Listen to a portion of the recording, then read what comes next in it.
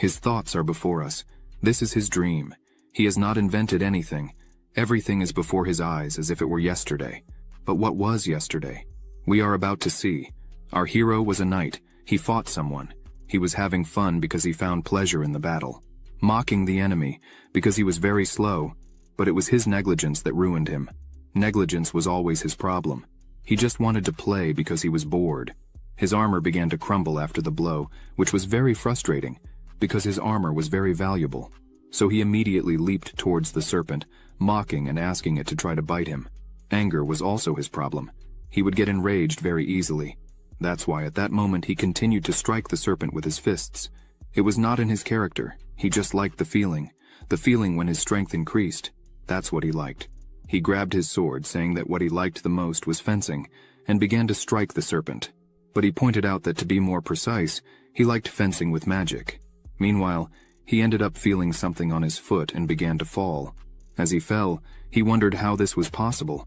It seemed like he was fainting and tried to say he had a secret. But before he finished speaking, everything went dark. As soon as he opened his eyes, he saw a woman in front of him. Where did she come from? He asked.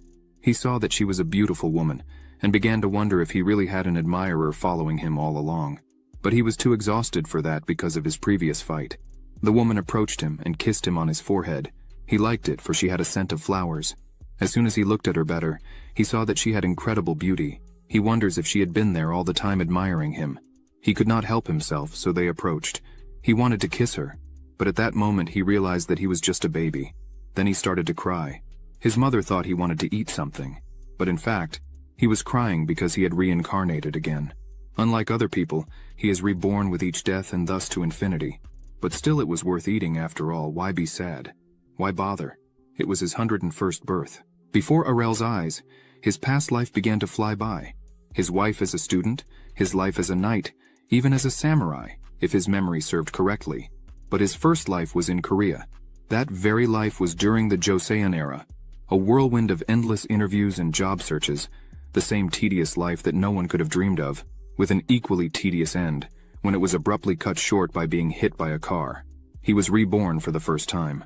Upon waking, he found himself in the body of a baby in a completely unknown family. Everything was strange. It was from that moment that he began to be reborn repeatedly, astonishingly, in different worlds and eras. But Arel could boast, for he lived all kinds of lives and in all sorts of ways. Thanks to this, he was simply accustomed to this situation and went with the flow. The rebirth that many dream of became commonplace for him. However, while drinking his milk, he wondered where he had arrived this time. After all, judging by the environment he was in, it seemed to be somewhere in the Middle Ages. It was unlikely that he was back on Earth, nor was it even logical for a rebirth. This meant that he had simply been reborn in another world, but he was not complaining, for he liked the other worlds, as they were usually much more comfortable. He was even lucky, as it seemed he had been born into wealth. There were even many companions. What this means is that he came from a noble family, and his mother loved him very much. Arel did not understand their language at first, but after a while, he got used to it. Of course, it was a new world and a new language for him. It often happens that one does not understand much at the beginning when in a new world. But the warm hands, the kind look of total love, that speaks for itself because his mother really loves him. Having changed hands 100 times, he can tell exactly which ones gave birth out of a sense of duty, and which did not. As bitter as it may seem, there were times when he was abandoned after birth or forced to repay the life that had been given to him. However, he had a good feeling about this life. He heard one of the maids addressing his mother. The maid was saying that his mother was tired, so she offered to take care of the young prince. At that moment, he realized he was a prince. His mother looked at her and asked if people would even recognize this baby as a prince. The maid said that of course she did not think so, but Levana asked Chena to answer honestly since they were alone in the room. She asked if she also thought ill of her son. Levana says that not long ago she was a servant like her. Arel soon realizes that this is why his mother seemed sad. Levana explains that he is called a prince because he has the king's blood, but in truth, he was far from a life of glory. Levana continues to say that besides the king's blood, there was also her blood, which was merely that of a commoner. She thinks that in the future, Arel might blame her for this. Chena immediately disagrees, saying that would have no chance of happening. Levana continues to say that, even being a prince and having imperial blood, his fate would certainly not be easy. It would have been easier if her son were not a prince at all. She looked at Errol and asked for his forgiveness. She knew what the other noble families said about her and her son. It was because of her that Errol had no right to inherit the throne. She blamed herself. But Errol did everything, so that his hand would wipe the tears from his mother's face. She immediately regained her composure, as she realized that her son probably understood something and had tried to comfort her. Chaina agreed with her, smiling. Errol then tried to show with his whole appearance that she did not need to be sad because he was fine. Errol did not care if he would inherit the throne, let alone if he would have followers, as the life of a prince was already lucky for him. He would simply ignore all kinds of sticky nobles who would bother him in the future. And the imperial family will not be able to control him because the life of a prince promises to be busy. His 101st life in his new world is a dream. Such is the life of the emperor's son, as well as of former servants, where the mixed bloods have a life that could be quite pleasant. He could almost every day have fun with women and have absolutely everything that his soul desired. And with the emperor's blood, then he would have more or less comfortable conditions guaranteed. He dreamed of eternal travels, hunts, but all the while he was lying in his bed, making sounds and cheering up his mother. His mother thinks Errol seemed happy, carefree, but still she was a little sad. If only she had the power to protect him from all this, it would be much better. Errol heard these words of power and thought. He understood the reason for this concern, for not having the right to the throne was a weakness. No one needs you if you are weak. No one will stand up for you. No one will even look for a way to get rid of you. However, he believed that it was not worth worrying about, for the son of his new mother had already lived many lives as a warrior. 3 months later, while Errol slept, his mother admired him, enchanted by his beauty. She noticed that he had hair color just like hers, and thought that if only he had the father's hair color it would be easier. However, one of the maids comes up to her and says that the lady's carriage had already arrived. Levana replied that she was already on her way. She kissed her son and told him not to miss her, as she would be back soon. As soon as everyone left, Errol simply wakes up, and thinks that his act of pretending to sleep was quite convincing. Errol made a noise, but then became quiet.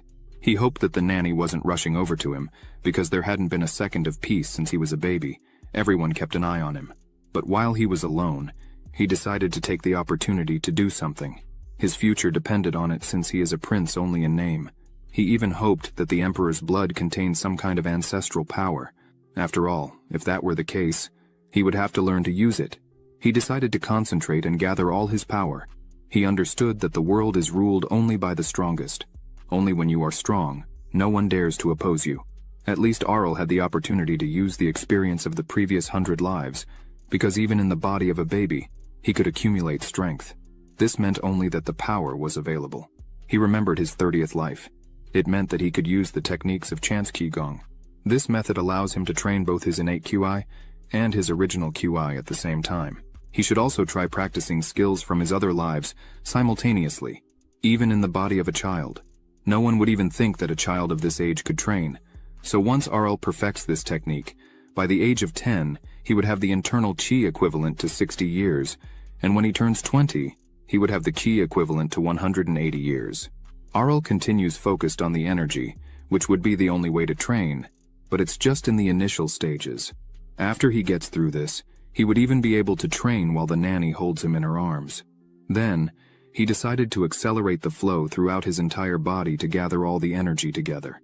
He could already feel the Qi all over his body, but his head was really throbbing, so he decided to release all the energy. With this, he ended up screaming.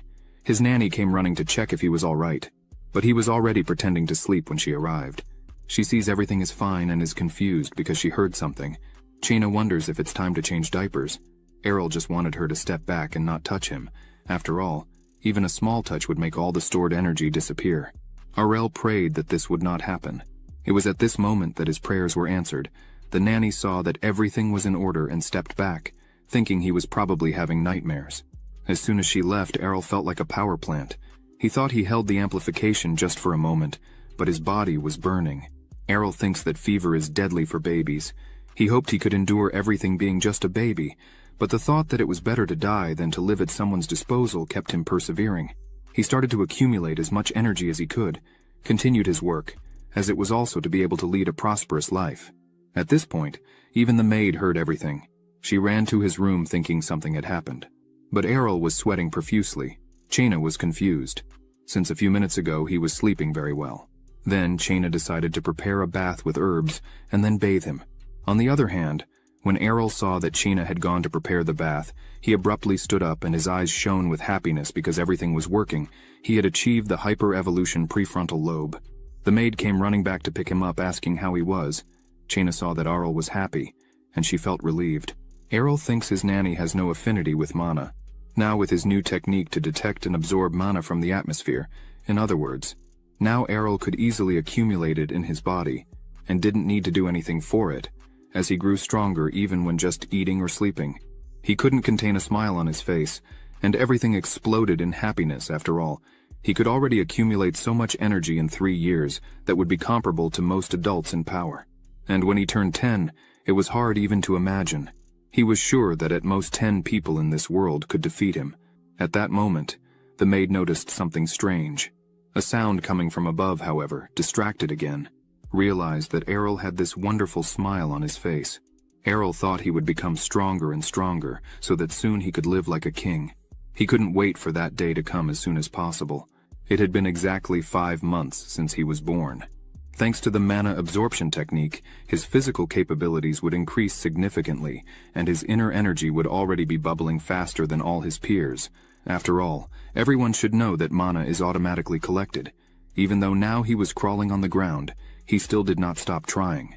Because soon, surely his power would exceed the available and even floating would be possible. However, at that point, for some reason, he started to rise from the mat. But it was just his mother who picked him up in her arms. She brought him a toy that he certainly did not expect to see. She gave him a rattle, however. He showed no reaction at all. But realizing his mother's disappointment, he immediately started to play with it. Even though he appeared to be having fun, inside he felt a shame about what he was doing. The maid and his mother laughed, because their baby seemed so happy. Levana, all happy, says she will play a lot with Errol. Chena says his reactions are great. His mother praised him, saying he was beautiful, and asking who he took after. Errol liked that. He loved being praised and thinks he took after her. However, he thinks that being loved is a luxury, one that he will enjoy and cherish this time. The expression on Errol's face immediately changed. His mother could not understand what he wanted. However, Errol wanted just one thing. He wanted to eat. Tears began to flow from his eyes. He tried to show this with his entire appearance. Immediately, the nanny guessed that Errol was hungry. Errol was happy and said that his nanny was the best. Then, at that moment, they gave him milk while our hero was busy drinking milk. The conversation was about the financial situation. Despite the prince needing to be well fed, the funds had been dwindling since yesterday. There was nothing that the lady could do about it, because the budget for the maintenance of the mansion had been severely cut this year. Even raising a child was difficult. Errol remembered hearing such conversations from the maids not too long ago. He had heard that they would have to make significant savings on Lady Levana's meals. They had no other choice. Errol couldn't believe it, because he thought that this kind of conversation definitely wasn't serious. But Lady Levana maintained a positive line. She said that even though they had to be thankful, as they were not starving. Chena says that at least they hadn't reduced the number of soldiers. Errol, hearing this, wonders if it's really that bad. Because his mother is really a simple concubine, she didn't even have power or status, even taking into account the fact that she had given birth to a prince. He wasn't even a prince. Something needed to be done. Otherwise, something bad would certainly happen to the prince. Errol couldn't believe it, because he thought that, being a prince, it would not be allowed for him to die in infancy. Levana had not been given the opportunity to see the king in person. She said that it's simply impossible because he is too busy. Errol began to understand. Now everything was clear to him, where his mother was constantly going in a carriage. She wanted an audience with the king, and it seems that she was unsuccessful. But no matter how cruel the ruler was, it's unacceptable to behave this way with the mother of his children. Why does he do this to his mother? Because she already has enough abuse from the nobles. What to do? Because even if the king was originally indifferent to her, such an attitude is simply inadmissible. Errol started to cry, which allowed the nanny to hand him over to his mother's arms. He really wanted to help her. Even being a child, he knew he could do something. Not much occurred to him, but he had to think of something. All he had to do was get through this winter, because in truth, it all boiled down to a lack of money for all their needs. And in winter there was a new expense, such as heating. He thought, how could he help after all? What exactly could he do? He realized there was still one thing. He thought about the fact that if coal is a carbon structure like diamonds, and he noticed that Mom wore precious stones, then in this world they are also very valuable. That is, if he didn't have money, he could at least get valuable stones. However, his legs were too short for him to get out of his bed. He realized he had to think of something else. Arl thought that with all the amount of mana he had, he was capable of freeing himself. Now he could fly to his destination. He realized that no one used coal much anyway, and most importantly for him at this moment, there was plenty in the fireplace. He wanted to transform that pile, so he decided to hurry, because he needed to transform it into diamonds while everyone was asleep. Errol created the necessary temperature and pressure to transform coal into diamond. He did not hesitate to spend all the mana. He generated more and more of his inner energy, knowing that if it worked, his mother would be happy. All he wanted was to see his mother smile and be happy in her life. At this point, the entire chimney was in smoke. Errol was successful. He obtained such a beautiful and shiny diamond. He was sure that was it. The only thing left was to find a way to deliver it. He was happy that he managed then. In the morning when China came to his room, she realized that Arl was not in his bed. She couldn't understand how he got out of his bed. The bed is too high. There's no way he could have gotten out. China wondered if Errol really spent that whole cold night on the floor. She picked him up in her arms and also realized he was very dirty. China noticed the place was all messy. The fireplace was a mess. The carpet as well. She immediately imagined that he had been playing all night. China says he can no longer stay on the cold floor. Arl thought that there was no need to worry.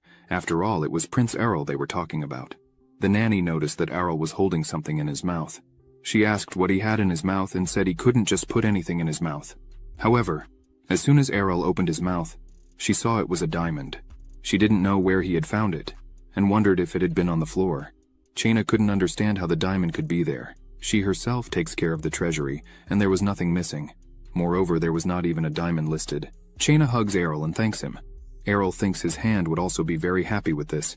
After this moment, cars with supplies flooded the palace. They received enough wood to survive this winter, general provisions.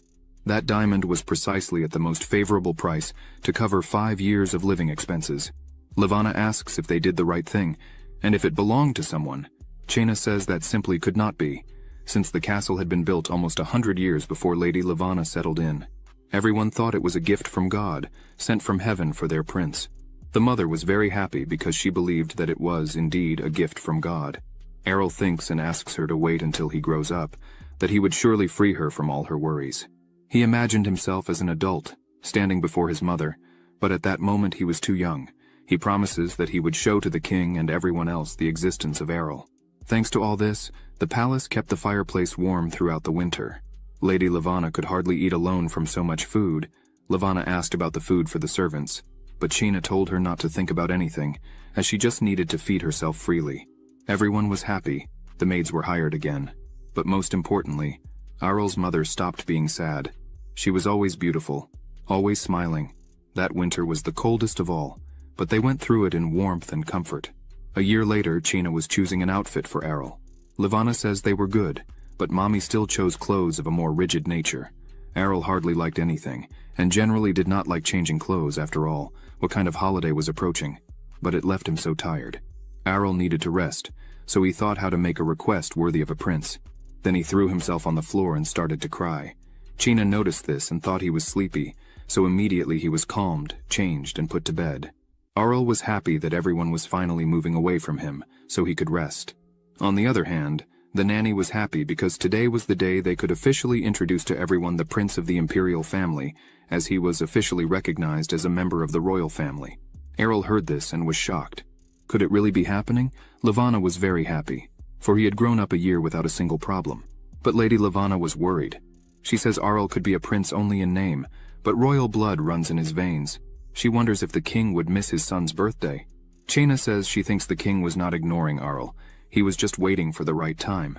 Since bad things can happen to newborns, so he started to reassure her because they usually avoid their newborns. Errol was even more shocked, as his birthday was really so close. Were everyone preparing for a very big banquet for him? Miss Levana, on the other hand, was very happy, as her son would officially become part of the royal family. She was happy because the empire's laws were on her son's side. Arl thought that was why his mother was happier than usual. However, he wondered if all the other aristocrats would attend this banquet. He even wished to finally see his father, whom he had not seen since his birth. At the banquet, There was an incredible number of aristocrats, as well as people who did services. Errol was incredibly curious to know how much money was spent on all this. Despite everything, everyone was incredibly well dressed. Does everyone dress like this for banquets? China says it's not that Errol didn't like all this, but he was a bit confused by the new faces, because the prince had never seen so many people before. His mother began to calm him, saying that everything was fine, as he was the most important there.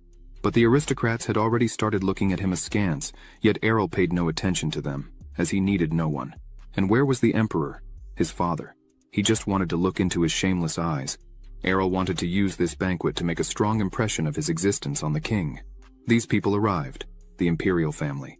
Errol immediately began tugging on his mother's dress, asking her with all his manner if it really was the reigning empress and the children, beside and especially the eldest. Why was everyone so serious? Because everyone passed by his mother, as if she didn't exist. But despite all this, Errol's mother was not offended by their pedantic behavior. She asked Errol if something was bothering him or not, because it would soon be over, she promised. While Errol's mother smiled, he noticed that her gaze was going somewhere.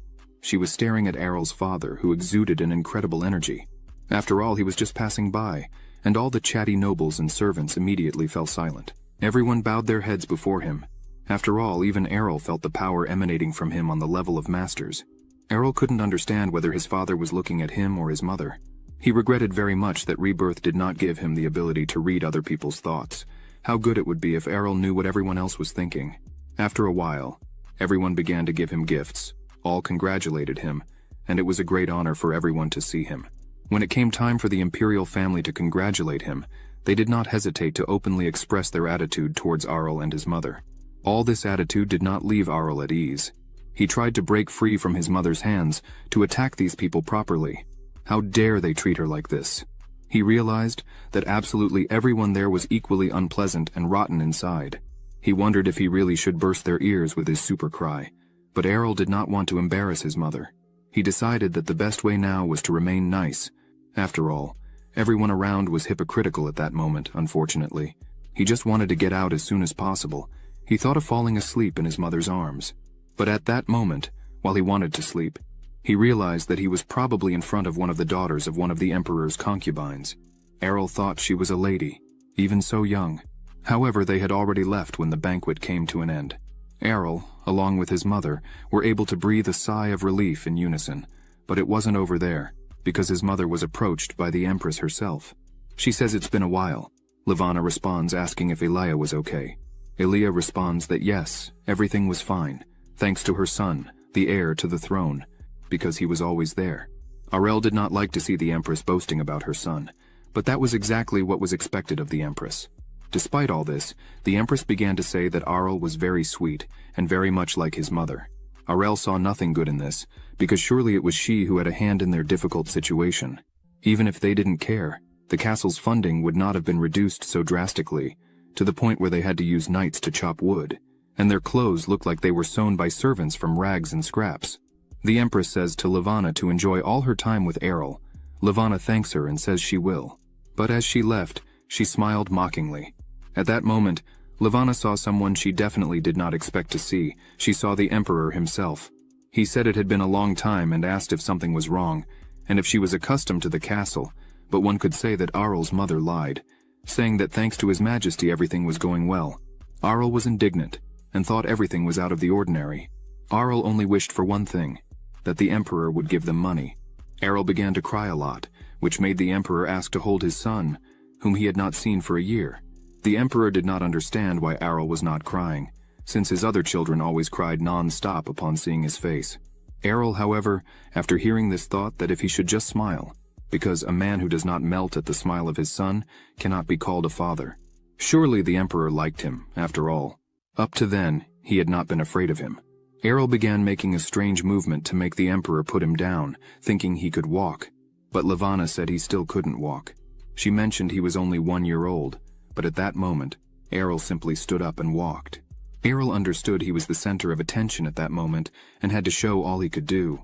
Everyone was ecstatic because finally, their little one had taken his first steps. This even caught the emperor's interest, who noticed Errol was trying to show something to him. In turn, Errol understood there was still a bit to be shown because he would demonstrate he was definitely different from other children. he would do this in front of everyone. After all, he is Prince Errol himself. However, as soon as he reached the table and tried to lean on it, the whole table with the products simply fell and began to collapse onto the tablecloth, along with the drinks. His mother and the emperor were very worried because all the products began not only to fall to the ground, but also to break and spread. But it was okay because it was exactly as it should be. Everyone was so excited about the prince's first steps that no one would notice that this was a well-planned strategy. He chose the right moment because it was exactly what he wanted, and also for a shocking effect. He just needed to pick up and scream. After all, he is a child. While lying on the ground, he was picked up by the emperor, who asked to see him. He saw that Errol was just dirty with wine, but nothing more. He was intact, and also needed to be changed. Chena already wanted to take him from the emperor, but he said it was okay. The emperor had torn off his outer clothes, and noticed the terrible clothes that Errol was wearing underneath. Chena was shocked, because when she changed Errol, the clothes were good. Everyone began to notice, and started to speak ill, and that such clothing was unworthy of a prince. However, the emperor angrily ordered everyone to be silent. The emperor questions what kind of life Errol was leading, to live in such poor conditions. Errol celebrates because this was his plan. In fact, that morning while the nanny was preparing Errol's clothes, he concentrated all his energy and began to stretch the fabric as hard as he could. Then he had to give it a sloppy appearance, which certainly was not difficult. The fabric was so fragile that he could tear it with his hands. He made shreds in the clothes just by rubbing a little. Behind the fancy clothes lay an uncomfortable truth. He was able to reveal what was hidden. Then the emperor asked Errol's mother if she would not explain how this could have happened, if it was so hard to maintain status. Errol's mother was very worried. Then the emperor did not question her. There was no point. He turned to his trusted man, Yennefer, and asked how much money was allocated for the maintenance of the concubines' castles, and what was his order. Yennefer said that he had given an excellent order to distribute the budget equally, and everything was done according to the order. The emperor could not understand the meaning of the word, equally. Because nothing was correct, he also asked to bring the budget report as soon as possible. Errol looked at this and understood that, although his party had turned into an interrogation, it would be a good chance to know what kind of person his father was. Errol's mother said it was all her fault, but he asked for his little one back. However, it was Errol who realized that this chance was the only one for all of them, and asked for his mother and nanny to hold on a little longer. While everyone was in turmoil, the emperor's secretary was delivering the documents. Everyone understood what was about to happen, as the emperor realized what was going on. He couldn't even believe it. He used his power to burn the paper delivered, which surprised Errol a lot. After all, he couldn't even think that the emperor was not aware of everything. The emperor turned to the empress and asked what was wrong, as there was a flaw in his predecessor, and his concubines received almost nothing, but the only thing the empress did was pretend she could not believe it. Then the emperor, with an incredibly serious expression, asked why he did not know that the distribution of the budget was precisely his direct responsibility. The eldest son wanted to speak up for her, so he came forward at that moment to express his own point of view, saying it was a kind of misunderstanding, because the empress certainly would not have done such a thing. However, the emperor became even more upset. He said that there was no difference because she was the leader responsible for the mistakes of her subordinates. It was because of her negligence that his younger brother was left hungry and without clothes. The eldest son looked at Errol with very guilty eyes, which definitely did not please him. Errol did not feel the queen's aura because of the king's charisma. Then, the father asked the eldest son if he wanted to say that his mother had nothing to do with this. He remained silent and lowered his head before the king. The emperor approached the empress and said he was very disappointed with her. Lady Lavanna began to tell the emperor not to blame her, because everything was her fault, as she did not deserve such a thing. The emperor could not understand what she was talking about after all. What mistake? Lavanna just looked at him. The emperor tells her that she gave birth to his son. That is enough to be considered a member of the imperial family. Miss Lavanna blushed a little, and the emperor touched her hand, and said that she should be proud of herself for being part of the royal family. The two looked deeply at each other, and it was this image that caused a bad reaction from the empress. The emperor returns to talk with the empress and orders her to find the culprits and make them pay. He adds that he will no longer tolerate such mistakes. The empress looked at the ground. Her hands were trembling a lot, but still said she would ensure that this would never happen again. The emperor looked at her one more time and warned her for the last time that she would be punished next time. She continued to apologize, promising to find the culprit and punish them severely, But deep down she just thought it was the fault of these despicable people. The Empress approached and said she did not know how it happened, nor even how to justify herself before Levana. Arel understood that she was pretending, and thought that nobody would fall for such a bad act. However, his mother said that Aaliyah did not need to apologize to her. Arel could not understand at all what his mother was doing. She should at least hit the Empress, as clearly the Empress, who seemed to know everything, was before them. The Empress said this would never happen again, but Arel could not see sincerity in her eyes. At least she should appear guilty, and that goes for their eyes too. Arel wonders how many of them are involved in this. At this point, Arel's birthday came to an end, and the hole in the budget was plugged. Not even the Empress was involved in it. They quickly found the guilty party, a family of lesser aristocrats, and then, without special procedures, they were simply executed in the palace. The servants discussed the fact that at the end of the investigation, the aristocrats even admitted their guilt, but could not imagine where they would spend such a large sum of money. Everyone was glad that everything was resolved, but only Arel realized that the real culprit, or rather she, had escaped punishment. The case was closed immediately. He thought all this was incredibly unfair, but as soon as he grows up, he will certainly make everyone else pay.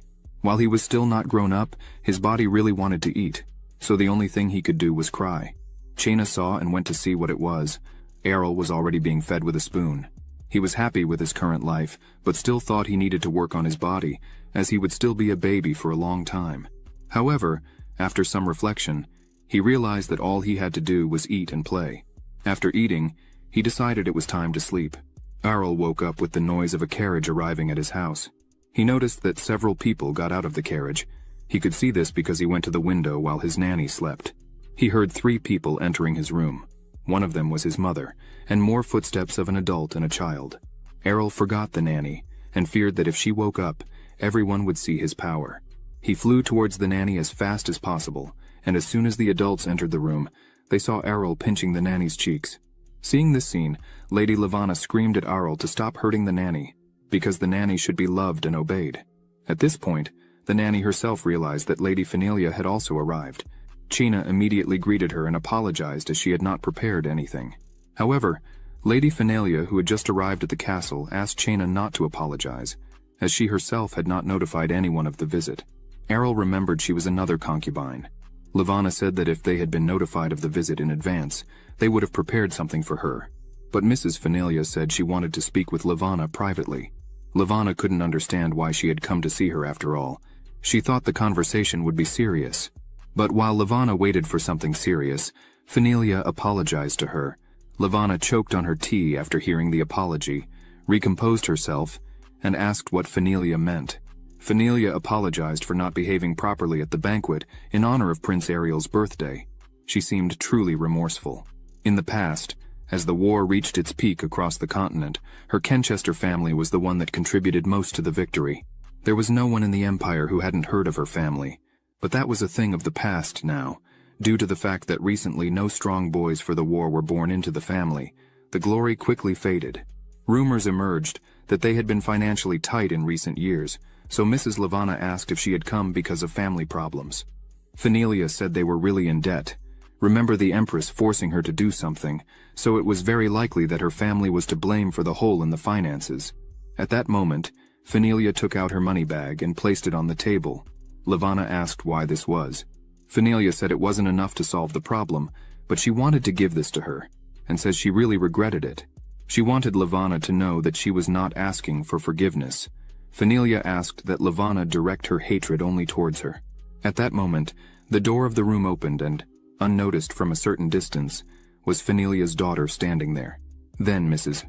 Levana understood that Fenelia just wanted to protect her child from conflict with other members of the imperial family.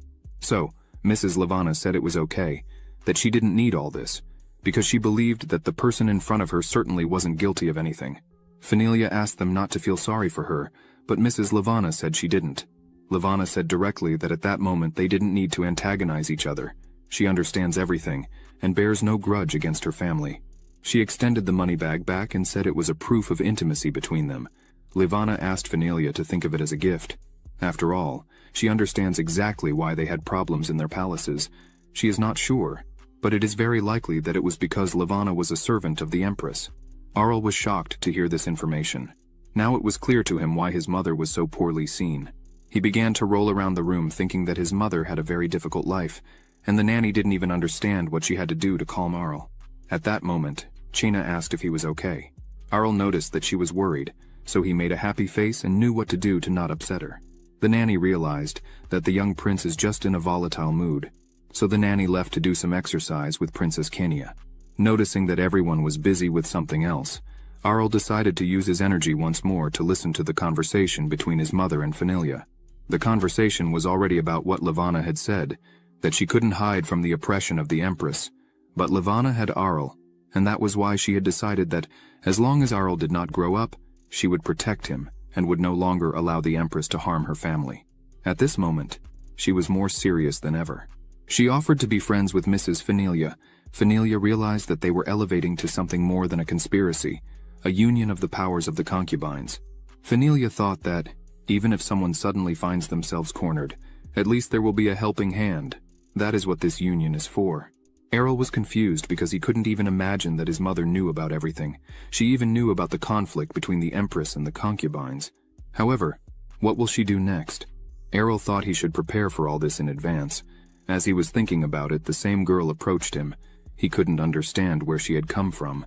He thought she wouldn't be able to enter the cradle, but all she did was climb into his bed and start pinching his cheeks. She really liked that. Errol thought he was not a toy for her to be pinching, so Errol was hoping someone would save him. Chena came running first and thought our Arel was really cute. Arel realized that all was lost, and the nanny kept saying that the princess could come to visit Arel more often. The princess, of course, said yes, she would love to visit him. Arel could not find help anywhere. And time passed, and now Arel was 30 months old. Soon it will be his 3rd birthday. Life seemed incredibly fleeting to him. In principle, he was angry for not being able to speak correctly as always. After all, even if they think so, he still has to live to adulthood to learn finally. He remembered his 45th life, where he managed to seduce a girl in less than 10 minutes. A man has to be eloquent in speech. But at that exact moment, the princess entered his room. She ran to meet him, but Errol decided to hide. However, even if he tried, the princess quickly found him. He was upset and depressed, but the princess just wanted to play hide and seek with him. Errol wanted to refuse, but the princess had already fled, dragging him. She ran to a bigger place. They went out, and he understood that after the visit from that same Lady Fenilia, the princess had been coming to him often. Errol thinks she might be coming over because of what the nanny said, but even so, he saw nothing wrong with it, as it was the only way Levana and Fenilia could form a strong friendship.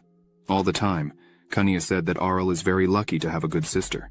Kania says even though Arl is still small, she will play and take care of him, but when he grows up, he will have to take care of her.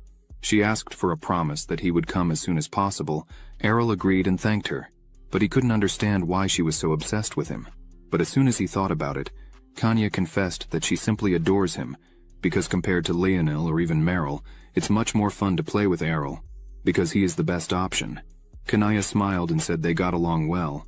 Errol laughed embarrassedly, as he thought that once he grew up, she would regret those words. The princess already picked him up in her arms and said it was playtime. She would even carry him to the spot. However, the girl didn't understand that Errol was about to suffocate. Errol asked for help. One of the maids of Kania's entourage told the princess that the prince could get hurt when carried like that. This made her ask Princess Kania to hand over Errol, because even the princess should not carry heavy things. She was still a child. But Errol thanked fate because he was saved. Princess Kania was not happy. She shouted that she wanted to play. The maid said she could draw or play some instrument. She said she was tired of all that. It was simply boring. The maid asked what she would like to do. Princess Kania looked around and picked up a stick, saying she wanted to learn to wield a sword because she had seen her brother Kyle doing it. Errol, noticing that she was practicing with a piece of stick, realized that the center of gravity was not displaced, and her body balance was good. Even considering the fact she was holding the most common type of wood in her hands, she had potential. Errol himself loved fencing very much. He even missed that sensation. The princess wanted to learn fencing to be strong and defeat knights. However, the maid said she could not learn. This really upset her. She asked why, since her brothers Kyle and Leonil were allowed. Then why not her? But the maid just said that Princess Kania should not dirty her hands, and asked her not to argue with her, as it was custom. She said that above all, Princess Kania should be elegant and feminine, but the maid realized that her sword was missing. She noticed that her sword was already in Princess Kania's hands. The maid ran up to her, talking for her to give it back. But Princess Kania continued to run, saying that she would learn fencing and that's that. The maid ran after her, telling her to train with the sword sheath at least, since she wanted it so much. Errol stayed there, content. Apparently he was liking his little sister Kania more and more. Errol had already turned 5 years old when he was already learning to ride a horse, and with all his might, he was still riding a toy horse. After all, he was still a child. Chaina asked if Errol didn't want to ride a real horse, but the only response from the prince was that he only wanted to ride his because it was not dangerous at all. Chaina said that all boys should be interested in horses or swords, and it was time to do so. Chaina was very worried about Errol. She wanted him to become strong, but Errol smiled and told her to put those thoughts away, because the prince on a white horse was a relic of the past. The nanny regretted seeing Errol like this, but there was nothing she could do. Errol thought and realized that of all the lives he lived, his extreme talent would only bring misfortune. He had achieved perfection in fencing and had to constantly face others who dared to challenge him. When he excelled in magic, he had to confront those who tried to destroy him. With all this skill he accumulated, he always found himself in front of conflicts. Errol had some problems in the palace, but what he was doing now was important. Chaina wished that Errol would work well, that he would work productively. Well, as soon as the door closed and Errol was out of sight, he immediately lay down on the bed because only losers should work, not him. Errol was constantly crying, constantly seeking pity while trying to calm himself down. Then we realized that the only thing Errol didn't want to do was simply to study. Chaina said that Errol was already 5 years old, the right age to learn about the world around him from all angles. However, Errol told Chaina that he didn't care about the outside world. He didn't want to know anything about it, as he didn't need to. Chaina sighed and said that Errol speaks as if he had lived several lives. This surprised Errol, as he could not have been found out that way. Errol said it was not like that, and immediately lay down on the arm of the chair. Errol thought he had worked hard enough. He was tired of it all, as he was fed up with learning repeatedly. But his nanny took him to the library and told him that, according to imperial law, 5 years is the age when one should begin to learn. Then she brought him some books. Errol looked at all those books and could not understand why there were so many of them. He wondered if he really had to read all of them. As soon as Errol took the books in his hands, he started to spin them. That was the only thing he liked to do with them, but Chaina tells Errol he needed to read, not spin them. Errol, picking up the books, began to build houses with them. Chaina said he had the opportunity many want and still cannot have, and he is still able to start learning. She said he needs to respect the books and stop spoiling them. Chaina told Errol to sit up straight, but the only thing Errol was thinking about was how to get out of his room. He figured out exactly how to do this. It was the skill he learned in his new life. He lay on the floor and began to cry because he didn't want to learn. However, as soon as his mother entered the room, the concert he had organized ended. He ended up having to sit down and start reading. Errol knew he should have started learning now, but ironically, the more he tried, the more he put the people around him in danger. The more talented a son of a concubine and the emperor he was, the sooner they would want to get rid of him. Although this may seem unfair to many, but destiny had already decided everything for everyone. So, Errol just thought he simply had no other choice but to take everything into his own hands, and thought that for the sake of everyone, he should live idly by. He began to drool. Then the nanny asked him not to get distracted, and he was trying, not just for himself, but for his mother. Errol asked, trying to make it clear, if he could learn after all because he thought he was lazy, but Chaina just said that if he continued to be lazy like this, he would upset his mother, which is exactly what he didn't want in his new life. So he realized that he would have to study hard. He would study everything except fencing, or he would definitely get stabbed in the ribs, and he also didn't want to learn magic. Errol was wondering what he would be when he grew up if he didn't do anything like that. However, despite all his hopes, a week later, it was said by his nanny that he came to teach magic to Errol. Errol screamed because he didn't want to be a wizard. Errol thinks that a wizard will definitely be able to sense his mana, which currently is at the level of the strongest magic existing. Errol wanted to hide his abilities in some way at least. However, the nanny didn't let him do anything. She already took him by the hand and said not to be afraid because everything will pass quickly and without pain.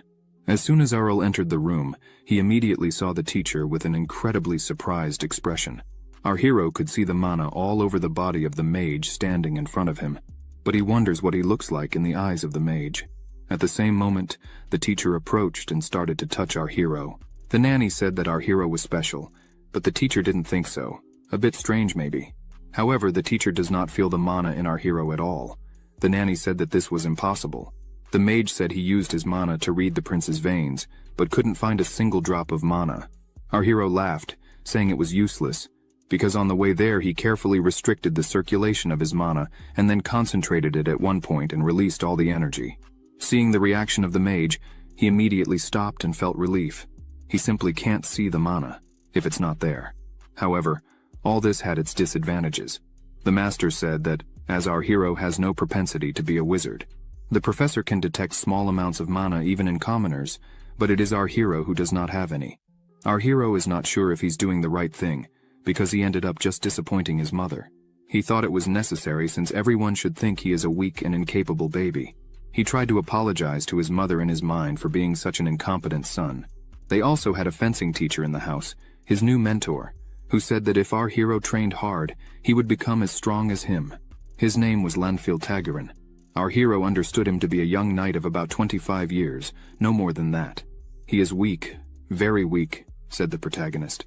He saw the tenacity of a true warrior, for in his 100 years of life, he had been in an incredible number of battles. His body was hardened in battles with the most terrible creatures that the knight could not even dream of. So, the one standing before our hero doesn't come close to the real talent of the protagonist. At the same time, our hero asked Lanfil to start the training. He wanted him to teach him, but at that moment thought that he was not even his equal. His teacher told our hero to trust him, that if he worked hard, he would definitely become incredibly strong. The protagonist asked to start with the basics, as he didn't want to do something difficult. But our hero remembered that his friend, Princess Kania, uses a weight device to increase her physical abilities. But Lanfil said that for their family, this is normal. So, what was our hero supposed to do? Lanfil started with the basics, saying that the fundamental things for fencing are flexibility and balance. He prepared something simple and also asked not to worry. He put our hero on a stump and told him to stand, but our hero started to show that it was incredibly difficult and that he thought he was going to fall. He said the height was not great, so even if he fell, he wouldn't get hurt. With that, our hero failed at balance. At the same time, they began to practice flexibility. This also did not work for our hero, and only then did the knight decide that they should try wielding the sword, training accuracy, where again our hero showed a very poor result. Then, he asked his mentor if he was really so untalented, but the knight said not to worry, as this was just the first training. Only through practice would they be able to improve. But at this point, while our hero was talking with his mentor, he realized that he was being followed. He realized that the more mediocre his results were, the quicker they would spread, since as we know, rumors spread very quickly.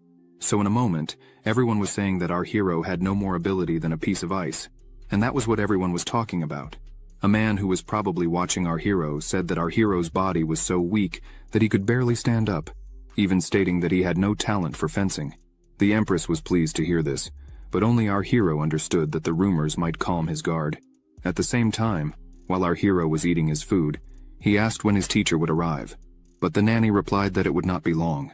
He realized that now everyone was saying he was a useless prince, since almost all teachers refused to teach him. However, he found a hero who decided to come, a man named Gamal Pernea, and today he became our hero's new teacher. He will teach him foreign languages. Our hero looked at him and noticed only despair on his face. He was probably forced. At the same time, many books were thrown on the table for our hero, and he said that it was just the basics of grammar in one day. He said this was the normal pace of study, because they were already planning to move on to a new topic tomorrow. Our hero did not understand what was wrong with him, so he decided to pretend and try his best.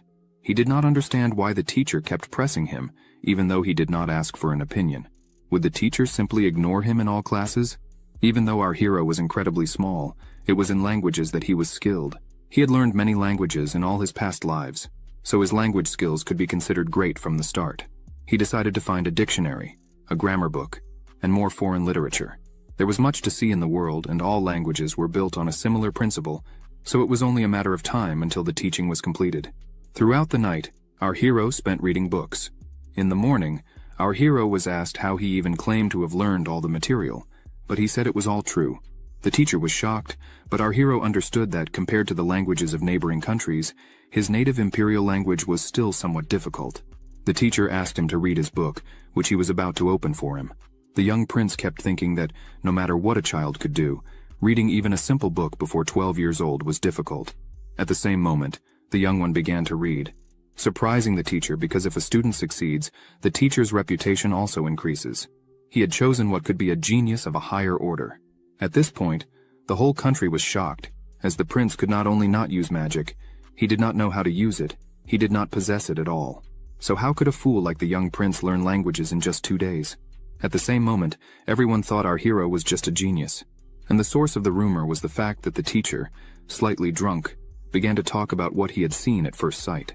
Finally, the rumors reached the emperor, who realized that if the sword or magic were not the prince's skills, it would not be easy to deal with his thing unsuitable for him.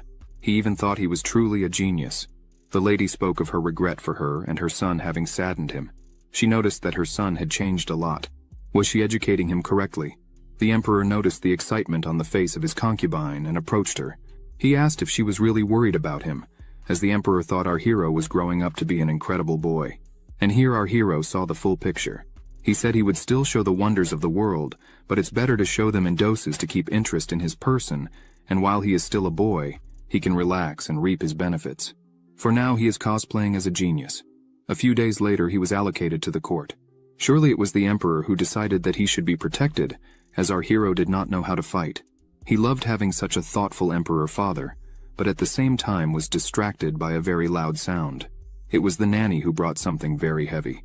Our hero wondered what it was about. Then, at the same moment, his mother told him they were gifts from the emperor himself. He was surprised that his father had given him a present, but when he opened it, he noticed they were just jewels. All these would be precious gifts from the emperor himself, but our hero was only interested in one pendant, as it seemed to help concentrate and activate mental abilities. However, it's likely that this thing would only boil his brain and leave him very tired. All the nannies were enchanted with our hero as they read him incredibly well. Our hero understood that most likely they saw the object just as a pendant, while he saw something inside the stone. He had no use for it, although he even thought of giving everything to his little sister, as she had been training very hard lately to be a real orangutan.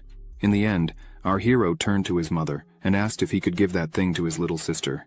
And the lady did not mind, because if he gave away one thing, they would not lose anything.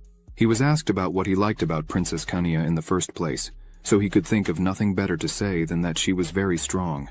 It was a happy day for all the inhabitants of the castle, as it was the day when the emperor generously gifted the prince. Our hero sat at the table, his nanny serving him desserts, sweets from the best chefs, but our hero tasted everything and realized that all the desserts lacked sugar. The nanny asked if she should call the chef or not. After a small silence, our hero said to call the alchemist. The nanny was shocked by this statement, but our hero was just thinking about getting some Coca-Cola or chocolate. Therefore, he needed the alchemist to recreate that flavor. So the nanny asked why he needed an alchemist. At this point, he realized that even if he tried to explain, she would not be able to understand anything, because it would be strange for a 5-year-old boy to demand an alchemist to recreate the flavors that he had had in his past life, the flavors that he liked. Without the alchemist's help, it was simply unrealistic and impossible. He had no idea how to process products to achieve the same flavor as Coca-Cola, because such technology doesn't exist in this world anyway. And our hero is so eager to drink a chilled, sweet, fizzy drink. However, as he is a genius, he will think of something.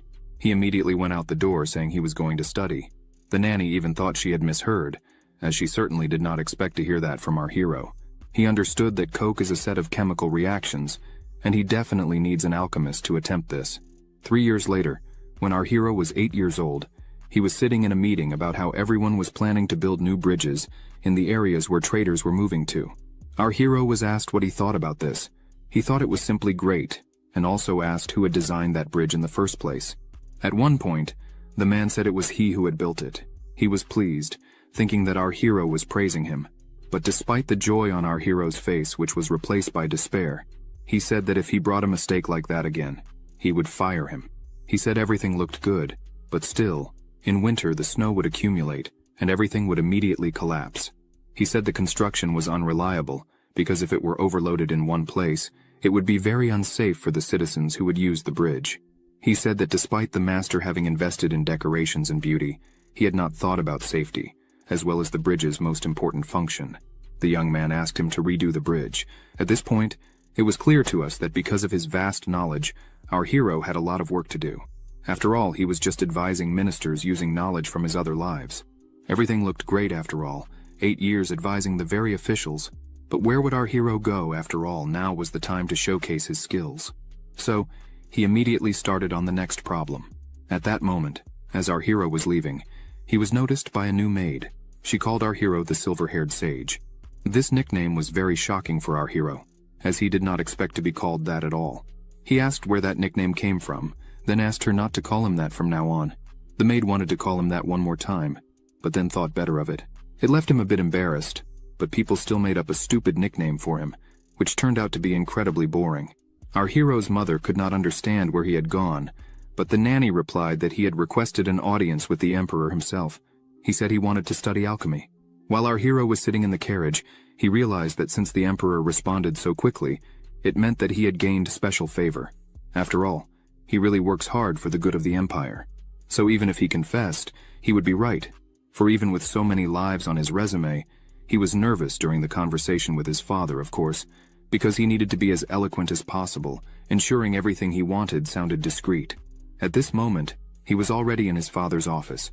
He was discussing how he could strengthen the empire, using all his strengths. He even had the opportunity to do so in the field of alchemy, since he is not skilled in fencing or in magical arts. All that remains for him is science. The emperor observed and understood that our hero, though not an expert, had a very sensible head on his shoulders. He said he would arrange alchemy teachers for his son, but only if this was really what he wanted. However, our hero had already requested everything he had only dreamed of. In fact, after the announcement that Prince Arel needed an alchemy teacher, candidates came forward. It was an opportunity to leave a mark in history. Then a test task was assigned to create a mirror that could reflect sunlight up to the horizon. Soon, the man who handled the task perfectly, a true connoisseur of alchemy, appeared. The name of this lucky man was Darman Langer. Our hero was also happy and thought he would have an older teacher. However, they sent such a young teacher who had a strange hair color. Our hero asked if it was a natural color, but Darman said that due to many experiments with chemical elements, he inhaled all sorts of things, and that's why they turned white. Our hero wondered how he survived if he was sniffing these elements all the time. He was sure that outwardly he appeared calm, but it was just a mask because alchemy is relentless. If he got hurt or died during research, there would be no one to blame. His teacher also told him that studying alchemy is actually a quite dangerous occupation, being a type of science whose study could come at a very high price. Our hero said he had already considered all the risks, and that alchemy is not the science of magic. He doesn't expect to be taught how to turn lead into gold, as he just wants to explore things like metal alloys, how to find the strongest ones, or create a material that would make building houses easier. At this moment the master was moved, as this meant that the rumors were not lying. The prince indeed was different from all the others. He was actually the genius who would one day lead the empire. Darman kneeled before him, saying directly into his eyes that he would teach him everything he knew. After several days studying alchemy, Darman asked if our hero had really studied alchemy before. The hero couldn't hide that he knew quite a bit, as it was so obvious. Then, he told his teacher that he had just read a few books. The teacher was happy, realizing that the rumors were not lying, and our hero was glad he had not suspected anything until now. At this point, he didn't continue his experiments until night, while Darman helped him all the time to make the right decisions. Thus, our hero now knew how to extract lead and other chemicals, except for metals or medicines. Everything was identical to what he already knew, and there wasn't much difference when experimenting. Everything went according to plan, but at a certain point, a petition reached the emperor from his son. His son decided to expand the cadre to 4 alchemists. The emperor immediately ordered that the best alchemists of the empire be assembled. His servant was worried about what the little prince was going to do with these alchemists, as they were spending the empire's budget on their research. People might start resenting them, but the emperor remembered his son's words, remembered how right he was about this. He understood that his son was working for the good of the empire. A while later, our hero told his hires that he wanted to invent a drink through alchemy.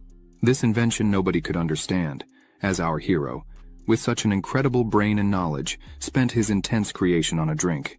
Many people were upset because they left their previous jobs for this, but our hero asked them not to worry, as he would pay them all more than enough, regardless of success or failure in this business. Thus, at that exact moment, everyone started saying they would help. Many had heard that such development already existed, however. The prince really wanted something of his own. Our hero understood that it was an incredible motivation. Money and fame, these were the two things that would work for him. So they would have to hurry up and create an amazing soft drink. A few days later, a man with a cart was arriving at the palace, transporting barrels that had come from all over. Errol was pleased with this, as the sparkling water had finally arrived. Damon opens one of the barrels, asking if they were going to drink that, but as soon as he looks inside, he sees dark water and a bad smell. Ariel approaches, saying they would not drink that yet, as it was just a raw material for the drink. But as soon as Errol looks inside the barrel, he also feels the same bad smell as the man. Errol says this is not working and there is no chance they could drink that. Errol starts checking all the barrels and realizes that all the water that had arrived was bad for consumption. Then, he turns to everyone and says there is no other way, they would have to make artificial sparkling water, which surprises everyone. The confused alchemists start reading the papers Ariel had given them, but Ariel starts smiling and says it would not be easy to find some clues, based only on the basic theories he had given them, which makes the alchemists a bit more apprehensive. Ariel emphasizes that he trusts everyone there, as they were the best alchemists they had. So, they could do it. Errol goes up to Damon and asks what he thinks. Damon smiles, a little worried, but agrees, saying they are the best alchemists in the kingdom of Ernesia, so they could do it. Errol walks away humming, and says the pleasure of alchemists is to test theories and put them into practice. So, he would not interfere anymore, taking their time. As he leaves, Errol wonders if they could really do this in a week. Even so, Errol points out that he has already intrigued them, so they would probably do their best to do it as quickly as possible. A few days later, in a room of the kingdom, some shouts are heard, telling all the alchemists that he promised this would bring vitality to the kingdom of Ernesia. It was Arl, who was in a room with his alchemists around. Arl complimented his words, saying that this sparkling water they were producing would bring great fortunes to the kingdom. The alchemists were not so confident about it, but Errol appeared to be extremely satisfied with it. Errol takes a bottle in his hand and thinks he did not imagine they would make the sparkling water so quickly. He starts to say that with this, they have completed the first part. Now they can start testing the water. Damon points to the water and asks Errol if this sparkling water would really become so popular. One of the alchemists says the water really can give a small jolt to the person who drinks it, but the taste is extremely strange. Errol claps for everyone to pay attention and starts explaining that they would not drink it the way it was. Before consumption, they would mix it with fruit juice or alcohol. Chenna enters the room with a tray with some glasses. Errol thinks his original idea was to recreate Coca-Cola, but unfortunately, he cannot obtain coca leaves. Note: in the year of 1903, the then owner of Coca-Cola, Asa Candler, sought the German chemist Louis Schaefer so that he could produce a compound of coca without cocaine. In the same year, Coca-Cola removed cocaine from its drink and replaced it with caffeine and coca leaves just as flavorings. RL solved this problem using carbonated juices, as this was not a bad alternative. RL takes one of the glasses and says he would start the test with lemon juice. Then, he begins to pour the lemon juice into the bottle containing sparkling water. After finishing mixing, he tastes it and simply realizes that the taste is wonderful and thinks he has finally hit the exact point. It is perfect. Errol distributed some to everyone present and asked everyone to try. There would be no problem, as it was just a normal drink. All the alchemists were impressed with the taste and how refreshing it was. Quickly they created a package for commerce and named it Prince Errol's Sparkling Juice, and surprisingly the drink became very popular beyond the kingdom of Ernesia, becoming a luxury item among the nobles, surprising everyone who tried it. This man, surprised by the taste, is the Lord of the Northern Territory, Count de Munt. He asks his butler if it was really Prince Errol who had made this drink. The butler says yes, the drink had been made under the supervision of Prince Errol.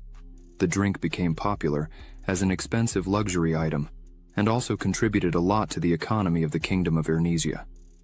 The butler says he heard rumors that a carriage full of gold arrives at the concubine's palace every day. Dement says it was all his fault, as at the time when Arl was just a baby, he judged Arl, saying he would not amount to much in the future. Dement cries and hits the table, saying that if he had imagined Arl would be so promising at that time, he would have intervened. Then he shouts that, From today onwards, he would need to pay more attention to Arl's next steps. Meanwhile, elsewhere a sword training session was happening. Kanya was fighting and had learned very well. Kanya, now 16 years old, turns and asks Errol how she was doing. Errol claps and says she is doing very well. Errol, now 10 years old, and Kanya's guard come up and congratulate her, saying she is doing great. Arl smiles and says, "This was wonderful." The guard says Kanya's fencing was impeccable. Arl looks and thinks he agrees with that, but he thinks better and finds that Kanya is not perfect yet. However, she really had made significant progress. She probably would beat all the boys her age. Kanya starts jumping for joy, thanking both of them. Errol thinks that as much as she was a bit scary when she was younger, deep down she is really a sweet girl. The guard says that for now it was enough, so they should take a short break. They go to a table and sit down. Kanya says she has heard a lot about Errol these last few days. She says she heard that the development of sparkling drinks not only contributed to the situation of the royal palace, but also to the finances of the entire kingdom of Ernesia. Errol opens his arms and smiles, saying he did no more than his duty as a prince. Kanya smiles and looks at Arl, saying that, besides all this, everyone was commenting on how he is a perfect son. Everyone envied Miss Levana. As soon as Arl hears this, he stops responding and starts thinking that this was not just a simple story about his drink production, because his mother, Levana Ainrest, is from a noble family that had gone bankrupt. And, at that time, the only thing left to them was a small territory that they managed, and thus they survived as commoners. As soon as Errol learned the complete story of his mother's family, he entrusted the distribution of drinks to the Ainrest family, and the results were wonderful. The stores were filled with people, making huge lines to be able to buy. Not to mention that the demand for yogurt and MSG also exploded. And thanks to this, the finances of the Ainrest family became so wealthy that no other merchant in this kingdom could match them. Kanya cries and asks Arl to go a bit slower, as the two were almost the same age. So many people compared the two. Arl smiles and thinks that it was about this. Arl gets up and invites Kanya to eat and drink, as now he was very wealthy. But Kanya puts the wooden sword on Arl's neck, saying that it was of no use if he could not exercise or defend himself. Kanya says there would be no problem, as she would teach him to fight from today onwards, and hands a sword to Arl, who thinks she remains annoying. He thanks her for her kindness, but says he does not need it, as he was fine. Arl remembers that, in his other life, he was the best swordsman in the world and the best mage in the world. So, in this world, he did not want to attract so much attention, but as always, in the end, it did not matter. Kanya charges at Arel, who was forced to start fighting. Kanya was trying to teach him, explaining how he should do it, so Arel just accepted and began to do it, as it would be faster to finish this way. Arel realized he couldn't quite feel Kanya's movements, because Kanya's dream and goal, the desire to create a family and be a fencing master on her own, this kind of dream must have filled such a fragile girl with so much energy. Arl thinks he could help Kanya while they were fighting. He would secretly give some of his energy to her, so she would become stronger and stronger. Then they continue training for a while under the supervision of Kanya's guard. The next day, inside a carriage, Arl was passing through the city and everyone around was happy to see him. Arl looks out the window and thinks that maybe he is attracting so much attention because this carriage there is like a Ferrari. As he looked out the window, he sees one of his knights passing by and thinks that it's as if he had become an idol. Arl sits back and thinks that everything is going well, but what would his father talk to him about now? Errol thinks for a bit and suspects it might be about a new allowance due to the achievements he's been having. Then finally, Arl arrives and sits down at the table with the king, who is his father. He thinks that in the past, he was a bit embarrassed by this silence at the start of dinner, but now he had become accustomed to it. Arel thinks that since he was there, he would enjoy this wonderful food, as he had gotten used to it. Lately, he had been going there several times due to various reports. But as soon as he starts to eat, his father asks if he thinks about taking up an official position in the government. This makes Errol choke on his food, as he was not expecting this. Finally, this moment had come. Theorel points out that it is a bit early for that, but in light of Erel's many achievements, nobody would oppose if he accepts. Theorel asks what Errol thinks about this, and if he had any job in mind. But Errol, slightly embarrassed, smiles and says he hadn't thought about that subject, as his real reason in this life was to have fun and eat. Then he picks up a cup of tea and thinks he should calm down after drinking a little. Aurel responds to his father that he does not know where his father got that idea, but at the moment he still liked to learn science and alchemy, as there was still much to learn. The two stare at each other for a while. Aurel begins to think that the first prince is not in the government, but wants Aurel to go. This is a bit strange, not to mention that there has been no move from the queen and the first prince's side so far. This is because Aurel has not yet crossed the line, always kept in his place, not causing problems to anyone. The last time, the ball was called off because of that prank from the weird prince, and that was a stroke of luck. Aurel thinks that there is a big difference between being loved by your father, the king, and being trusted with an important governmental position. Aurel notices that lately he has been getting into gossips and fighting with his brothers often. So, he thinks about the possibility of his father trying to separate them on purpose. Could that really be his father's goal? Nature is not the only place with the laws of the jungle. Being on the throne means being strong as an eagle. If weak, clearly will not survive, even with hundreds of past lives. Could this really be what Theorel wants for Aurel? Then, Aurel starts to smile and remembers all his strength, and thinks that all this does not matter, as he would not be easily defeated by anyone in this world. After dinner, Aurel is riding a horse alone, thinking that this is the first time he goes this far from the palace. He continues riding, happy as can be, thinking that he is finally starting to feel the freedom. Aurel remembers all the work he had in the last years. He thinks he never imagined he would be the type of person who works from home. He remembers one of his lives where he traveled all over the world and then all over the universe, looking for someone stronger than him, but he didn't find anyone, and this made him quite dejected. But finally, he was feeling alive again, running with his horse without worries. But suddenly Kanya appears by his side, telling him to go a bit slower. Kanya said she didn't know that Aurel could ride a horse so well. Aurel was very happy and grateful to Kanya, as this whole trip was thanks to her. Aurel says he can ride well because the horse is very smart, but as soon as he looks back, he notices that there are several escort knights following them. He asks Kanya if all this is really necessary for a short trip. Aurel feels the energy of the knights and realizes that only the strongest were chosen to accompany them. Kanya says that the strongest are there. Aurel smiles and says, "They don't need all this, but it's okay." This is normal since Kanya is a princess. Suddenly Aurel feels something and asks Kanya to wait a moment. Looking towards the forest, he senses magical energy.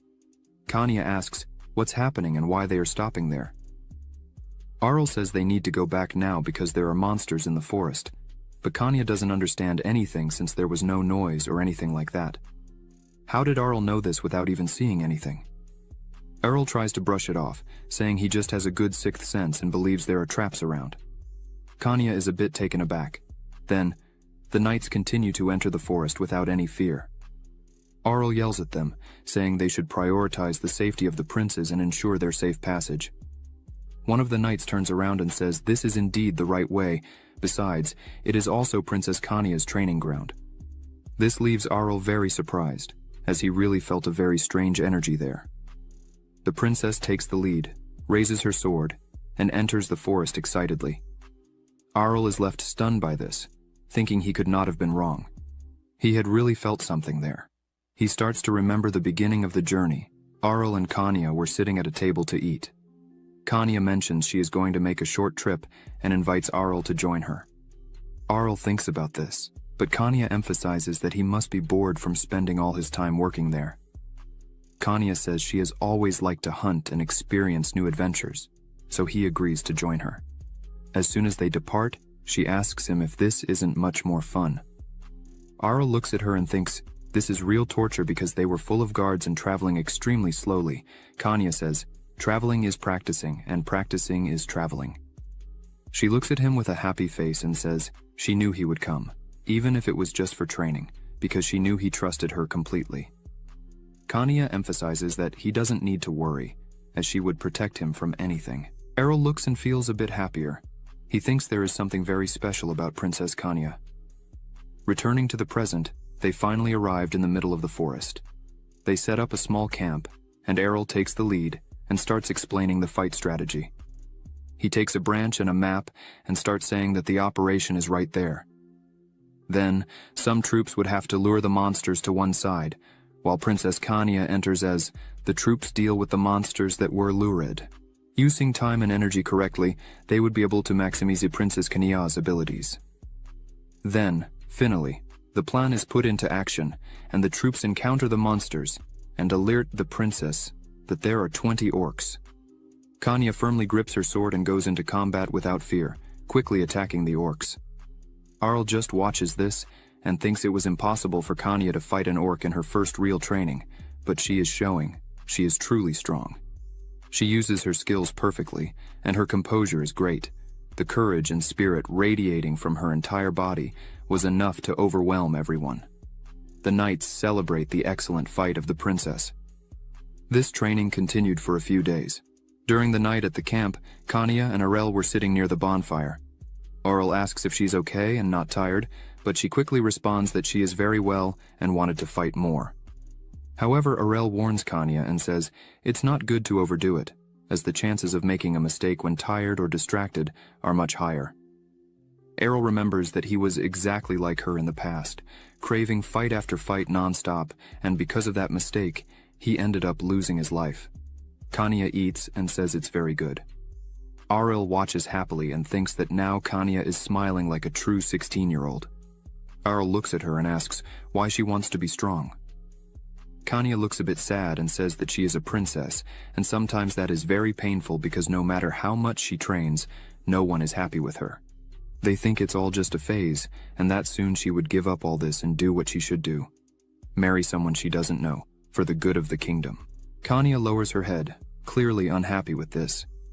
Arel just looks at her and thinks that, unfortunately, political marriages are a normal thing in aristocratic society. As the two look at each other, Arel thinks that this age Kanya is at is usually when all this starts and they end up engaged to someone for political reasons. Kanya lifts her head and says she hates that kind of life. So, she chose to live like Prince Arel. This leaves Arel shocked and confused. Kanya continues speaking and explains that he made a lot of money for the kingdom by doing what he knows and likes. Besides, he was recognized for all this. Kanya emphasizes that this is exactly what she wants, to be recognized for what she did and what she's really good at. She wants to contribute to the Kinchester family with her skills and not by marrying someone. She smiles and says she will decide her own destiny. Arel smiles and looks up, saying that if that's what she wants, then she really will be able to choose her own destiny. She smiles and says she would do it just like him. Arel says they would return tomorrow and, as Kanya said, it really was a great trip. He was really happy to have been part of it. But as he was saying this, something with huge wings passes in the sky behind them. The next day, still in the forest, an orc clings to a tree and screams, tearing the tree out to fight against Kanya, who was going all out with everything she had. The knights are frightened, for even on the way back, Kanya did not stop hunting the orcs. They are beginning to think that no one would be able to stop her. Not even the hidden orcs escaped from her. But Errol tells her to stop for now, as they had to hurry to get back on time. She complains but listens to him. Errol says that there were no more orcs nearby for her to fight, so there was nothing more to do. So, she decides to listen and agrees to continue the journey. As Kanya approaches her horse, she notices that it is a bit strange. Arel says it is not injured, but it seems very tired, so it would be a bit difficult to use it for riding at the moment. He invites Kanya to ride on his horse, so they can proceed together. A knightess comes closer and says she would take care of the horse back there with the mages. She asks them to take good care of it. She gets on Errol's horse but asks to be in control. Errol smiles and says no problem. After all, she was better than him at these things. They start to head back. Kanya leads the troop of knights, quickly moving ahead of them. But as they continued on their journey, Errol feels something strange. Kanya notices and asks what is happening to him. Errol looks up and thinks there is something there. He couldn't see, but he felt it perfectly. He was sure that there was something behind the cloud. The cloud begins to dissipate, and a wyvern emerges from behind the cloud. Arel takes the reins from Kanya's hand and asks her to hold on tight to him. Arel yells to the other knights that a wyvern was coming. They should run back into the forest. The knights don't believe it, as they haven't seen anything. One starts to say there was no wyvern there. Another tries to calm Arel, saying there was a reason they chose that place as a training location. He says the Lord there often hunts the wyverns from there and had confirmed that there were none in that area. But, as he finishes speaking, the wyvern grabs him, pulling him off the horse and taking him into the sky, leaving all the other knights frightened by this. Suddenly, several wyverns started to appear all at once, causing everyone to panic. Arel begins to run with his horse while Kanya holds on and says there were several of them. What should they do now? Arel looks apprehensively and thinks that this is not normal, as wyverns live alone, but this time they appeared in a group. The wyverns were attacking and destroying the knights, who had no chance of fighting against such a number of wyverns. They tried to run but were slaughtered one after the other. Arel realizes that they were not just hunting prey, but killing. This was not just an attack to eat, but a massacre. One of the wyverns begins to release its acid breath. Arel continues to run, trying to keep Princess Kanya safe. Meanwhile, he thinks that the power of a wyvern was already overwhelming. Why were they using strong poison? Kanya, seeing this, screams as she watches her guards die without any chance of fighting. After all the guards were killed, the wyverns begin to chase Arel and Kanya. Arel asks her not to look back anymore and to hold on very tight. One of the wyverns attacks, using acid breath, but suddenly the mages appear and begin to try to protect Kanya and Arel. The wyverns were beginning to surround everyone there. Arel, seeing this, thinks they couldn't keep running like this. Arel thinks that the wyverns are resistant to magic below the 4th class. Throughout the fight, the mages inevitably became disadvantaged. One of the wyverns is approaching the two quickly. Arel sees there is no more to do, then thinks what he can do. Then with just one finger, he transforms his mana energy into a ball, this is called Danji Gong, and hits one of the wyverns, knocking it down quickly. Arel thinks one is down. Quickly, he does the same with all the others, defeating them quickly. Arel tries to disguise his strength and says the mage had done a good job. However, right in front of them, another wyvern appears out of nowhere, leaving both him and the princess frightened. The princess screams for help and calls for her mother. However, the wyvern is quickly cut in half by Kanya's personal guard, who yells for them to run from there as fast as possible, telling them to run to the forest. Arel, seeing this, thinks he already imagined that Kanya's personal guard had extraordinary abilities. Arel thinks that, with her there, they would probably have a good time. So, he starts to run again with the princess. Unexpectedly, someone with a cold voice says that he really held up very well. Arel quickly looks around, searching for where that voice came from, and finally sees someone in front of him. He wonders who this person is. This man looks at Arel and says, "Fufu?" Then strong energy begins around him. Arel feels that this is not just any ordinary person, especially because of the staff he was holding, as Arel could not exactly understand what it was. Then he yells and asks the man who he really is. The man just smiles, raises his staff, and fires a lightning cannon towards Arel and Kanya. Arel, looking at this, thinks all this is very strange because he had just asked the man to introduce himself, and he simply attacked with clear intent to kill. But suddenly the attack splits open, and all the soldiers who arrive to help are defeated instantly, leaving Arel surprised by such strength. The man says that Princess Kanya managed to dodge. Arel is disturbed because the man called the princess by name and clearly targeted her in that attack. The man laughs. The man yells and says, all this was just a little fun, so they should run away if they could, of course. He raises his staff again and begins to gather energy. Arel is frightened by the absurd amount of energy being accumulated there.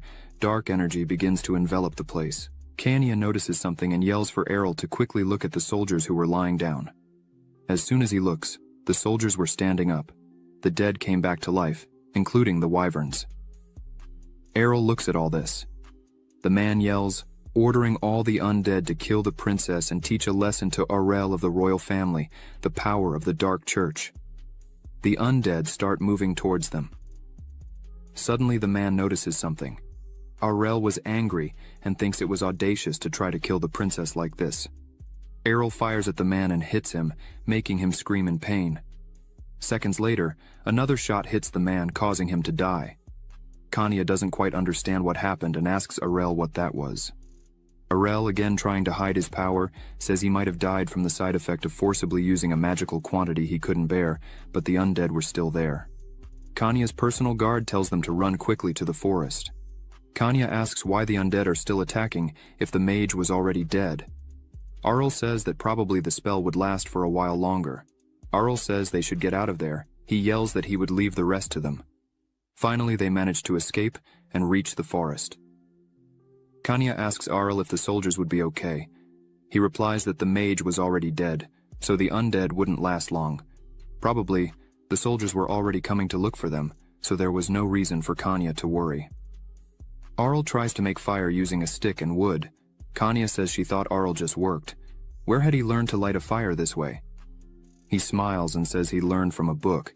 It's the principle of frictional heat, rubbing two flammable objects together.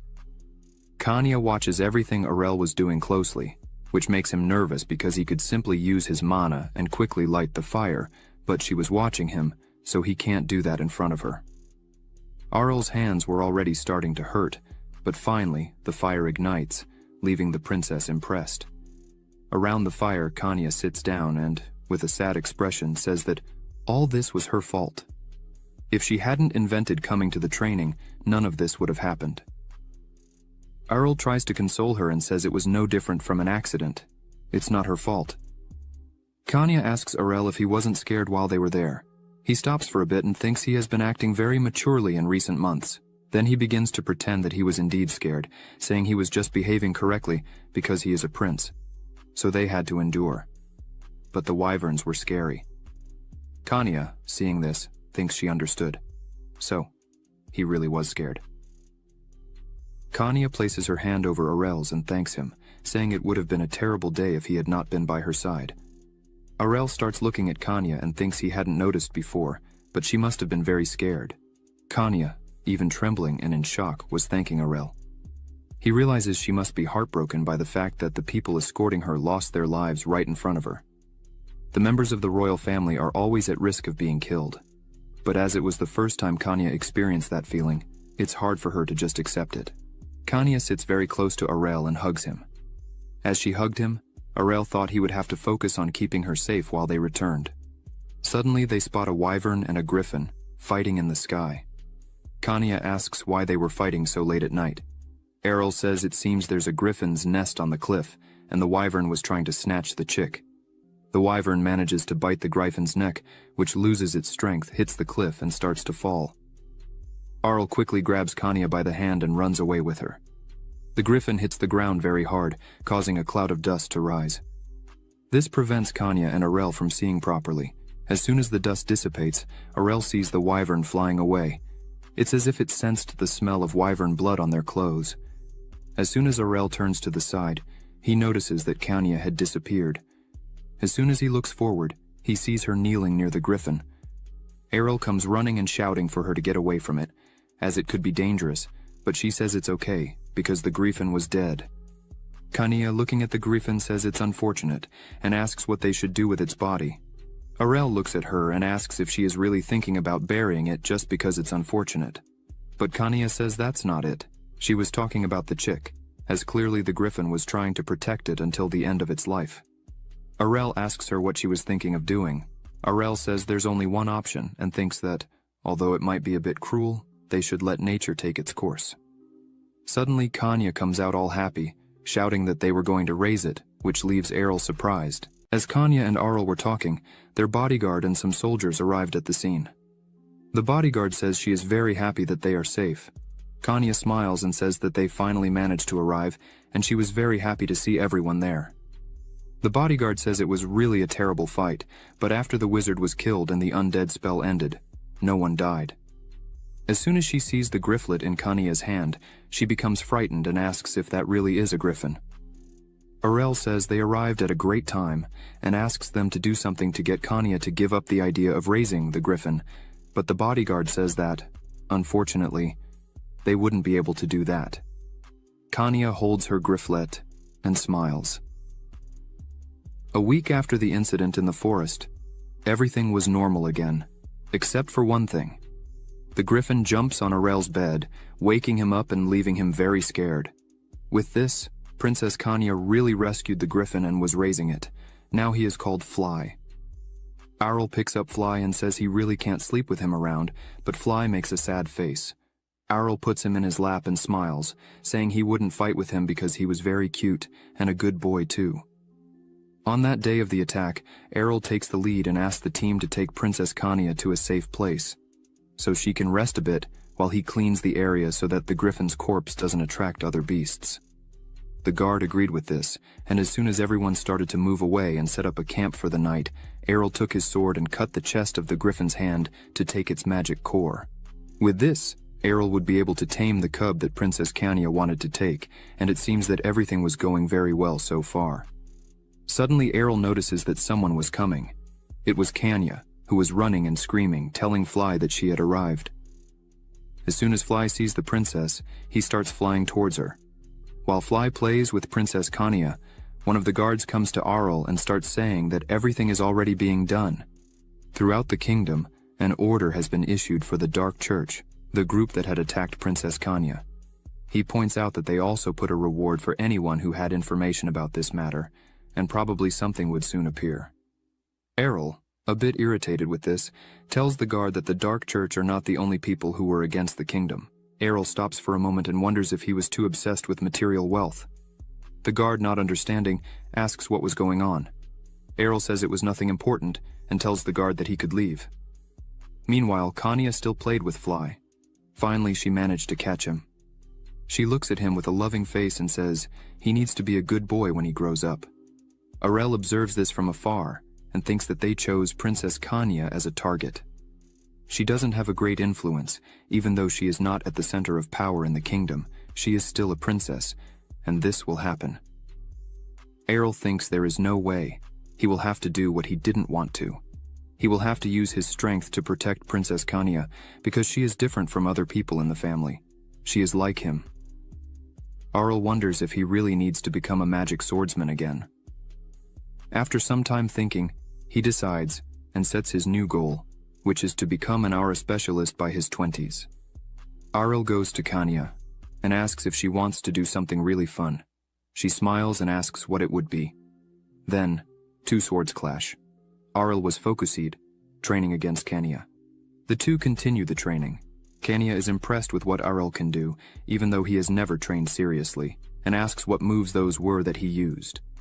Aurel smiles and says he used aura. Aurel thinks it worked, his plan worked, and Princess Kanya bit the bait. Kanya comes running saying she wants to learn that too, and asks how Aurel knew about it, if he had studied somewhere. Aurel answers that yes, he did study a little. He puts a finger on his head and says that when it comes to using aura, the most important thing of all is the brain. Kanya starts crying, asking if, to use aura, one needs to be as smart as him. This disappoints Aurel a little, but he tries to calm her down, saying she shouldn't worry. She just needs to pay attention to what he was doing. Kanya says the difference between them is that Aurel was a genius, so he could do things more easily. Aurel says it's not as difficult as it seems. She just needs to learn to control the aura with her brain. Aurel says again that she doesn't need to worry, as he would give her all the attention and teach her everything she needs to learn. Kanya is very happy and excited about this, and asks if this is really serious, and if she would be able to learn this. Aurel smiles and says that if she's a good girl, and uses what he is going to teach, she will quickly start using aura too. He thinks that, besides, there is a little secret that will make her learn faster as well. Aurel knew this would happen, so over time, he always sent mana to Kanya without anyone noticing. On the other side of the door, the princess's bodyguard was at the door, listening to Aurel telling Kanya to follow him and concentrate. She becomes curious about what is happening inside. Over time, Kanya would often go to Aurel's house to see Fly and take the opportunity to train with Aurel, both fencing and aura. And as a result, Princess Kanya quickly became an aura user at an unbelievable speed. Not even Kanya herself believed in the results she was having. She was fulfilled and happy, showing Aurel that she had finally managed to control the aura. Aurel congratulates her, saying that this is just the beginning, and tells Fly how amazing his owner is. Fly climbed on Aurel's shoulders, happy with Kanya, but now Fly was already big, so his weight made Arl tremble. This is the side effect. Fly grew temporarily after being exposed to the powerful energy of aura training. Arel cries for having to carry all this weight, even though he will become smaller when the effect of all this passes, he is still heavy. Fly begins to fly while holding Arel. He takes the opportunity to start telling Kanya that what she managed to do is just the first step. She needs to train harder now, as the more mana she has, the easier it will be to control the strength and movement of the aura. Arel says she could use the aura to the content of her heart while riding Fly in the future.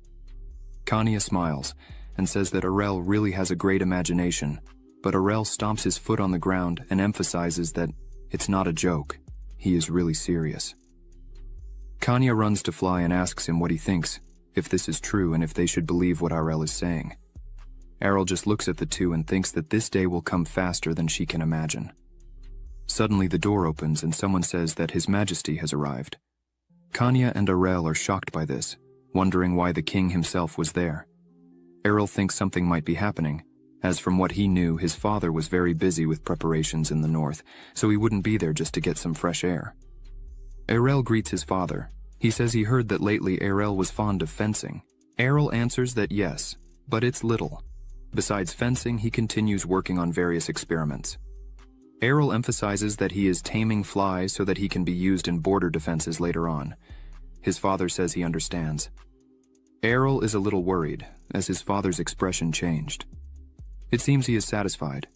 Arel thinks that his father must be anxious about this, as in everything Arel has been dedicated to, he has had great results and achievements. Suddenly the guards arrive with something in hand and place it in front of everyone. Kanya and Arel are surprised by this. Arel wonders what this is. Theorel stares at Arel and says that this is his. He calls Arel to take a closer look at it and emphasizes that it is unique in the world. It was made especially for him. Levana, a little worried, says that Arel is still a bit too young for a great sword like that.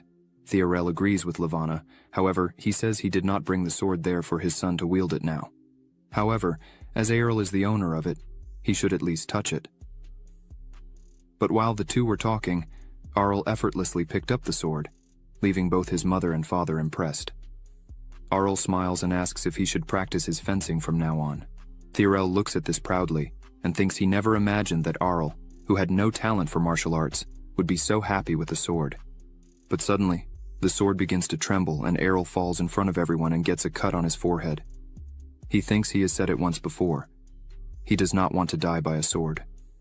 Arel thinks he has already stood out in various aspects.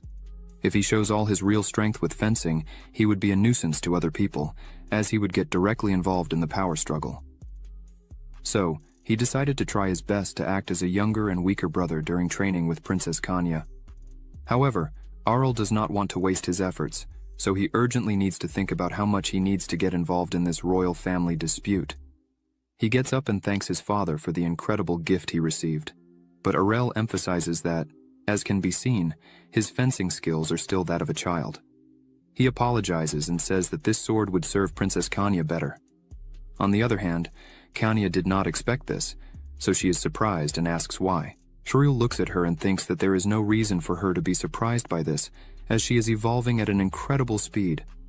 Not to mention that she is already in the class of aura practitioners. This is clearly enough for her to be treated as an elite in the kingdom. Arel emphasizes that this does not apply to him, as he has much more experience than anyone else in this world. So for Kanya to come close to what he knows, she needs to improve infinitely.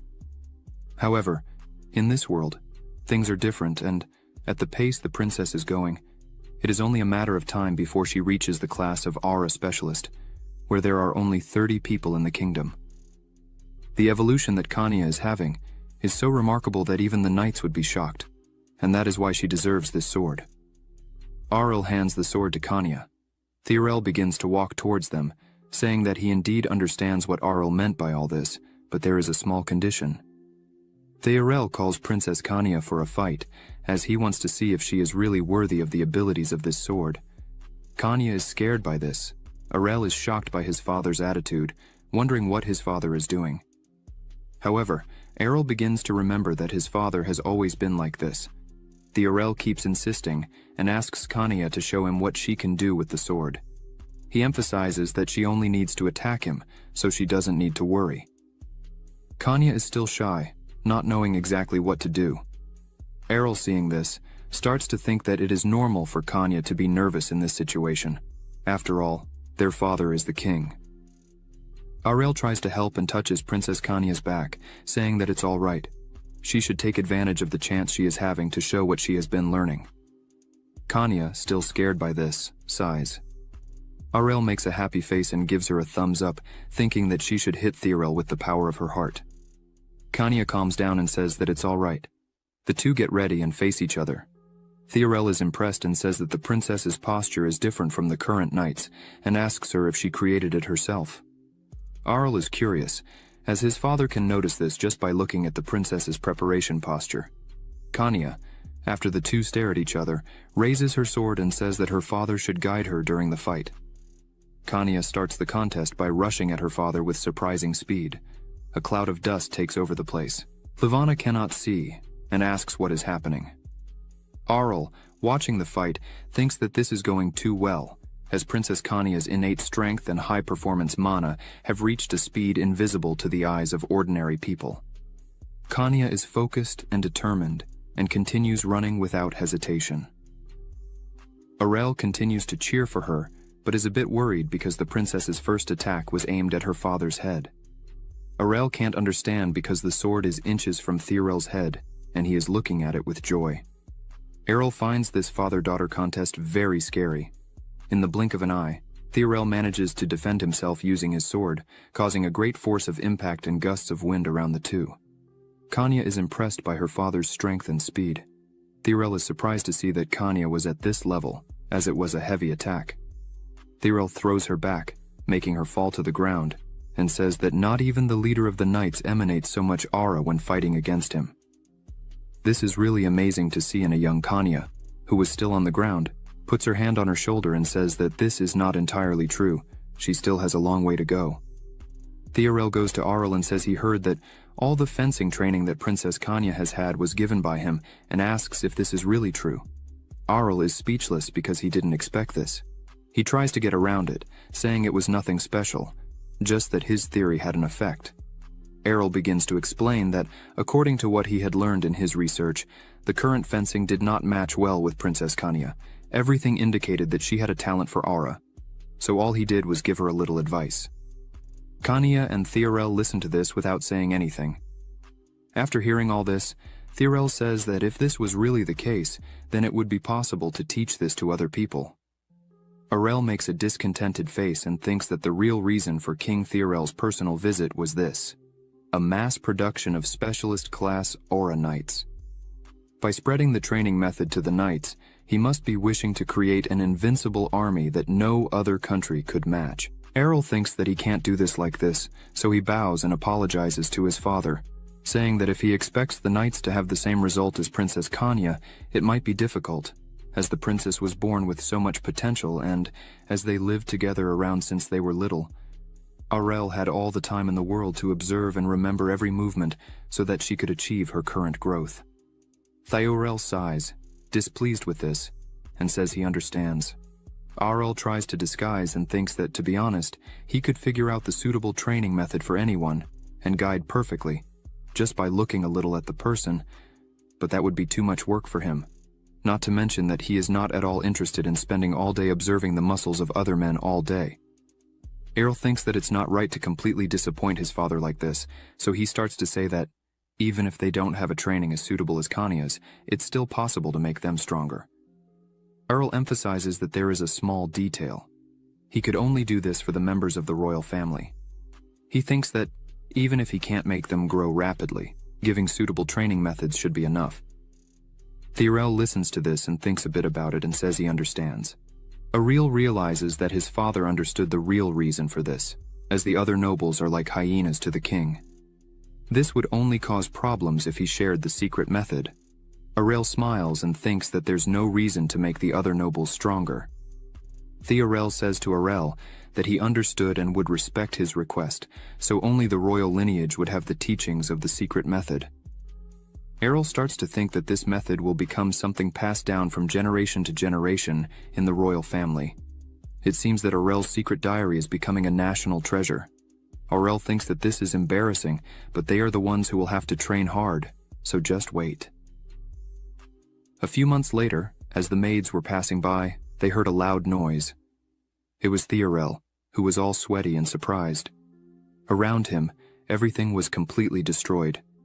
He is surprised because the method was really working.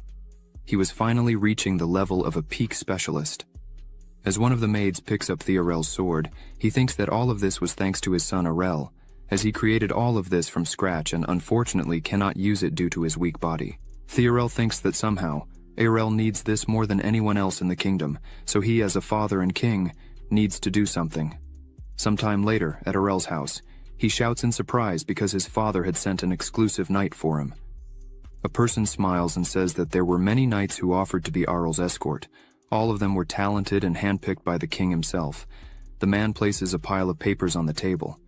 Aurel starts to look through the papers quickly and thinks that these people are from precious homes. A few years ago, they wouldn't even look at Aurel. He continues to look at all the names and papers and thinks that from what it seems, the impression they have of Aurel now has changed drastically. Aurel sits down again and continues eating while thinking that it seems that one needs to succeed to enjoy such a privilege. To be honest, as he is skilled, he wouldn't need a guard, as so far, there is no known man who would defeat him. However, he has no plans to show his real strength in the future. However, the previous incident may happen again.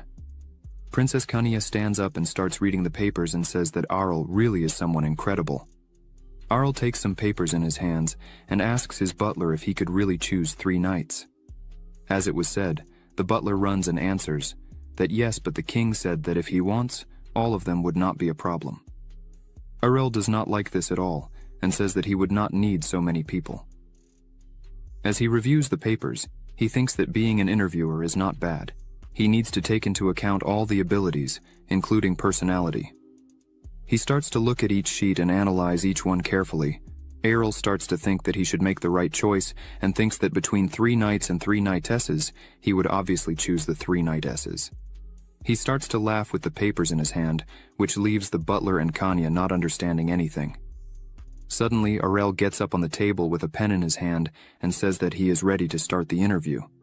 But as soon as he starts, he gets a little scared because it was not exactly as he thought. Aurel says hello to everyone while trembling in his chair. Everyone responds together and shouting. Aurel thinks he is slightly scared. It is a huge pressure he feels at the moment. He starts to cry inside. As much as they seem excellent knightesses, they were completely different from what he had imagined. One of them notices something strange and asks if Aurel was okay and if something was happening. He quickly responds that everything was fine. They didn't need to worry. Aurel thinks that he cannot show that he is dissatisfied with this, as they gave their lives and trained until they fainted to become excellent knightesses. Aurel takes a deep breath and says that it is time to stop being selfish. So he stands up and says that he would start the interview. He looks at all of them and thinks that all of them seem quite strong. One of them starts to say that she volunteered. Aurel looks at her and realizes that she is huge. He is impressed because she has more muscles than the king himself. He wonders if she is some kind of berserker. He thinks that he would clearly be safe with her as a bodyguard, but something catches Aurel's attention. One of the candidates did not seem to be a simple knightess, as her aura is of a noble lady. Compared to the others, she is different. After finishing the interview, Aurel thinks that there is no problem, as all of them answered the questions correctly and without difficulty. He says that he needs to think a bit about it, and asks for all of them to wait a bit outside the room. All of them lower their heads in respect to him and say that they will wait. As soon as they leave, Aurel starts to think that even if he is choosing them just to show off, as he would not need help, he still had to take this seriously. He takes a deep breath and says that he needs to choose correctly. Then, Aurel sits down and starts to concentrate and activates the Qigong 6 divine skills of origin creation. This is a secret technique that stimulates the brain to reveal abilities that people normally are unaware of. His eyes begin to glow for a while. This ability can only be acquired by reaching the level of an immortal Taoist who has trained for an entire lifetime. But it is quite easy for a person with the abilities that Aurel possesses as they live 100 lives.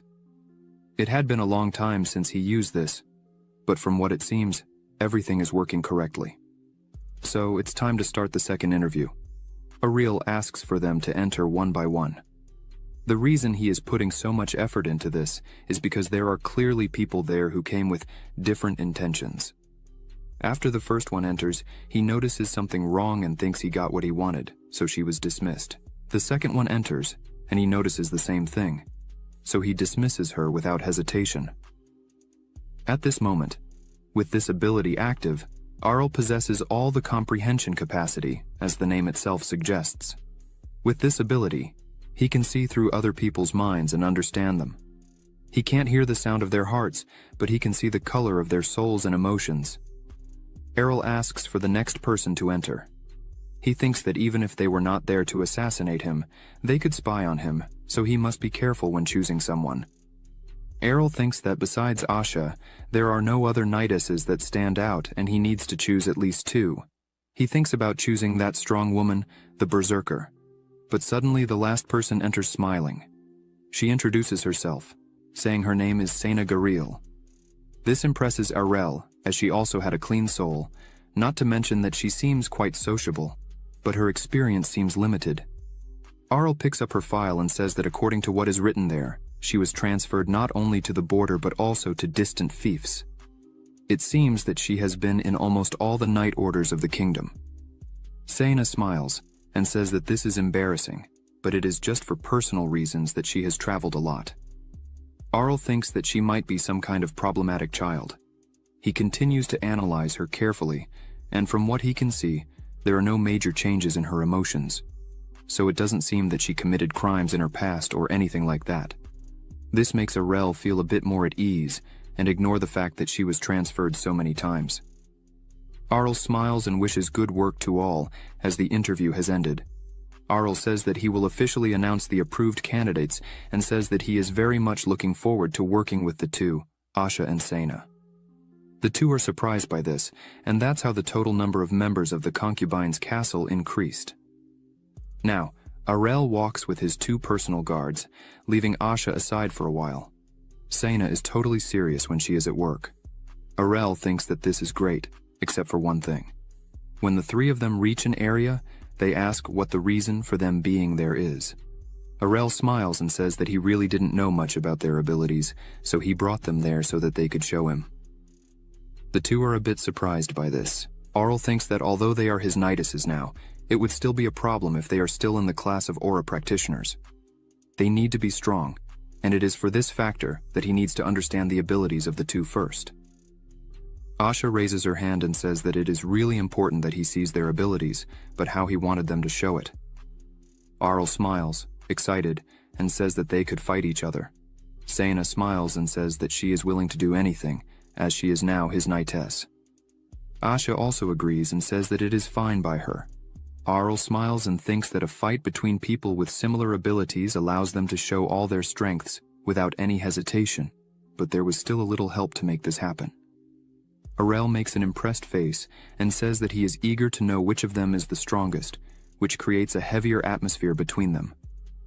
Ariel smiles and thinks that as long as they are knightesses, they should be proud of their own abilities.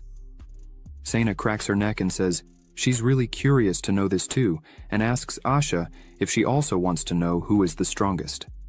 Asha, very calmly, responds that she can't deny it, she also wants to know. The two stare at each other with determined looks. Ariel, in the midst of this, seated on a stool, is loving all of this. He is excited to see how this will be resolved. Surely it will be a great fight. Sena starts to stretch and asks if there will be any rule they need to follow during the fight. Asha also stretches and says she prefers no rules, and asks Ariel what he thinks. He thinks that, although he initiated it, they got quite excited about the idea. Ariel says there will be no rules, they just don't need to hurt each other seriously. Sena smiles and says she will go easy, since she has more practical experience than Asha. However, she doesn't fall behind and responds that she doesn't need to do that, as she is also quite confident in her abilities, even though she thinks Sena wasn't just bragging when she said she had been in many places. Ariel starts to notice that the atmosphere is getting heavy and thinks that they are really not children. He wonders if they will really fight for real and gets worried. So he decides to emphasize that they shouldn't go too far. Although it's a fight to know the strongest, it's still just a demonstration of their abilities. As soon as he claps his hands, they should start fighting. As soon as he gives the signal, the two start fighting fiercely, throwing him away with the force of their blows. Errol gets up all dirty and thinks that he said they should go easy, although this is going a bit too fast. Errol understands their reasons, as this is what knights train for all their lives. The two were hitting each other hard, causing great pressure around them, but Arl decides to let it go, as he really needs to know the strength of the two. Arl is impressed with Asha's attacks, but something catches his attention, as Sena was accumulating a considerable amount of mana in her hand, and quickly defends herself from Asha's attack, striking the spear she was using. This confuses Arl, as Sena predicted Asha's attack with her eyes, and not with her senses. This seems like a wild animal. With that, Asha is left with her guard down and Sena sees an opportunity to attack, and, without thinking twice, quickly prepares to attack Asha. Arl continues to watch all her movements. He points out that it is difficult for Asha to defend herself, as she uses a spear, and as soon as the enemy approaches, it becomes almost impossible to defend with it. But suddenly Asha uses her legs and kicks quickly, preventing Sena from being able to strike her. This surprises Arl. He didn't expect Asha to have that mobility. Sena backs off and says that kicks are a bit too much. Asha says that what Sena is saying doesn't make sense. Arl asks why the two are taking this so seriously. The two meet again in the center of the arena, each of them exhaling a huge amount of energy. Arl realizes that this is starting to get a bit out of control, as their aura is quite dense. If they continue at this pace, they will only stop when they draw blood, so he decides to intervene and shouts for the two to stop immediately, as everything he saw is enough. The two stop immediately and look at him. Errol comes towards them and says that, thanks to this fight, he understood perfectly the abilities of both, and, from what he saw, the two still have a lot to improve. The two ask how they could improve. Arl begins to explain. First of all, Asha is very impatient because she focuses too much on her speed. As for Sena, she always seems confused because she is used to hand-to-hand combat. Asha says she heard that it was Arl who taught everything to Princess Kanya. She asks if he wanted to see their abilities to guide them as well. Arl thinks that Kanya really did very well. She became an aura specialist, and even among the royal knights she became famous. Arl responds that that's exactly it. Now that they have become his personal bodyguards, they should become stronger and stronger, or don't they want that? Asha says that there's no way to refuse that. Sena, embarrassed, says she just didn't want to bother Arl. He smiles and tells them not to worry, as it's no trouble at all for him, as he wouldn't lose anything by guiding his bodyguards. Arl walks away and shouts that, as long as they are by his side, they need to be strong. Therefore, Arl's exclusive night special training began now. Sena and Asha agree. Errol takes his two guards to a classroom. Sena raises her hand and asks if they were really going to train there, as she finds it a bit small for training. Errol says there would be no fighting training, he would just give some lectures there. Errol asks them if they are ready to start. He takes a book in his hand and smiles. This book is Errol's secret manual, an introduction to anyone who can become a knight. He thinks that if this training really works, he would sell this book to other knights. Asha takes the book and starts studying. After reading the book, she says there was one thing she didn't understand. Asha asks why she needs to circulate mana throughout her body to strengthen the aura. On the other hand, Sena is completely lost, saying she can't understand anything. RL, seeing the two, thinks that maybe he won't be able to sell this content. RL hits his chalk on the board and says it's okay. He already expected that they wouldn't change quickly with just the book. They say Errol is cruel. Errol begins to explain that the amount of mana that can be stored is basically different, and the acupuncture points of the body also, that is, there is a mana circulation path in it. In the case of Sena and Asha, they can say that the mana path is blocked at the moment. Errol points out that if they spend their strength trying to imitate aura without being careful, not only is it very wasteful, but it is also dangerous because if the circulation path is not properly open and it is forced. Ariel asks if they know what would happen. After a few seconds of silence, he hits the blackboard and says that everything would become chaos. Besides falling into the state of ki deviation, they would also not use the aura and instead become kind of a corpse. The two are scared by this. Sena even starts to tremble. Arl calls the attention of the two and says that what they need to do now is learn to naturally accept this huge energy in their bodies. He emphasizes that they need to accept and store this mana every day in their bodies and learn to make it circulate inside efficiently. Arl smiles and puts his hand on his chest, saying with great confidence that if they learn to do this, they will drastically change the way they use the aura. And that is a promise. Sena and Asha are excited about this, and say that this was already expected from someone as incredible as Arel. He takes off his coat and says that it looks like they understood, and then he would say the theory and the lesson that best suits each of them. He asks them to follow him. As soon as they arrive, Arl calls Sena and says he would start with her. He wanted her to learn more about how to focus the aura. She says she can use it very well and concentrates her aura in her hand. Arel looks at her and asks if she is able to do the same in the other arm and in both legs, all together. Sena starts trying and struggles a lot. Arl just looks at her while thinking. He already imagined that she would be able to use it in only one place on the body. Arl thinks that it is not difficult to envelop your whole body with aura, but first the person usually concentrates on the areas that need it, because with the rapid rate of aura consumption, it wears out quickly. This also applies to the Ki sword. After a few minutes, Sena falls sitting on the ground and sighs, saying it's not working. If she has to use it all over her body at the same time, her senses can't keep up. Arel smiles and touches his hand on both of her hands and says, they would do it like this now. Sena is a little scared by this, but it starts to work, and Sena's two hands start to be enveloped with her aura. Arl says it's easy to concentrate if you're aware of the temperature or touch of the body. It's kind of a trick. Arl asks Sena to concentrate her senses on the palm of his hand. She closes her eyes and concentrates. Arl says she needs to continue like this for just a little longer. As soon as Sena opens her eyes, she realizes that her two hands are enveloped with aura. She is impressed and happy with this. Sena starts to laugh and celebrate, saying she finally did it. She starts to caress Arl's hands, saying that his hand is extremely soft. She was even envious. Arl suddenly feels a chill. He asks Sena to stop fooling around and concentrate, and the aura becomes denser. Sena stands up with shining eyes and a smile and says that now she really understood. This is what happens when you touch the prince's hands. Arel falls to the ground upon hearing this and thinks that he must have taught wrong, but it doesn't really matter that much, because in the end, everything worked out. Arel is sitting on top of something and saying that Asha is a bit too impatient because in the previous fight, when Sena approached her, she kicked without thinking. Arl says he didn't expect Asha to act with a melee combat technique against someone who has better melee skills than her. He emphasizes that this is extremely wrong when it comes to fighting. It is important to be calm. Asha is all sweaty and exhausted. She asks if this is why she needs to do this kind of training. Errol on her back says that's exactly it. Asha stops walking, trembling a little, and says she can't feel anything but the weight of Prince Errol. He gives her a shake and says she needs to concentrate more until that feeling disappears on its own. Errol asks Asha to stay calm and concentrate as if there was nothing that could disturb her. Asha, all sweaty, says she understood. Meanwhile, in another place, in some castle, a woman receives a letter. Upon reading, she realizes that it is reports about the deeds of Prince Errol. She notices that lately he has many important deeds for the king.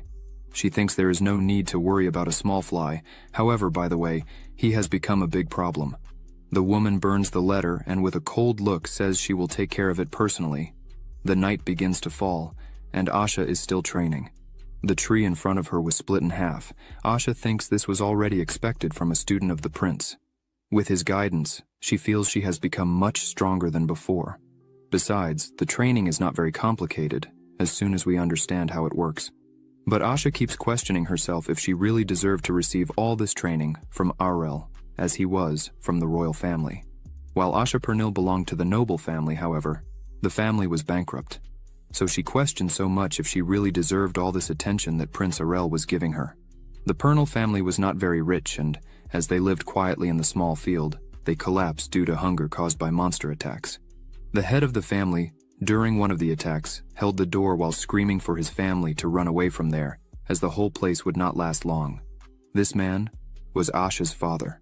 While the family's maids dragged her out of the place, she struggled and cried, trying to help her father, who was giving his life to save them. As she was taken out, her father shouted that he would leave the whole family in her hands. She needed to live and be strong, to continue carrying the family name. After some time, even the nobles who used to have a good relationship with the Pernal family turned their backs on them, and, in the end of it all, Asha offered to join the Order of Knights to survive. Thanks to her talent in martial arts, she was able to quickly awaken her aura and was assigned to the royal capital. The 15th Order of Knights, under direct command of the kingdom, the lowest ranking order that had only disgusting people. And the worst of them all was the commander of the knights himself, who was incompetent and lazy. Even being quite old, he was still an aura beginner who got his position thanks to the connections he had. He always spoke with Asha, saying that today he would give her special training, and tried to take her to some place where they were alone, and even tried to convince her to join him. But she did not feel comfortable or safe when this happened. Asha breaks another tree in half with great force. She sighs and thinks that the next time she met that man, she should split him in half. Asha thinks she applied to be the prince's bodyguard because she was desperate amid everything she was going through, and in the end, she was chosen by the prince. Asha looks at the sky and smiles, thinking that thanks to Arl, her life is improving a lot. She just needs a little more money to send her brother to school. All these good things happening in her life are thanks to Arl. She thinks she needs to do something to repay all this. In another place was Sena, who also says that her last chance would be to be the prince's bodyguard, as she was also desperate. One of the house butlers sees Sena and goes up to her, saying that she always wakes up so early. It's expected of the prince's bodyguard. She smiles and says that's not why, but because she's still not used to the new job yet. She smiles and waves to the butler and tells him to have a great day. Sena Garil comes from a family that had been mercenaries for generations. The place where she grew up was a mercenary tribe that did not belong to any country, since they moved from one place to another frequently. Even with all these changes, Sena was very happy with her family. One day her father called her to talk and began to say that, as she already knows, the last war against the Empire was more than 30 years ago. Although everything has become peaceful, the income of mercenaries was falling drastically. He emphasizes that a day will come when mercenaries like them will not have much to do, and, therefore, she needs to go out and see the whole world. He continues saying that he would take care of the old ones who insisted on continuing in this mercenary life, but young people like her should tread a new path in life. She smiles and says that she really can't go against her own father. She understood and will do exactly what he said. Sena liked to travel, and the night training was not difficult for her. However, there was an unexpected thing in her life. While Sena was on one of her travels, her father, who was in disagreement with the corrupted lord, ended up. Sena thinks her father was a bit silly. Not that she was different from him after all, like father, like daughter. Since she takes after him, she doesn't know how things work.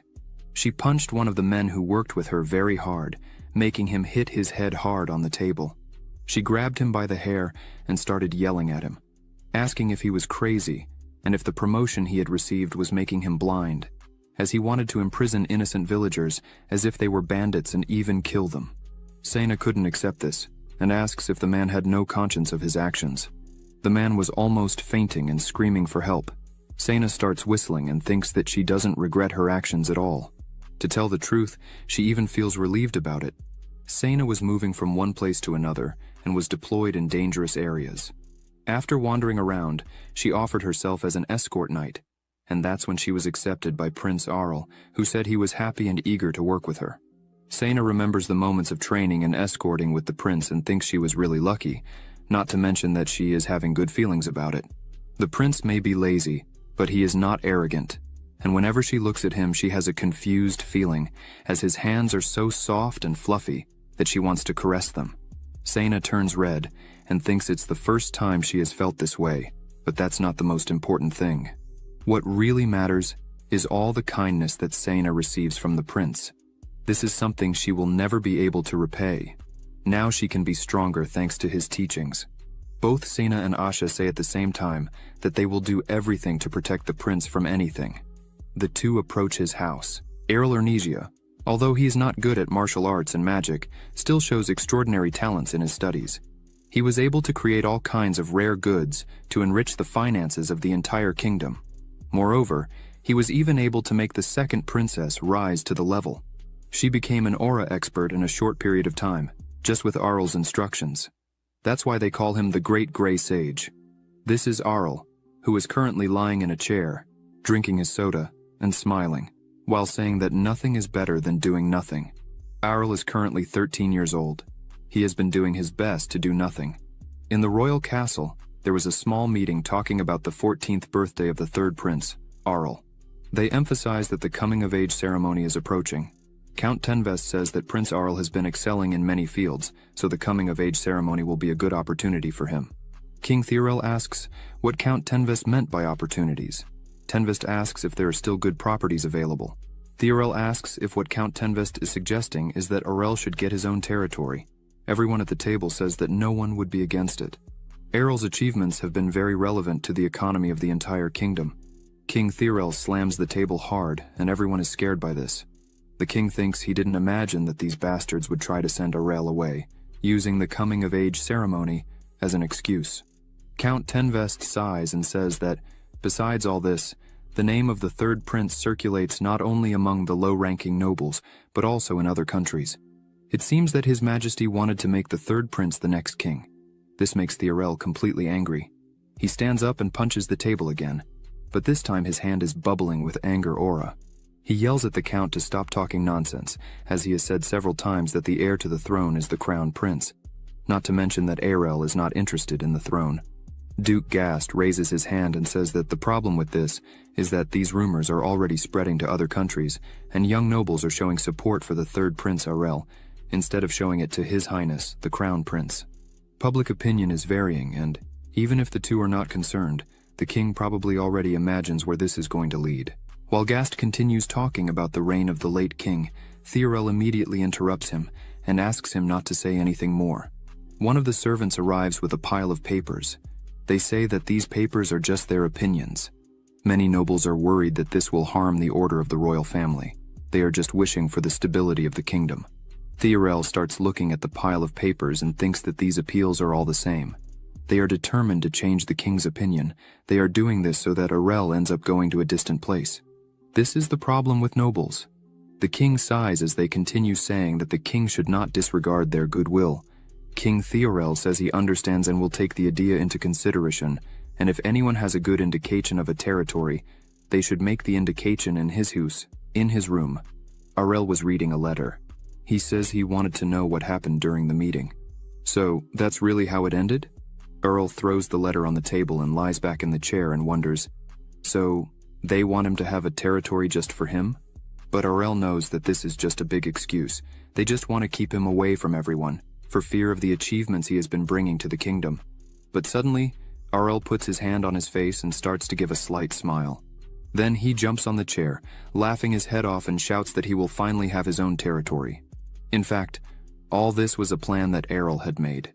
Each of his achievements was thought out so that this day would come, as he doesn't care about the throne. All these aristocrats are nothing but terrorists.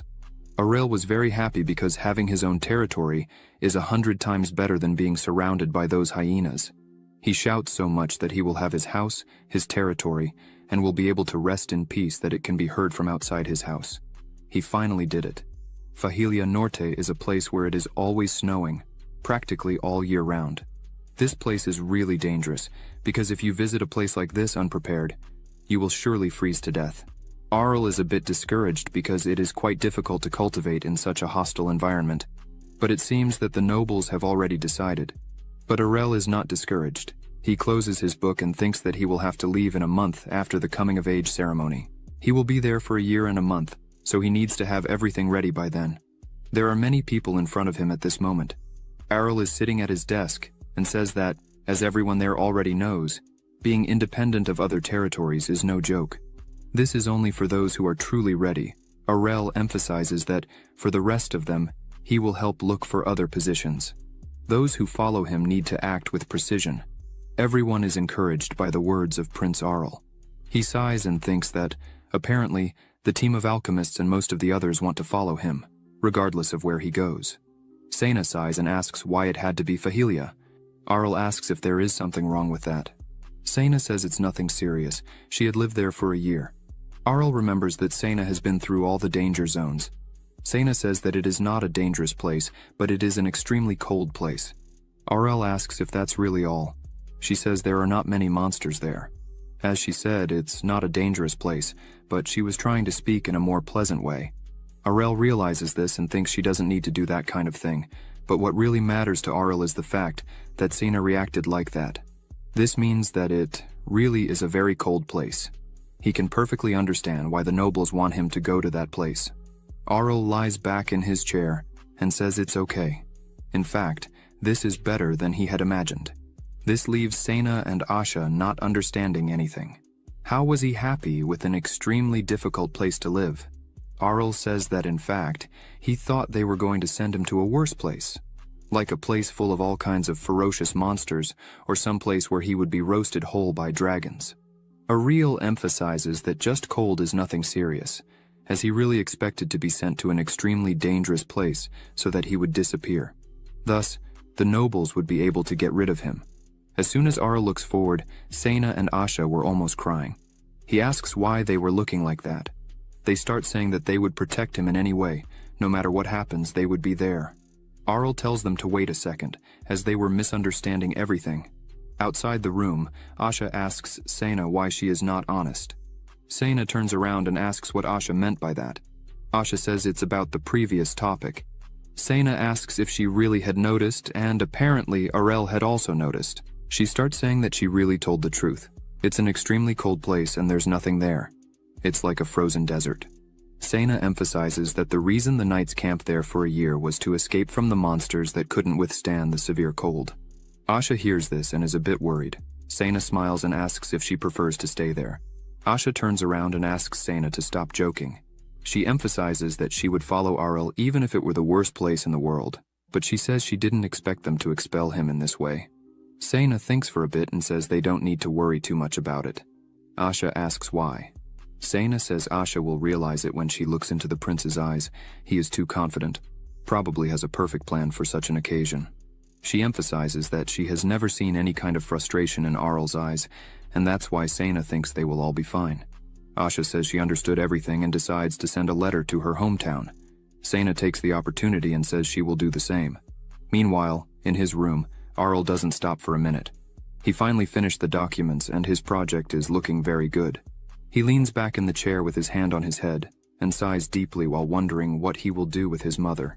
As much as she hasn't said anything so far, he imagines she is heartbroken. Errol starts pacing back and forth inside his room. He says that even though he asked no one to tell his mother what the territory he would be taking care of is like, he is worried about her being there alone and with the attack that happened with Kanya. He stops for a moment and thinks that he needs a means of contact. It could be an ultra-long-distance communication sphere, magical teleportation circles, or magic scrolls. He wonders if he should hire a mage exclusively for him. Aurel leans on the desk, sighs, and says that he needs to think more calmly about this. For now, his priority is the preparations for moving.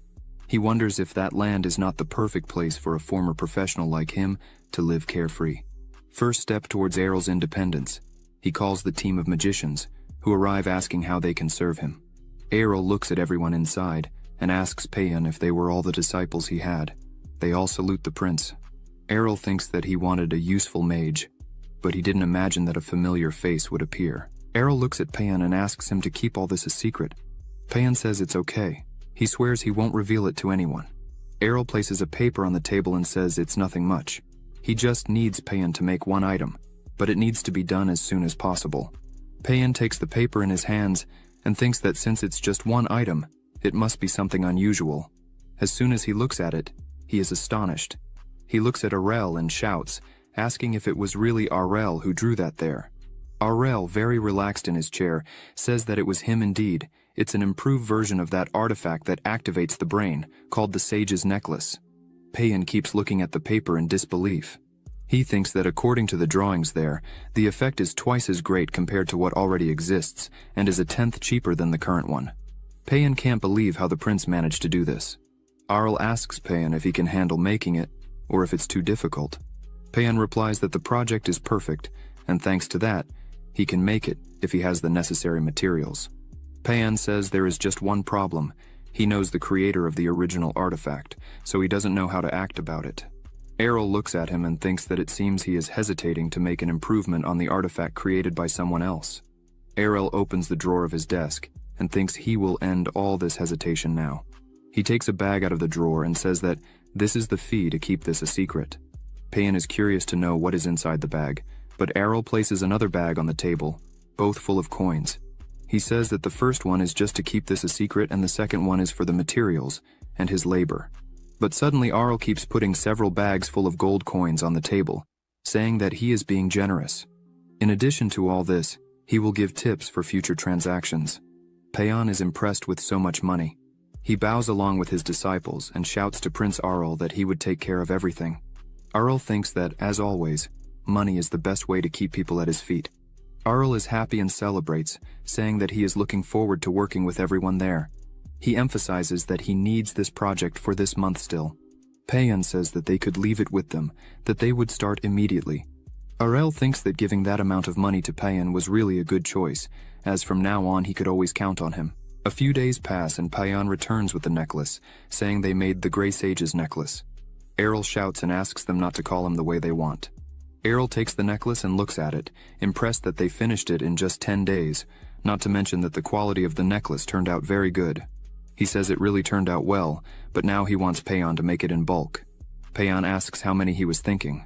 Errol shows 5 fingers. One of the disciples is startled, thinking that if he really wanted 5 of those, but Errol smiles and says that he would only need 50 of those, for now. All the magicians are astonished, but Payan says he understood and tells them to leave it with them. Errol starts laughing and thinking that if they think this is unfair, they should try living 100 lives in a carriage. Errol and Asha were traveling. Asha asks where they were going, and if Errol needed anything. He just had to ask. Errol says it's nothing much, but he needed to choose for himself this time. Asha doesn't quite understand and asks if he was thinking of buying something. Errol replies yes, the place they are going to is the slave market. Asha is disheartened when she hears this. She screams asking if they were really slaves, and says that the prince could not do such things. Errol doesn't understand and asks what she was saying. Asha screams again, saying that he was becoming obsessed with power. Errol still doesn't understand and asks what she was talking about. She starts to say what she was thinking. The image in her head was of Errol beating the slaves while smiling, telling them to work while calling them useless. Because useless pigs like them can't work properly, they won't receive a piece of bread. First, we need to fill these 1,000 boxes now. Errol starts screaming and says he's not like that, and asks her to stop imagining those things. Errol gets angry, and asks how she dared to think that of him. Asha apologizes to him. Errol asks what kind of image comes to mind when it comes to the slave market. A hell full of screams. People crying after being separated from their families. But in fact, the answer is totally different. Errol is surprised, as it is much cleaner than he expected. Asha says that if any slave had some strange disease, it would be a big problem. And that's why management needs to be strict. Errol says he understands. A man approaches them and says, that's exactly right, and they could say that there was the most excellent and complete management service, as this place deserves to be called the largest slave markets in the capital. He bows and introduces himself, saying it's a pleasure to meet the prince in person. His name is Ian. He is the owner of the slave market. Errol smiles and says he doesn't need to be so formal. After all, he was there as a simple customer. Errol asks Ian if he has heard the story. Ian smiles and says he doesn't need to be so polite, then he asks Errol to follow him. They start walking around the place. Ian begins to say that, as he can see, they followed legal procedures and, therefore, Errol could buy and sell slaves there. Errol, seeing this, begins to understand how it really worked and asks if it's really like that. Ian replies that yes, everything is done correctly and, therefore, he doesn't need to worry about anything. Asha explains to Errol that the people who were enslaved, there were people who couldn't pay their taxes, or people from noble families who went bankrupt and lost their value. Errol asks if there is some kind of law that, as soon as families are ruined, people become slaves. Asha explains that it's not like that, but people who prefer to become slaves don't go hungry. Ian says that's exactly right. Most of the slaves were like that. Of course, there were also thieves and criminals, but there's no need to worry about that. Errol thinks that maybe because they knew he was going there, the criminals were separated from the other slaves, but that's not relevant to him. Ian sits in his chair and asks what kind of slaves Errol was looking for. Errol says he wanted many of them. Ian is overjoyed, as the sale would be big. Then he asks how many the prince needed. Errol says he needs 150. This leaves Ian speechless. He starts looking quickly at the sheets on his desk. Arl asks if that's too much for them. Ian replies that no. They have facilities with slaves outside the capital, so the quantity would not be a problem for them.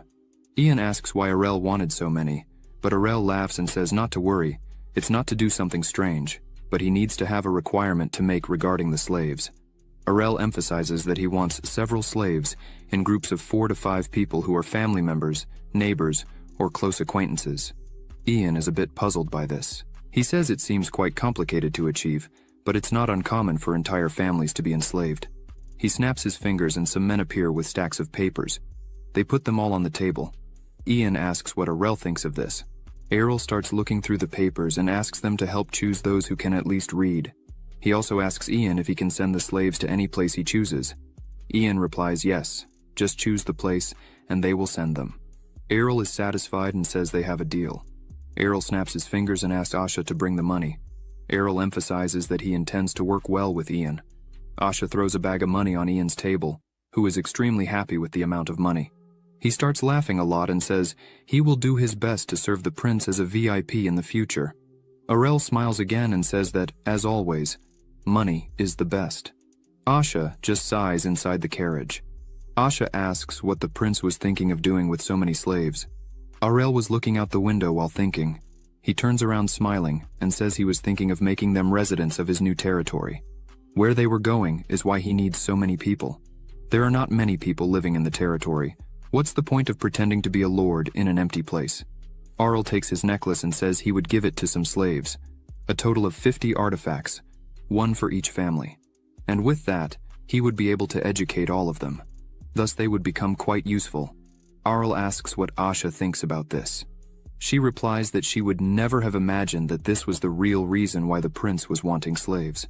Errol scolds her and says that's why she should stop thinking strange things about him. Errol emphasizes that he has no intention of living quietly there. He would do everything to make his territory prosper and become as good as possible. Asha is impressed by the prince's determination and kindness, but all this was being planned so that, in the future, Arel would live with the maximum comfort possible on his lands. Everything was for the sake of his comfort.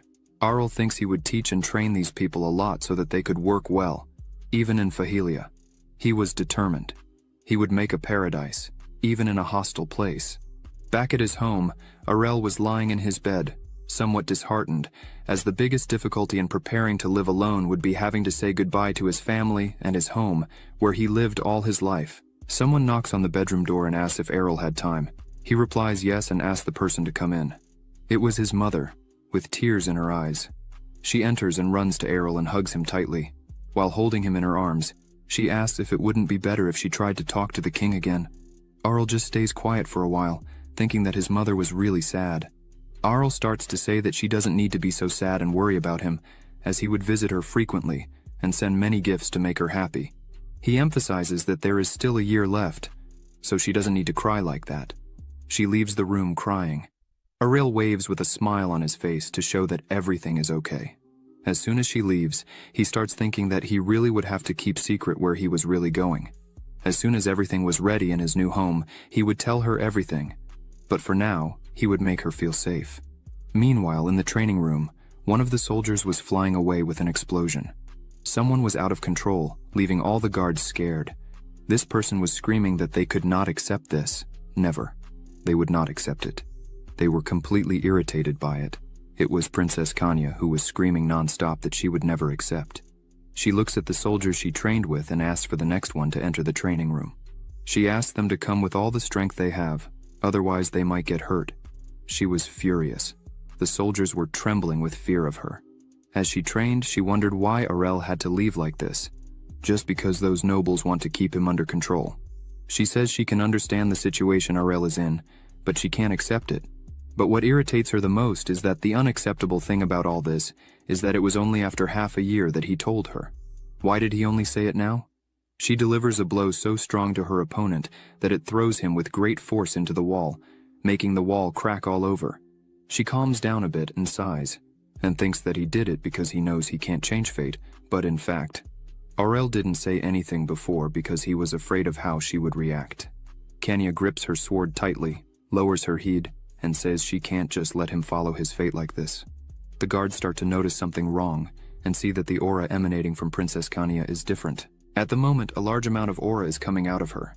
If the person keeps pushing this strong emotion, the mana inside the body will flow more naturally, but at a faster pace.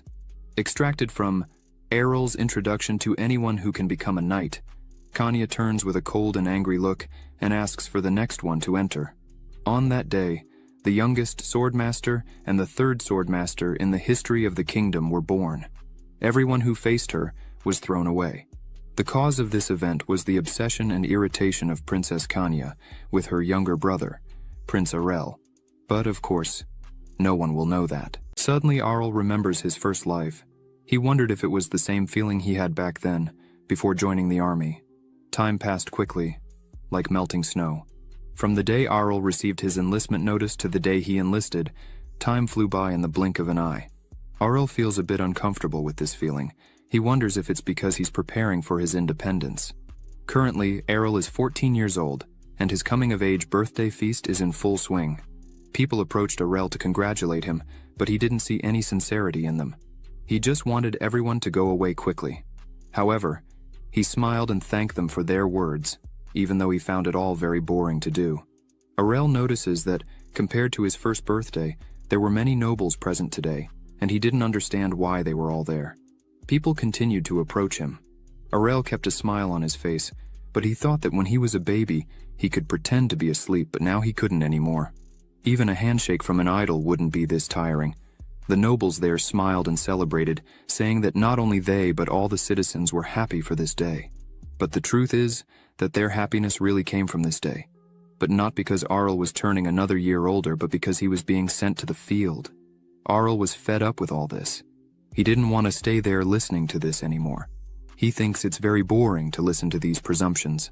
People with fake smiles continued to do the same. Arel was at his limit and wondered if he should use his strength and turn everything upside down. But suddenly his mother appears and waves to him. Arel calms down and thinks he needs to behave because his mother was there and watching, so he should behave. Arel crosses his arms and looks at the nobles, thinking that after a month, he wouldn't need to see this bunch of trash again. He would just be merciful and let them escape with their lives. Elia appears congratulating Arel. She covers her face and says she heard the whole story. She really doesn't believe he's already an adult and will be leaving for his own territory. Elia says that Liviana must be very sad. Arel smiles and thinks that the worst aunt in the kingdom was there to test his patience.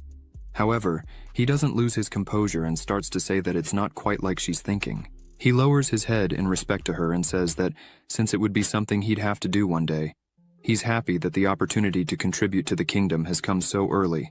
Elia doesn't like this at all. She covers her mouth again and smiles, saying it's true. She points out that Zayli would also miss him. Thanks to Arel, Zale's sword skills have improved a lot. She calls a maid and says that Zale will always be grateful for that. Elia says that even though it's something insignificant, she would like to give him a gift. Arel wonders what this gift might be. Arel doesn't trust her much and is a bit worried. Suddenly, the maids put a coat on him. Elia says it's a coat made of fox fur from Fahilia. As soon as Arel sees the coat, he thinks he knew it. She was behind everything. Arel had already thought about this before, except for the fact that Zayli is not the type to keep his half-brother under political control. The person who has the power to manipulate the entire aristocracy and count on their support to boost territorial advancement is quite obvious who it could be. Ariel looks at the coat and thinks that still, what a dirty personality. He wonders if she was mocking him as soon as she gave him this coat. Errol starts to get irritated again. His hands start to tremble, but he thinks that if he gets angry, he would end up being a jerk and might have big problems with the kingdom. So he continues pretending and opens a beautiful smile on his face, saying that he had already exchanged greetings with his older brother, even though they were distant, since the same royal blood runs in our veins. Errol says that when his older brother needs help, he will definitely rush to help him. She smiles upon hearing this and says that Errol is very kind. Errol smiles back, saying that she flatters him. The two continue smiling and pretending everything is all right, but neither of them likes the other. Arl says that in seconds he could rip her head off and anyone who gets in the way, but he can't do that here. Thus, Arl asks that the day to be honest with each other never comes, because if it does, He wouldn't hesitate to do such a thing. Aryll goes to the balcony and leans against it, thinking that finally, this boring banquet is coming to an end. But then he stops and thinks he's forgetting something. As he looks back, he sees Princess Kanya all dressed up. He thinks she's been keeping quiet lately. Aryll thinks it's expected, as she is still angry at him for forgetting to announce his independence. He thinks he needs to apologize to her before heading to his territory, but Aryll notices something strange on Princess Kanya's face. She says it's all right, but she is clearly annoyed. Aryll starts to worry and wonders what's wrong with her. Suddenly, he wonders what decision she has just made to have that expression. She turns and runs away from there. Aryll is scared, as he is feeling, and everything is strange. He feels the solemnity of a master who has just made the biggest decision of his life. Aryll already imagines that Princess Kanya will cause some trouble. She goes up to her father, who is drinking a glass of wine, and calls him at once. Thirel is even startled by this. He turns and tells Princess Kanya that he doesn't know what she wants to talk about, but now wouldn't be a good time. They would talk about it later. The people around were looking. Kanya was determined and says no to her father. She was going to do this now. She stares into her father's eyes and says that in a month she would follow Aryll. The nobles there choke on Princess Kanya's words. Outside on the balcony, Aryll is completely speechless and thinks the bomb has really exploded. He wonders what she is doing and why she is doing it. Aryll looks at Princess Kanya's mother and wonders why she isn't doing anything to try to calm Kanya down. But as soon as Aryll sees her face, he realizes she couldn't stop Princess Kanya. King Thirel starts to get annoyed with this. A dense and strong aura was coming out of his body. He looks at Princess Kanya and says that her joke is going too far. Thirel asks Princess Kanya what she means by following Aryll. Meanwhile, Aryll is just watching from a distance. He thinks the king shouldn't have done that because Kanya would come out stronger if he continues with this. But Aryll is also curious to know why she wants to follow him. Kanya looks at her father and screams that she has become a knight of Aryll. As soon as Aryll hears this, he punches his own face. Thirel says this is going too far. It's not easy to become a knight no matter how much Kanya tries to learn fencing. But Princess Kanya screams back that this is not true. She can do it. She emphasizes that she reached the master swordsman level not long ago. The nobles around hear this and are astonished. Aryll is impressed because she is really telling the truth. Thirel says it's hard for him to believe because she's only 19 years old. The only person in the history of the entire kingdom who achieved this at that age was the late king. Princess Kanya gets annoyed and takes a sword from one of the guards. She says that if her father doesn't believe her, then she will show him right now. She starts to concentrate, and an aura begins to run through the sword. She yells for everyone to back away from her immediately. The aura begins to expand throughout her body and rise with an absurd density. The glow was so strong that some people there had difficulty looking directly at her. Kanya prepares to attack and screams. As soon as she attacks, a strong beam of light comes out, crossing the entire room. She cuts the cake table and everything with the power of her aura. Aryll goes crazy seeing this, as he still can't understand, even though she's strong like this, why she's doing this. Everyone is impressed by the strength she has. The nobles begin to say that she really became a master of the sword. Everyone starts to celebrate the strength and achievements of Princess Kanya. She turns again to her father and says that she has been thinking all this time. She bows and says that Aryll has received his property and will soon leave, while she will end up marrying someone she doesn't even know. If that's really the case, she prefers to choose the path of a knight herself. Aryll looks at all this without saying anything, but inside, he's crying with joy, thinking that normally he would cry and clap for Kanya. However, the place and the situation don't allow it. Aryll thinks that she is renouncing being a princess in front of a bunch of aristocrats. Even if she said that this is just a joke, the consequences would not be a joke. Everyone continues to look at this and starts to talk among themselves. Princess Kanya continues to bow before the king with a somewhat strange expression. Aryll wonders if she chose this place on purpose. He starts to freak out because now that things have turned out this way, it won't be easy to fix. He starts to ask himself who was the idiot who taught her these tricks. However, he stops for a moment and thinks that it was he himself who taught her the power of fencing. Aryll thinks that this is not the time. He needs to do something to try to stop her. Aryll begins to speak, but Kanya interrupts him and tells her father that if what she showed wasn't enough, she would show that her determination is sincere. Errol falls silent, and Princess Kania begins to walk.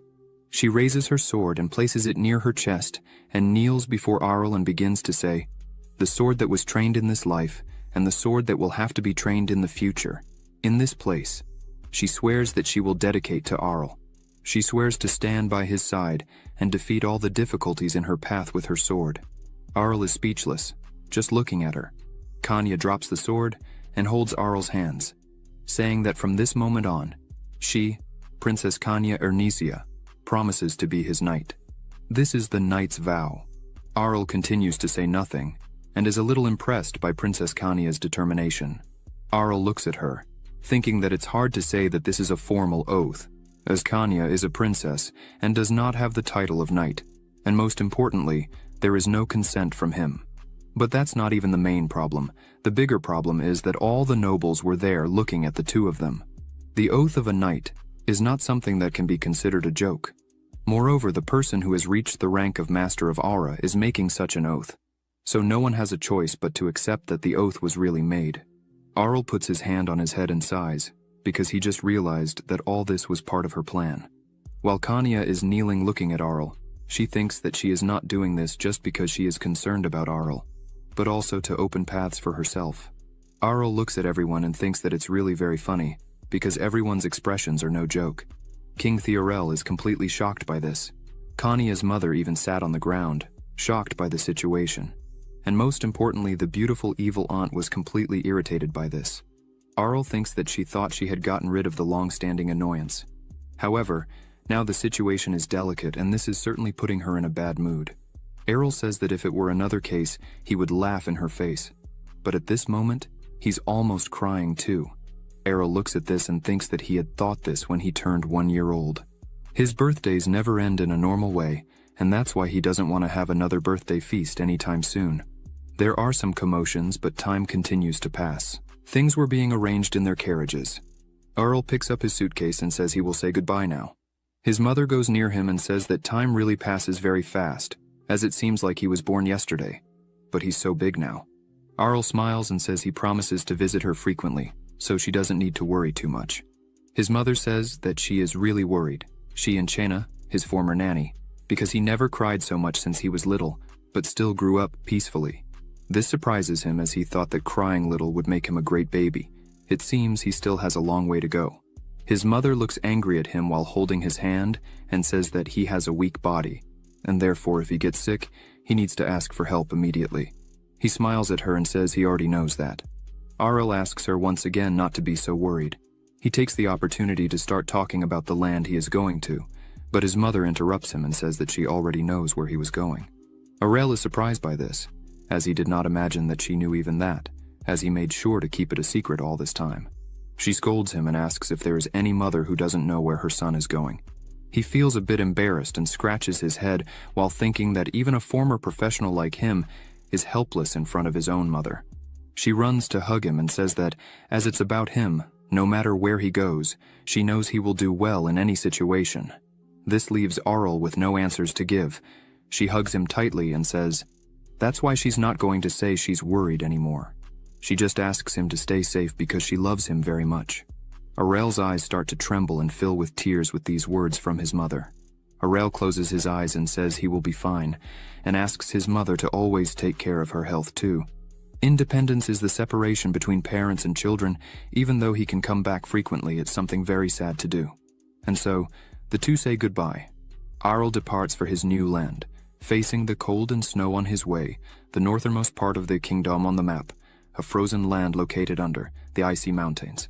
Arl puts his face out to see how it was, but the wind and cold are too much of a hindrance. Arl starts to think that he was going to the ice continent that no one has ever recovered. He thinks about ways to work, but the ground was so hard it would break the tools. He thinks that the nobles who sent him to this place are joking. They really want him to die. He keeps his head out of the window and shouts that those nobles should just wait, because even if they threw him into a volcano with lava, he would still make it his comfortable paradise. He puts his head back inside. Kanya looks at him and asks him to stop playing and close the window. Arl closes the window and thinks it was worth spending money heating magical tools. This made everything warm, even this hateful coat. Princess Kanya says the carriage is very warm, so Arel has nothing to complain about. She asks how much he spent to do this. He looks at her and thinks he still doesn't know if Kanya is in her right mind. How can she wear the dress she used to wear in this cold place? Arel uses his powers and looks at Kanya. He realizes she is using her mana as thermal insulation. He thinks he never adored her something like that. This makes him wonder if she's doing this by instinct. Arel sighs and smiles, saying his sister is frighteningly talented. She gets a bit confused and asks if this isn't normal, and if anyone couldn't do the same. Arel asks Kanya to tell this to her escort knights outside. Probably the two of them will cry with this. Arel changes the subject and stops joking, and asks if Kanya really wouldn't regret coming to a place like this. She doesn't quite understand the question, and gets annoyed, asking if he really hates her following him so much. Arel just turns his face without answering that, but Kanya grabs him by the cheeks. He says it's not that, he's just asking if it's okay for her to follow him. Theorel and Errol were quite worried about this, but Kanya had decided to follow him under the name of Knight's Apprentice. He even put his mind to think together with the Singh all day to try to come to an agreement, but it was no use. Princess Kanya was completely decided on what to do. Everyone tried to stop her, but she insisted on following Arel. She gets closer to Arel and says that she would never regret it. He asks if she is serious. Kanya releases Arel and says that she actually thought of it as a great opportunity. Arel doesn't quite understand what she meant by that and asks her what opportunity that would be. Kanya asks if she hadn't already told him before. She lowers her head and says that if she had stayed in the palace, she would have gotten engaged soon after. Arel replies that it's very likely. He thinks that Kanya is turning 19 this year, and the fact that she hasn't gotten engaged at this age is surprising in itself. She sighs and says that although the date has not yet been decided, Arel begins to understand everything and thinks that's why she chose to follow him like this. Arel thinks that Princess Kanya is exactly like him. She doesn't want to be restricted, so it's natural that she made this decision. She leans on the window and says that she will seek her freedom from now on.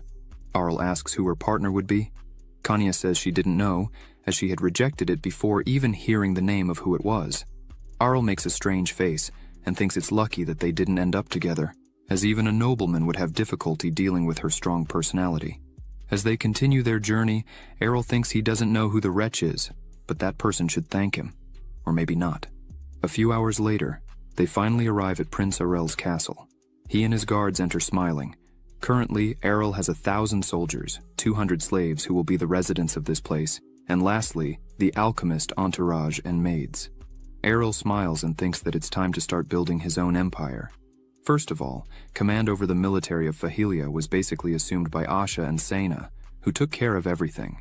As for Princess Kanya, although it's a shame, Arel doesn't want to entrust her with any work. The reason for this is what they would do if the Knights' barracks collapsed one day with her in charge. As soon as Kanya sees the snow, she runs out happily, while Arel just looks at it. Thinking that considering this is what she's doing as soon as they arrived, it doesn't seem like she'll care too much about it either.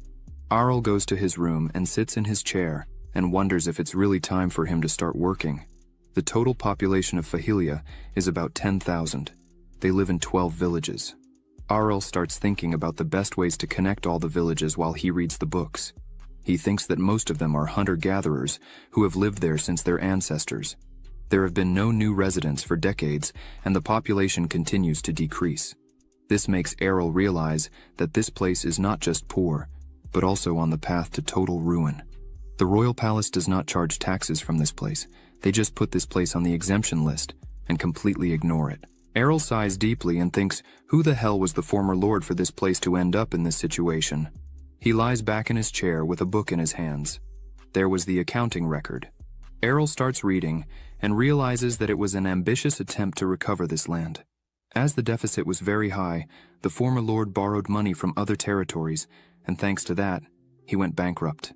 Arel gets angry and throws the book away and shouts that this is a complete joke to him, as he was thinking it couldn't get worse and suddenly finds this out. Arel spreads the map of his territory on his desk and thinks that the former lord was a complete idiot and, therefore, he needs to look carefully at what options he would have at this moment. Arel is looking for something worthy there. Looking at the map more closely, Arel realizes that, as the population is small, there are many abandoned trees there. With that, Arel thinks that if he uses this to start making paper, it could be something good, as paper is something valuable there. Maybe it's an option he can try. However, Errol remembers that his previous products are still selling well, so he doesn't need to worry too much. He decides and says that's the plan. Now he needs to meet the people who live there. Earl has a small doubt, because if the former lord was an idiot, who is really in charge of the territory now? Errol shouts for all the village chiefs to be summoned. Errol emphasizes that everyone must come, and it has to be in person. After a few hours, the representatives arrive there. Errol is sitting in his chair and is impressed that everyone is really there. Looking at them, Errol notes that they were all quite strong. After all, they lived in this place where they had to hunt in this cold to survive. He thinks they are capable of killing 1 or 2 wolves with just their hands. They all bow and greet their new lord. After that, Errol begins to introduce himself to them, saying that his name is Errol Ernesia. He asks them to remember that name. Errol emphasizes that he hopes he can be a lord they can admire. Errol thinks that, clearly inside they can't believe it, because in their eyes, Errol was just a child with powers. However, Errol would not let them look down on him like that. So, he starts to say that he sees a young village chief there. Errol emphasizes that he ordered all the village chiefs to come in person. This leaves the young man a bit scared. The young man throws himself on the ground, saying that his father was the village chief until last year. But he passed away at the beginning of this year, and with that, he had inherited the position of chief earlier. Errol crosses his legs and says that's fine, but he already knew that from the documents he had read before. It's not that Errol wants to pick on any of them, but just to show that he is the one in charge there. Errol says that, anyway, he thinks they would have a long conversation, and clearly, it was quite cold on the way to the castle. So, Errol calls his maids and says they would talk while eating. People are impressed by this. Errol runs up to one of them with a smile on his face, thinking what people of lower status would hate most in the world. Clearly it was eating with a high-ranking person, that is, a meeting with the boss. Errol says it's all on him, so they don't need to hesitate to eat. They could ask for anything expensive to eat. Of course, he might end up with nothing to eat, but they don't need to worry about him. After that, the dining table was ready. Errol was sitting at the end of the table, smiling, thinking that this would be the worst meeting ever. Errol looks at the faces of his guests and notices that it's as if they were sitting on a cushion of thorns. Errol smiles and says they can relax a bit now. One of them shouts, saying they were very comfortable. Errol remembers that this situation was quite uncomfortable for him too. He even had to ask for help from Princess Kania to show how he should behave at a dinner like this. However, Kania just laughed, saying she couldn't get used to seeing him so serious like that. As soon as the chiefs start looking at their plates, they are impressed. Errol says he would like to offer them something better to eat, but it's not possible yet. So he asks them to have a little patience with him, but the chiefs shout that it's not a problem. They are grateful for the grace their new lord has provided them. Errol starts to drink and notices that they say no to almost everything he says while they eat. Errol thinks that, although it was a simple meal, he didn't serve it because of a lack of money. As the chiefs eat, they realize that the meat had salt. Errol thinks that their reaction is normal because salt there was something precious. Even more so, meat with salt. Errol thinks that although he is the lord of these lands, by eating the same as the village chiefs, he shows that everyone there is equal and has a level of friendship.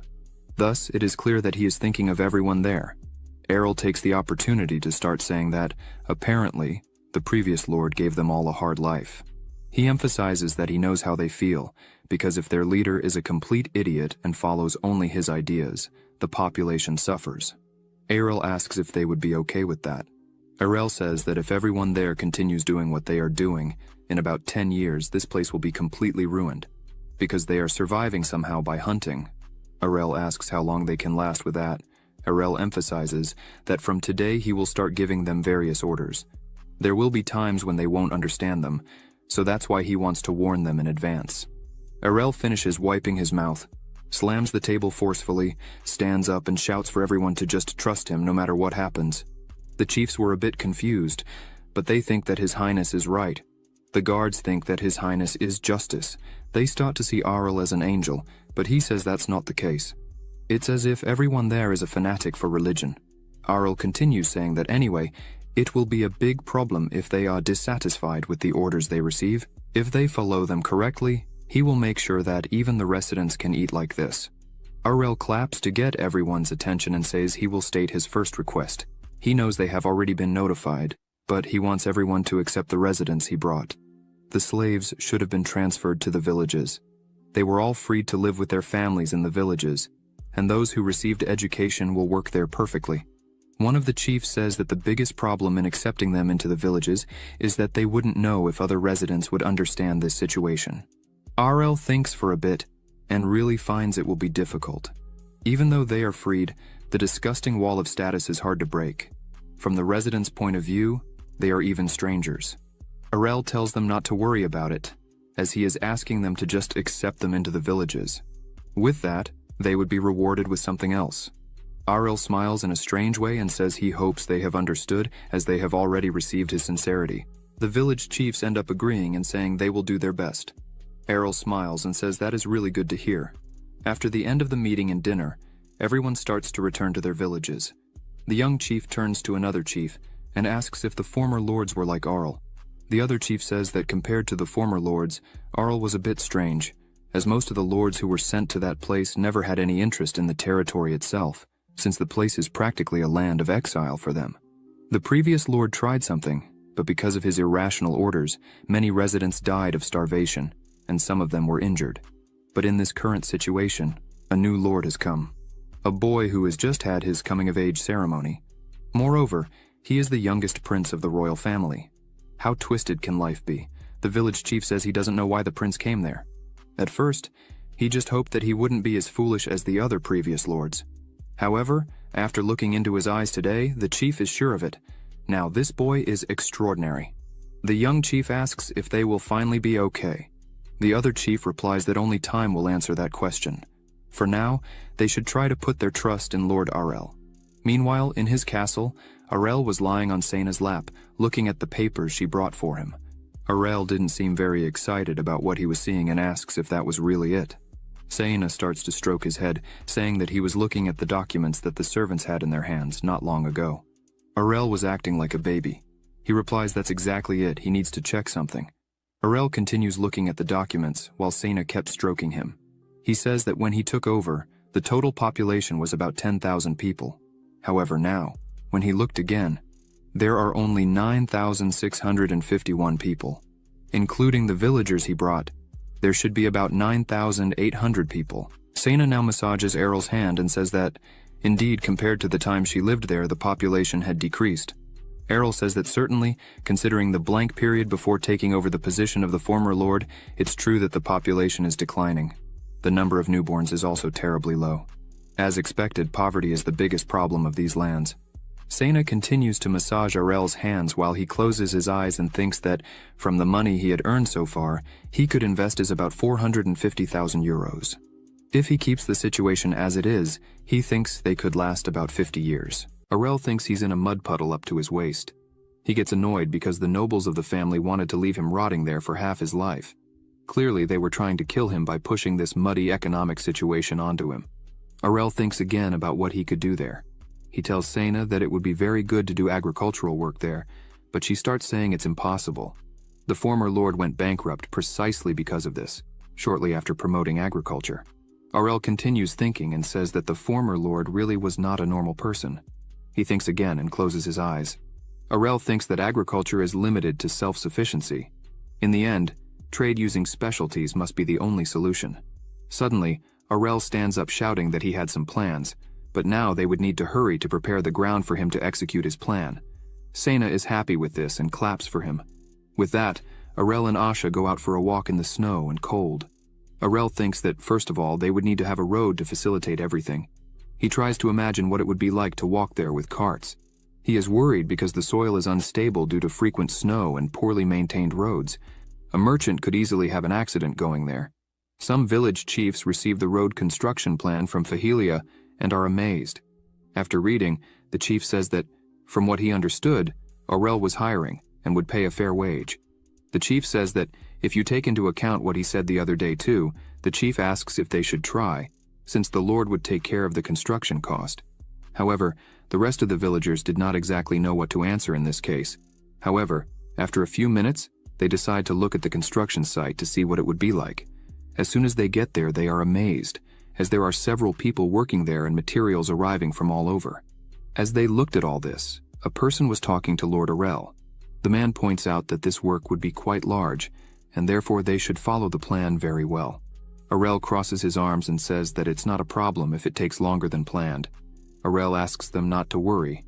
He would pay whatever they want. After Aurel says this, the workers are extremely happy. Aurel smiles and says that, as always, money changes the world. With that, everyone continues working, each in the way they could. Aurel puts on glasses and a fur coat, crosses his arms and smiles. Beside him were Sena and Asha. He thought it was really good the way everyone is working hard and together. It can't get better than this. After some time, Aurel looks at the ready road and thinks that if a person wants to eat, they need to work. This is the truth of the world. He laughs, as he was happy with the result of the road. Aurel turns to the workers and smiles, saying it was excellent work. With that, the carts could walk there quietly. He shouts, saying that now they should plow the rest of the lands. The workers celebrate and say they would go immediately. Aurel went to meet a market owner. The guy says that the establishment of a trading company in other places might be, but in Fahelia, it's a bit difficult. Aurel grabs him by the shirt and tells him to just shut up and do it without complaining. The man starts to tremble and says he would do it. Things started to flow. Aurel thinks that for now, the main items of exchange are the daily necessities that the residents there need. A woman goes to the store and is impressed. Another woman is also very happy with the size of the furs they had there. Aurel continues to analyze the situation and thinks that if he gives orders from the trading company he manages, not only the residents but also the peddlers can appear there to actively negotiate. And with that, he could create the basic trade route and finally reached the last step to save the ruined territory. Aurel throws a bunch of papers under the table. Damon picks up all the papers from the table and is amazed. He asks if Aurel was really thinking of making paper. Aurel smiles and thinks that's exactly it. Paper exists in that world. It is also a low-quality paper, made simply by steaming and weaving fibers. However, even so, it was imported from a foreign country because no one in the kingdom knew how to make it. But thanks to that, it is incredibly expensive to acquire it, so only those with high status can use it. The only place Aurel remembers having seen it was in the royal library. However, even in the royal library, most people use parchment paper, unless it is absolutely necessary to use paper. Damon says that paper really is something very valuable. If they can mass produce it, they would have a gold mine in their hands. However, he points out that there is a big problem. No one there knew how paper is made. Damon asks Aurel if, by any chance, he knew about it. Aurel puts both hands on the table and starts to smile. He looks at Damon and asks him if he, Lord Aurel, didn't know that. He wouldn't even touch on the subject, right? Damon is happy to know this and says that this was expected of His Highness. Damon asks Aurel if the competitors would stand still. Aurel lowers his head and tells Damon not to worry about it, because the way of preparation and quality would be completely different. Damon could say that it is even a different product. Aurel starts to open his drawer and says that, as much as he knows all the steps to make it, he would still need this equipment to be able to execute the plan perfectly. He takes a paper from the drawer where the whole plan of a machine is. After Aurel hands it to Damon, he asks what Damon thought of the plan. Damon analyzes the machine a bit and says that it really is an impeccable piece of equipment, but he thinks he wouldn't be able to do it alone. Damon points out that, if it's a necessary remedy, they could try to solve it, no matter what remedy it was. But the development of machines is a completely different matter. Even the blacksmiths who lived there would not be able to make this type of equipment easily. Damon says that, even with all this, there was still one thing. This catches Aurel's attention, who asks what it would be. Damon starts to say that if they were the dwarves of the royal capital, definitely the production of this machine would be possible. After hearing this tip, Aurel starts to think a bit about the matter, and as far as he knows, the dwarves set up a forge in the royal capital and receive commissions with it. They say they can make anything, no matter how precise and sophisticated it is, they would still be able to make it. After thinking about all this, Aurel shouts that it's all right, because spending money is what he knows best. He would take the gold immediately. However, Damon shouts for Aurel to wait a moment. He holds Aurel by the shoulders and shouts, saying that the dwarves are not like that. If Aurel simply got there with money and tried to buy them, they would not accept that kind of thing, so the whole plan would be thrown away. Aurel is confused and asks if the dwarves don't like money. Damon explains that, because of the dwarves' pride, instead of money, they prefer orders that bring out the soul of the master craftsman. Aurel throws the bags of gold to his butler and asks him to keep them and asks what that means. Damon closes his eyes and explains that If it is not to their liking, even if it is a request from a noble, they will never accept it. RL starts to think a bit and believes that this is because they are a race full of craftsmen from birth.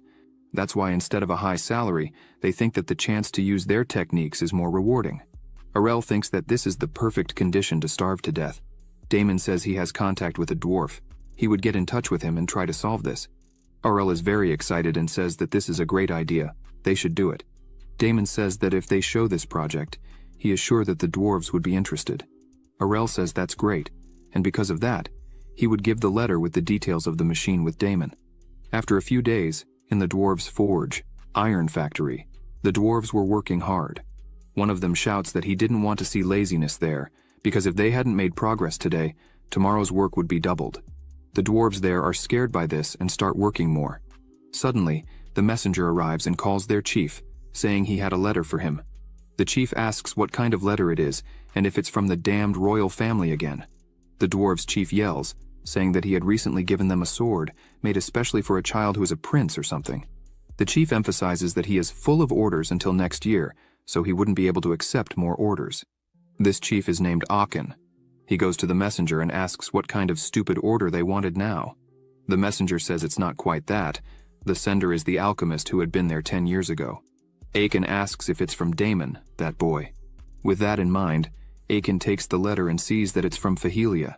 He asks what Damon did to be thrown into such a bad place as that. Aachen thinks he doesn't even need to read the letter to know it was something useless. As soon as Aachen starts reading the letter, he falls silent for a while. The messenger notices this and calls his master, asking if everything is okay. Aachen asks the messenger named Ben if he could take command of the others for a while. This scares Ben, but he agrees, even without understanding the reason. Aachen's eyes were wide. He starts to leave and says he would return as soon as he talked to the others. Ben, still not understanding, starts to wonder what could be in the letter to do this to Aachen, as he didn't seem normal. What could be written in the letter that made him change drastically in seconds? Meanwhile, in another room, several dwarves were gathering. Everyone sat at the table with their drinks. The dwarves were questioning what was so urgent that Aachen had called them all there, as they were full of work to do. In total, there were 35 blacksmiths there. After so many complaints, Aachen takes the scroll in his hands and starts to explain. He says it's nothing much. A boy sent a blueprint that he had drawn himself and asked them to make some equipment in Fahelia. One of the dwarves smiles and says that this boy is really bold, but he still didn't see the need to have called them all just to say that. Aachen looks at them and says it really seems ridiculous. He himself had thought that at the beginning. Aachen asks everyone to take a look at the project and opens the letter on the table. Everyone starts looking closely at the project made by Arel. All the dwarves started to sweat seeing the project. One of them asks if it's some kind of joke. Aachen says that it's really what they are seeing.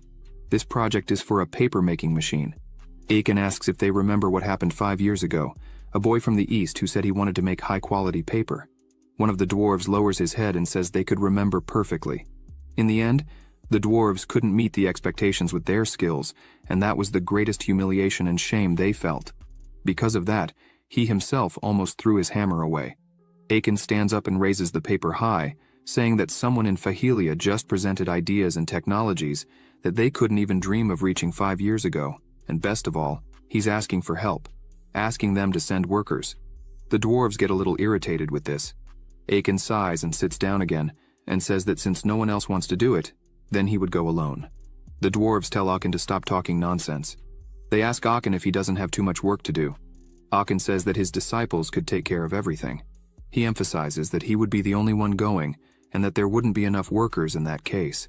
Everyone is silent for a while, and suddenly everyone starts shouting that they would also go and even fight to see who would really go.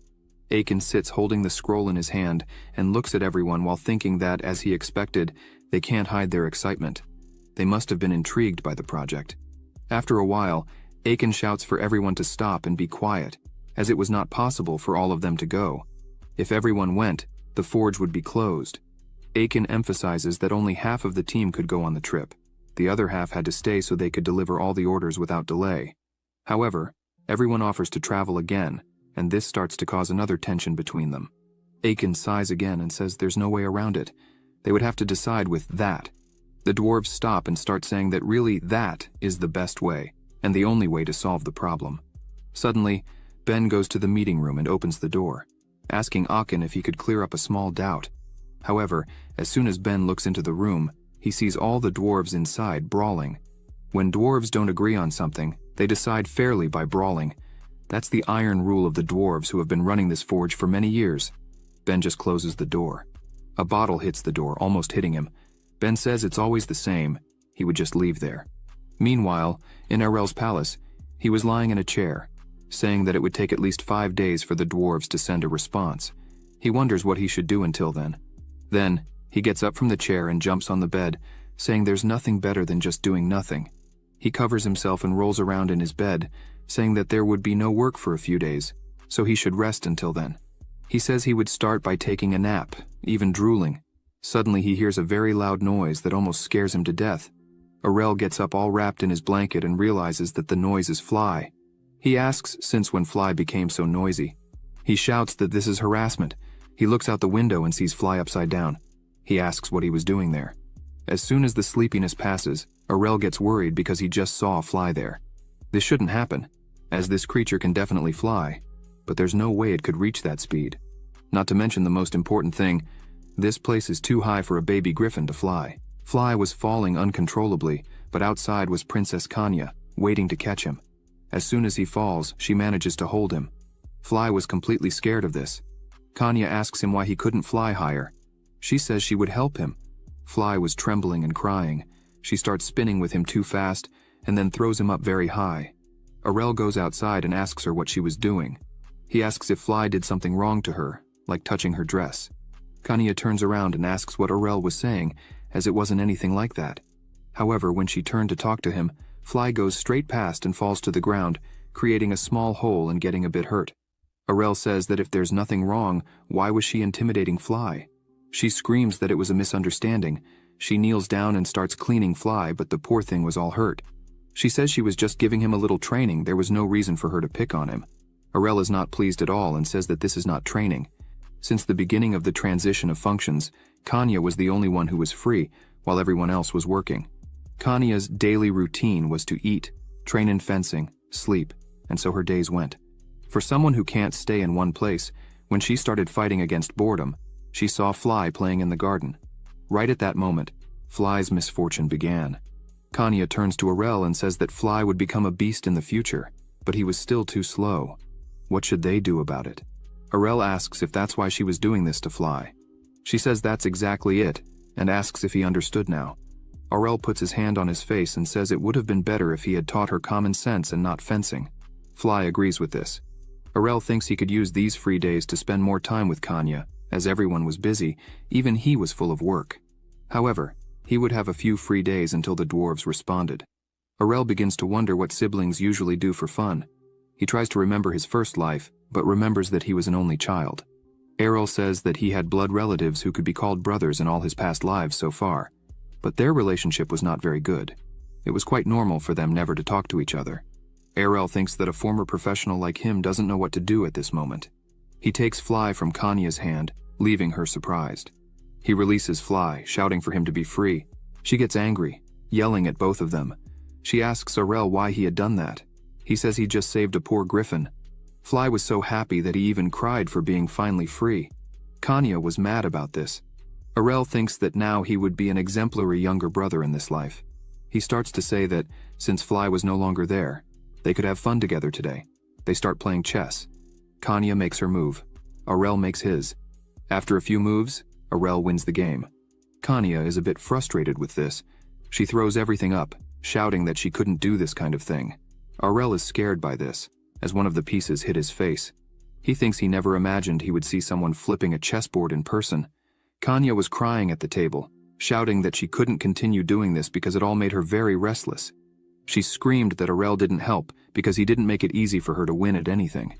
Arel starts to approach her, thinking he had thought of this game so they wouldn't have to go out in the cold. However, he thinks she can't continue like this, bored. He tells her that he understands how she's feeling, so he would give her a small advantage. She stops crying and asks what advantage that would be. Arel hands her a necklace with a magical artifact that can enhance a person's intellectual potential. He tells her that with this, she will be able to think faster than before. She is surprised by this and stares at the necklace in her hand. Aurel thinks that, as he is a professional from past lives, his experience in chess is 100 times better than that of ordinary people. It's a fact that he should give her an advantage. With this, they start playing again. But Kanya starts having trouble again, because she wasn't able to keep up with Aurel. The necklace starts to take effect and glow, but it begins to crack. Aurel is scared by this because the necklace was really breaking because the mana circuit exploded. Kanya starts to tremble again while Aurel just stares at her. She starts to grab her sword with a very angry face. She screams that she had warned that she couldn't do this. She cuts the chessboard into 4 parts while screaming in anger. Aurel just looks at all this without saying anything. One of the parts of the board hits Aurel's head. He just thought that this chessboard was a masterpiece that he had made. Kanya starts screaming again, asking what they were going to do now because unfortunately, they wouldn't be able to play chess anymore. He looks at her annoyed, saying that they really wouldn't be able to play anymore since she had cut it into pieces. Aurel turns around not knowing what to do. He thinks he doesn't know how to play with a sister like this. He really didn't want to leave the house in this cold. But Kanya was full of energy, just looking at him from behind. He turns to her and asks what she usually does for fun. She smiles and says she trains and trains and trains some more. Aurel starts to remember the early years of his life and says this was driving him crazy because he hadn't done anything but rest. He lowers his head and thinks that his sister is completely the opposite of him. He wants to stay inside doing calmer things a little bit, while she wants to go out and explore anything she can. He wonders if there really is anything in common between them. Suddenly, both of their stomachs make noise because they were hungry. He says that for now they just need to eat. But he has a great idea and asks if she wanted to cook with him, if she had time. However, she starts trembling again and asks why cook. Aurel says they had time and it's also a great opportunity. Princess Kanya sighs and asks if there was any need for it, but the truth is she didn't know how to cook. Aurel crosses his arms and sighs. He asks if she really wants to become a knight, because if the answer is yes, then she needs to at least know how to make some simple dishes. He starts to explain that since ancient times, a knight is not just a guard or squire. Many other incidents are bound to happen during expeditions to fight monsters. Aurel emphasizes that a person can hold on for a week or more, but no one can endure an entire expedition without eating anything. It's impossible. However, if the person eats anything they find, there is a possibility of the person ending up dying from food poisoning. Aurel shouts and points his finger at Kanya, saying that's why cooking is an indispensable virtue of a knight. There are many important reasons that will make her learn. She realizes that this makes sense, so she is speechless. She runs to the corner of the room pretending to cry and says she had understood everything. Aurel smiles and says she doesn't need to worry too much about it, as he would help her with everything. In the kitchen, Aurel thinks that teaching his older sister to cook on his day off is something a brother would do. The two were already wearing aprons and in the middle of the kitchen. Aurel turns to Kanya and asks if she was ready. She says yes, so he starts to explain what they were going to make today. The name of the dish is stew. Stew is a simple dish, made by adding meat or vegetables in moderation and boiling. It is also the most frequent menu at the camp, and most importantly, it is a dish that has the least possibility of failing. Even knowing this, Aurel still couldn't help but think of the two of them lying on the floor from food poisoning. While Princess Kanya was cutting the vegetables, Aurel was watching everything closely. He tells Kanya that she is really good at using the knife. She makes a smug face and says it's nothing. After she finishes cutting and peeling all the ingredients, Aurel tells her to put them all gently into a pot of boiling water. Then she starts to put all the ingredients in there calmly. After that, he tells her to season in moderation. She starts to put the seasonings very carefully. After that, they just had to wait a bit until the ingredients were boiled. The two were sitting at the table, and they start to smell something good coming from the pot. They go to take a look, and as soon as they look inside, they see that it's all ready. The smell and the look are mouth-watering. This is Aurel and Kanya's stew. As soon as the two finish serving themselves, Princess Kanya sits at the table to try it. As soon as she eats, she starts to smile, saying it's really wonderful, and asks Aurel what he thought. Aurel says it was really wonderful. He had been worried because it had been a while since he had made a stew, but everything turned out fine in the end. As soon as Princess Kanya hears this, she is amazed, because in addition to Lord Aurel being very young, he was even younger than her. So how long ago had he already done this? Aurel smiles and says he didn't do much there. All the work was Kanya's. So no one will be able to say that she doesn't know how to cook from now on. While he was eating, he thought that with this, his mission to play with his sister was completed.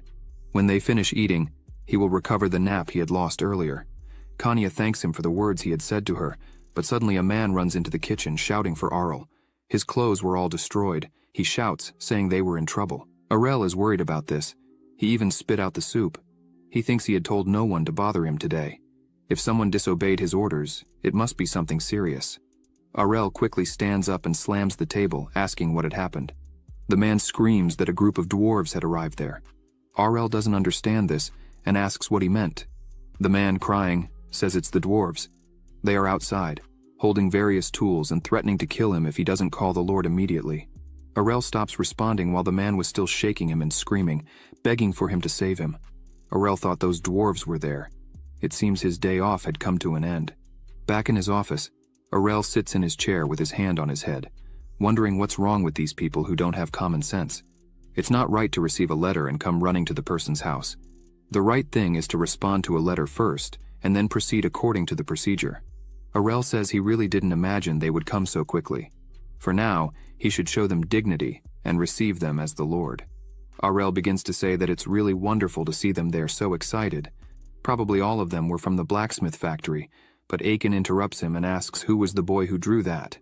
Immediately, Asha starts to move her spear quickly, placing it between Aurel and Aachen. She turns to him and says that was extremely rude of him, and therefore, he should apologize to the Lord immediately. Aachen turns to her and says that for a girl, she has a lot of courage. Immediately, Asha gets angry and asks what he had just said. Aurel realizes that Asha was about to kill him, so he starts to ask her to restrain herself, as Damon had warned that they were like that. For reference, dwarves understood the human status system, but they simply didn't care about it. Even with the king, they spoke like this, saying that if the king shortened the delivery deadline again, he would die, and they still called him a stupid bastard. They say that the greater the craftsmanship skill of a dwarf, the ruder they are. Aurel says that since they are different races, they should treat them accordingly. Asha calms down and says that if the Lord is saying so, then it's okay. Aurel thinks he needs to end this conversation as soon as possible, because if it starts to get out of control, Asha would skin all the dwarves alive. Aurel says that it was he who drew it and asks what's wrong. Aiken asks if that's really serious. Aurel says that's what he said. Aiken says he can't believe it and says that the Lord was hiding the real craftsman somewhere. Aurel stands up and hits his chest, saying that the craftsman is himself. How many times should he still say it for them to understand that? Aiken starts to say that a child who seems not to be able to lift a hammer would not be capable of that. Aiken asks Aurel to at least say something that makes sense. Aurel gets a little irritated with this and asks Asha to quickly cut that vagabond dwarf. She takes the lead and says she was waiting for that. Aurel thinks that tonight's dinner would have dwarf sashimi. In the end, the butlers managed to stop Aurel and Asha. After they calm down, Aiken puts the project on the table and asks once again if it was really Aurel who had made that drawing. Aurel shouts once again that was exactly what he said. It's not possible that he has to repeat this more times. Aurel asks if they understood that they are repeating the same thing several times. Aurel gets irritated again and asks why everyone was there. Suddenly he tells Aachen that if he had sent a letter, he would have received everyone in a better place. Aiken says that kind of talk disgusts him. Aurel continues to be surprised by the temperament of the dwarves. Aiken leans on the table and says that, anyway, from what he read in the letter, Aurel was wanting to order that machine that was in the project. Aurel replies that's exactly it.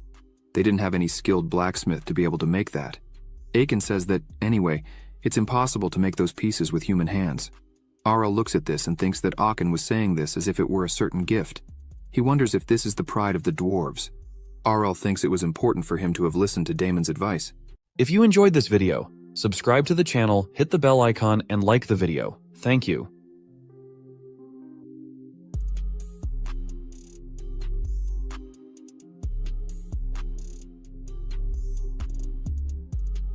Aurel sighs and tells Aiken that he didn't want to say this again, but this project was really designed by him.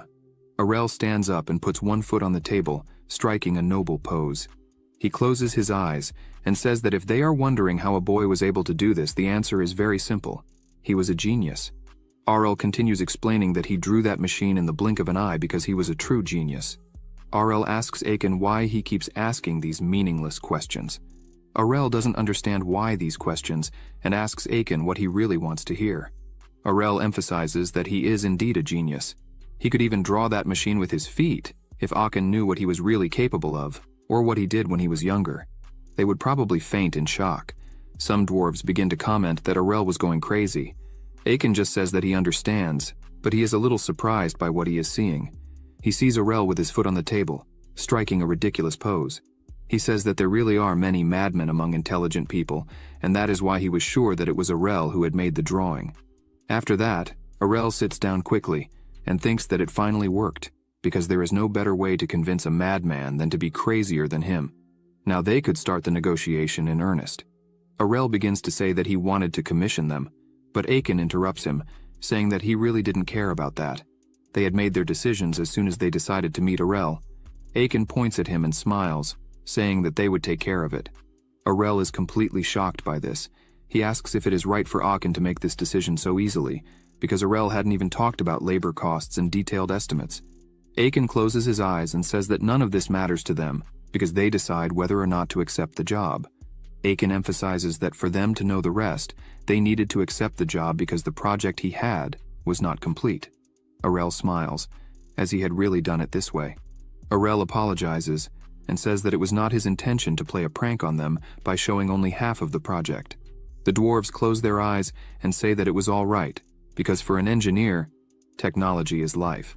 Aiken makes a somewhat sexy face and says that he wanted to see the rest as soon as possible. Arel is not comfortable with this and wonders what the hell Aiken was doing. Arel bends down, opens his drawer, and tells them to wait just a second, and suddenly takes out another project, saying that everything was there. The dwarves are completely excited about this. Aiken tries to grab it, telling Arel to hand it over quickly, but Arel takes it out of his reach and smiles. Arel says that all he has to do is reach for it and extends his hand again. Aiken gets annoyed with this and tries to grab it again, but Arel keeps dodging, making Aiken increasingly nervous. Aiken bangs on the table angrily and yells, asking what Arel was doing. Arel smiles and points his finger at Aiken, saying that it wouldn't be that simple to see the complete project. First, they should produce the part that they had the blueprint for, and once they finished, he would give them the other half of the project. Aiken, trembling with anger, shouts, asking why Arel had said he understood and was now doing this. Arel continued to smile and told Aiken to build the part so they would gain his trust. Soon after, they would gain the other half of the project. Arel looks at him and asks if he can do that. Aiken was trembling with anger, but he agrees.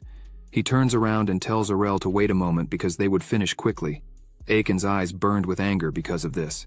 Arel sits back in his chair and smiles, saying that these guys really liked his project a lot. Arel closes his eyes to relax a bit and thinks that initially, he thought it wouldn't make a difference to show the complete project to the dwarves, but he changed his mind. For now, he would use it as bait and increase the dwarves' work spirit. Arel thinks that if Aiken wants to see the rest of the project so much, he should show his sincerity by working quickly. Arel begins to laugh with a strange expression and thinks that the dwarves could show more of their anxiety, as it was fun for him. After some time, Aiken enters the room with dark circles under his eyes and shouts that the first item is ready. Arel hands over another part of the project to them a few days later. Aiken returns and shouts again, saying that he is ready again, and in the middle of the night, he wakes Arel up to get another part of the project. Arel says that it is really incredible, but he asks why the dwarf was not sleeping. But Aiken does not respond and goes straight to work. Sometime later, he returns while Arel is taking a bath and kicks the door, shouting for him to hand over the next step of the project, as he had already finished the previous one. No matter where or when, Aiken always interrupts what Arel is doing, asking for another project. After all this, Aiken says that the dwarves have finally finished everything Arel had asked them to do. Arel is amazed at Aiken's condition. He thinks that they really are crazy in love. As they managed to do this in less than 10 days, they made a huge and beautiful machine. Aiken was standing beside it, smiling at his work. Arel asks Damon if the machine is working properly and how the final result of the papers is. Damon shows him the produced papers, saying that the papers are incredibly white. Arel picks up one of the papers and mocks Aiken, saying, "Of course, who do you think planned this, brat? Unlike conventional paper that is hand-dried by artisans for days, this paper, Arel leaves most of the manufacturing process to the machine. Furthermore, the raw material for the paper, the trees, are abundant in those lands. At least this factory will not stop as long as Arel is alive." Aiken asks Arel if the machine is good enough. Arel answers yes. Arel asks for Aiken's help to fill the machine room with papers, which annoys Aiken a little. Arel looks at the machine happily, thinking that now it is just a matter of time until he can produce enough papers to sell in bulk. The question is what he should do next. Of course, he has to sell the papers. A man arrives at Arel's house, and with his hand on his chest, says that it is a true honor to meet Prince Arel. The man asks if he should call him Lord of Fahilia now. He introduces himself, saying that his name is Lycan Ainrest, and he says that Liviana, Arel's mother, is his older sister. Arel smiles upon hearing this, but how did this happen? Arel was looking for someone from his mother's family, the Ainrest family, to take care of the paper sales. Arel sent a letter to his mother saying this, and suddenly, his uncle visited him. In the letter, Arel made it clear that he wanted his mother's most trusted person, since the papers were an extremely important item. With that, his mother must have determined that there is no one more reliable than her own brother, since they were united by blood. Lycan asks where the special product that Arel was thinking of selling was.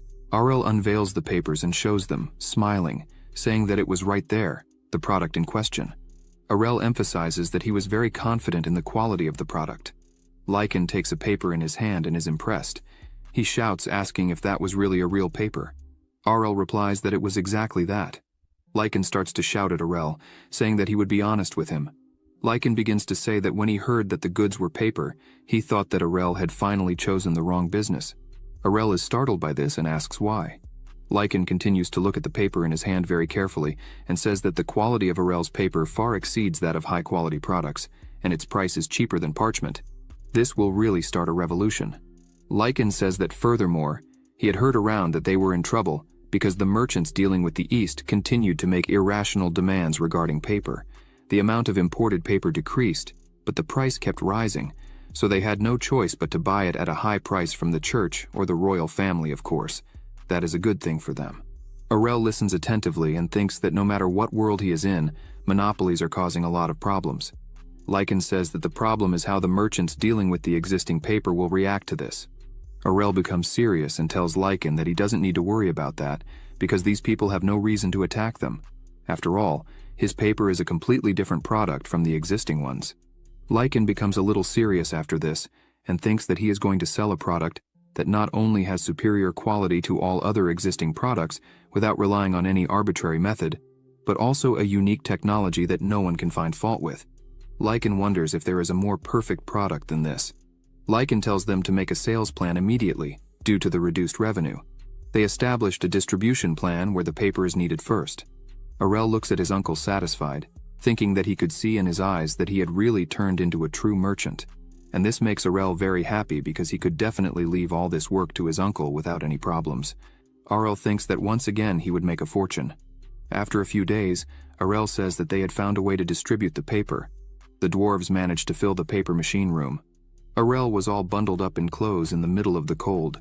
He looks at the dwarves and says that it has not even been a day since they finished manufacturing the machines, and they were already leaving.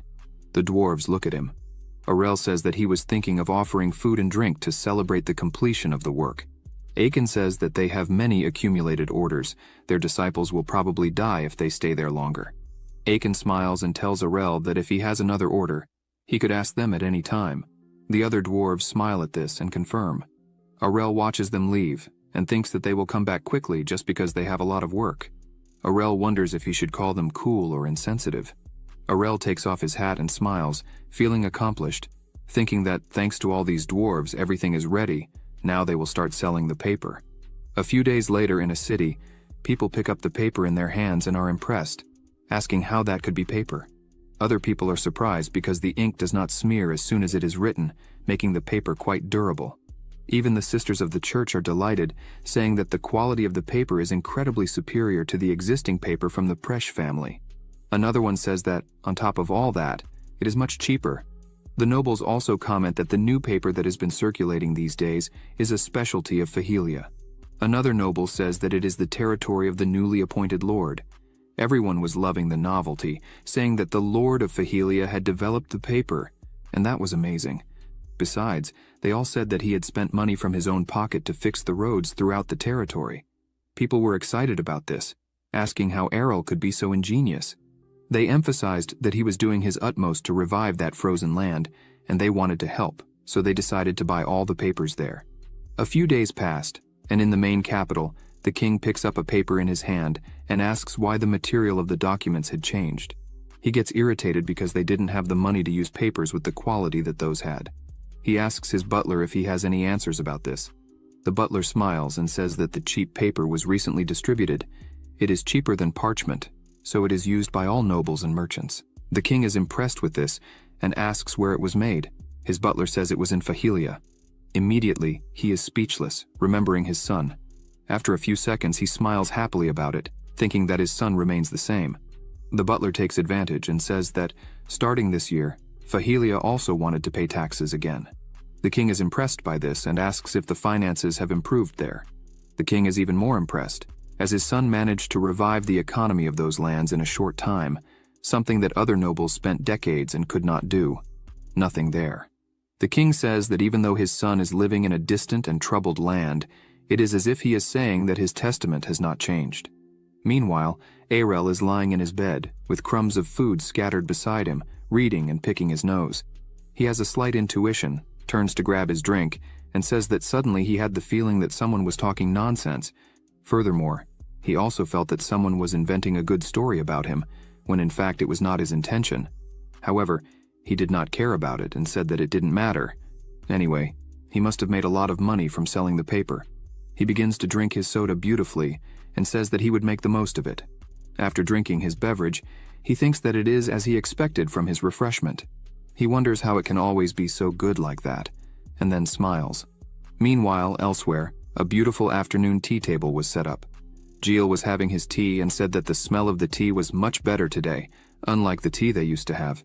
He notices that his mother looked irritated and calls her. Out of nowhere, Elia smiles, saying that they also received the youngest prince, named Arel, who had sent tea and refreshments in gratitude for the coat not long ago. Gilles says he understood, as expected, from Prince Arel. He emphasizes that he heard that Fahilia is making quite a comeback. Elia starts to tremble with anger, but she disguises it by smiling and saying that she was very happy to hear that kind of thing.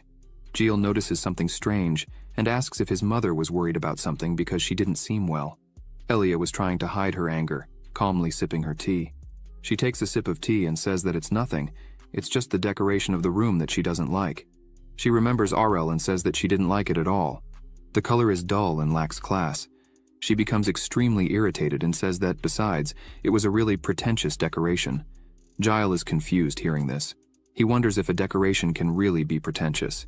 He asks his mother if she couldn't just change it, maybe put it in storage or somewhere out of sight.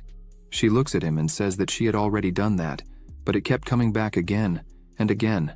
She trembles as she holds the tea. She was just thinking about Arel. She becomes extremely annoyed with this and says that the decoration keeps appearing without knowing its place. She lowers her head and puts her hand to her head, saying that it's not something Gilles should worry about. She changes the subject, asking if Gilles liked the sword she had given him. Gilles thinks for a moment and replies that yes, it's not an exceptionally made sword by the dwarves, but it fits perfectly in his hand. Thanks to it, Gilles feels that his skills are developing even further. Elia looks at him with disdain and thinks that of course he would like it. The money she used to buy that sword is enough to build several luxurious mansions. She calls her son and puts her hand on his face, looking directly into his eyes, saying that he is the crown prince who should inherit the throne in the future. Therefore, it is important that he also has a sword suitable for that title. Elia emphasizes that he should always have the mindset of a king. Gilles responds a bit pressured and says that he understood that. He leaves the room, and his mother stays there alone. She puts her hand to her eye and sighs. She begins to pick up a cloth that was on the table and thinks that Arel had sent that to her just to provoke her, not as thanks for the coat. She thinks that this is the new paper developed in Fahilia. She looks at the cloth and says that even though she had excluded him, she still hears his name all the time. She throws all the things to the ground, furious, and shouts that people were insulting her family because of this. The queen's full name is Elia Preche. The Proch family was the sole owner of a trade that imported the existing paper. Elia was completely irritated by this. There are two types of paper produced outside the kingdom, one being the paper from the Triton Empire, and the other being the paper from the Eastern continent. After conflicts with the Empire in the past, the paper developed in the Empire was banned from being imported. The profits of the Proch family increased, thanks to their monopoly on the trade routes with the East. Elia was screaming completely out of control. She said they brought luxury items that most parasites couldn't even touch, but to think those scoundrels would turn their backs just because something new came up. However, she changes her mind and thinks that it's not their fault, but that brat Errol's. She opens the door abruptly and quickly goes to the drawer of her desk. She takes out a paper and starts writing a letter. Once she finishes, she puts it inside an envelope and says that it seems she won't be able to let Errol escape anymore. It was already night. A person gets out of a carriage and opens the front door. As soon as the owner of the place sees him, he starts laughing. This person who is laughing is Ian. He welcomes His Highness and says that he didn't expect him to honor them with his presence so early. This man who was hidden was Errol. He takes off his hood and says it's been about a year and a half. He says he came back because he needed more slaves. Ian is very happy about this and says that in that case, he wants intelligent people who don't have problems with their identities. Like last time. Errol shakes his head, saying no. He says this time he wants people resistant to cold and with a lot of physical and mental endurance. He wants guys like that, as he really needs real slaves this time. Ian says he understands and asks if he can know what he will use these slaves for. Errol says these men would be soldiers. He recalls that as he was leaving, he saw a lone soldier. He asked the soldier why he was alone. He says that with the establishment of the merchant company, while they were fixing the roads, there was a shortage of common soldiers to stand guard. So, he would want them to protect his territory. Errol crosses his arms, and with a smile on his face, thinks that his title of lord is almost the same as that of a count. With this, he can increase the number of soldiers to 50,000 more or less. Ian asks how many people Errol needs this time. Errol shows his 5 fingers. Ian asks if it would be 500 slaves. Errol says no. In fact, he needs 5,000. Ian starts laughing to himself about this and shouts that 5,000 is too good to be true. But deep down, he already expected that from Lord Errol. Ian was celebrating because this sale was really good. Errol smiles and asks if he could leave it to him. Ian smiles happily and says yes. He adds that he would never let Lord Errol down and tells him not to worry. He would take care of everything. Errol smiles and thinks that, as expected, money is everything. Sometime later, Errol, extremely excited, says that this was exactly what he expected from the dwarves. They could turn any sword into a product of impeccable quality. Errol thinks that he trained the slaves he bought from Ian and asked the dwarves for weapons and equipment, but he didn't imagine they could produce enough for 5,000 people in such a short time. Errol runs, thinking that the slaves were devastated upon arriving in Fahilia, but after being treated in the best possible way, they started to follow the training with true enthusiasm, and the result was an extremely loyal and strong army, both mentally and physically. The troop commander asks for the army's attention and for the soldiers to salute their highness. All the soldiers line up and shout, swearing loyalty to Errol for the rest of their lives. Errol, looking at all this, smiles, thinking that he did a beautiful job training them. During the night, Errol was already in his house. He thought the soldiers seemed quite reliable. He thinks these should be sufficient forces to protect the village and the roads. After finishing everything, he thinks he must have finished all his work for today and would rest a bit. But some masked people were running through the snow. They stop because something caught their attention. They look at a castle and ask if that's really where the paper factory was. The goal is to destroy or take over a factory that produces paper, Fahilia's specialty. The leader thinks that if they succeed, this could deal a major blow to the economy of those lands. He thinks that apparently their client holds a grudge against the lord of those lands, but that's none of his business. If they succeed in this mission, they would have enough money to live well for the rest of their lives. With that, they begin to organize. There were a total of 2 guards. The leader says it's better to get rid of both of them than just provoke them in vain.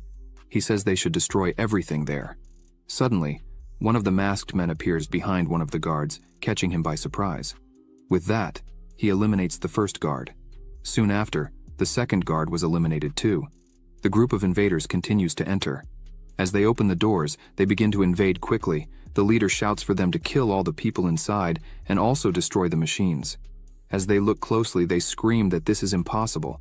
The space was completely empty. The leader asks why there was nothing there. Suddenly, he notices something. A guard uses an item to obscure the invader's vision. The invader is unable to see properly, thinking this was a magical item. He shouts that his eyes were burning from it. With that, chaos ensues. The guards start shouting that there were invaders there. The guards shout for them to capture all of them, and quickly they begin to catch them one by one. The leader of the guards says that if they resist, they should eliminate them all. The leader thinks he needs to retreat as soon as possible. However, in seconds, a sword was at his throat. He was surrounded by several guards. He says this was an ambush. He couldn't believe this was really happening. The leader thinks that according to the investigation he had done, there should have been at most 200 guards there. Arel gets up and opens the door with his 2 guards behind him and says he was expecting this. They were there to attack the factory. The leader, facing so many guards and with no choice, shouts that he surrenders. He emphasizes that he was just following orders. Arel says he doesn't care who ordered them to do this because they accepted it, and those who actually attacked were them, so this excuse doesn't make him innocent. Their leader becomes desperate, not knowing what to do. Arel stares at the leader of the invaders and asks if he knew it was a serious crime to invade the territory of a lord, and even more to try to destroy the lord's property. Arel says they would all be severely punished. Arel tells Sena and Asha that they could interrogate them as they pleased, but they should not kill or release any of them. The 2 smile and say they understood. The leader despairs and begins to shout to Lord Arel, asking him to wait a minute, because he really didn't know anything, but Arel doesn't care. He simply turns his back and yawns sleepily. He walks away normally while the invaders yell. Arel thinks he would have let it go because it would be a bother, but there are things in this country that he would never tolerate. He begins to remember the people he loves and says that when it comes to his family, my friends and possessions, in other words, he would not tolerate anyone coveting what is his. Arel begins to walk alone in the snow and thinks that when he has to deal with this, he does so with absolute certainty. With that, we can see him from the past, a warrior who was completely mad for battle and became the most powerful man in all parts that existed, a true god. This is what he had learned after living 100 times. The next day, Arel was in his chair inside his room. The invaders were interrogated and judged according to the law. They will probably have to live as slaves for the rest of their lives. However, he didn't get anything from the interrogation, as they knew nothing about the client, and unfortunately, they had to close the case for now. Arel wonders if this was really the best thing to do regarding his territory's financial situation. There shouldn't be any problems for now. Arel gets up and says he knew exactly what he should do in times like these. He opens a door and says he could finally try something. This in front of him is a magic teleportation circle. Arel had asked Payan to finish this magic circle after spending a large sum of money on creating magical tools to maintain efficiency, stability checks, and everything else. It's finally ready. Arel thinks he didn't want to say this again, but this was absurdly expensive. Arel says the blood of an entrepreneur runs in Payan's veins. Arel says that without realizing it, he had already become a regular customer of Payan. Arel looks at the magic circle and thinks that it's been a while, so he's going to take a quick trip home. With that, he places a magic stone in a hole. After he finishes placing the stones, energy starts flowing around him. Arel thinks his part is done. The rest will be completed once the nanny does the same at the royal palace. Arel turns around and calls Kanya, saying they need to prepare to travel now, but she was a bit apprehensive about it. She lowers her head and closes her eyes, asking if they really should go back. Arel tells her it's a teleportation spell, so they wouldn't take long to arrive. He emphasizes that she had nothing to do there. She says that's true, but she still doesn't want to do it. Arel asks her if there's any problem going on there. She answers that it's nothing. What problem could there be?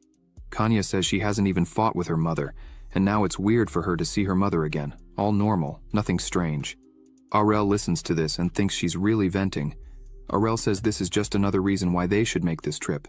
He tells Kanya that she should talk to her mother and resolve this issue between them. Kanya begins to step into the magic circle, holding Arel's hand, and says she understood. Kanya grabs Arel, trembling with fear.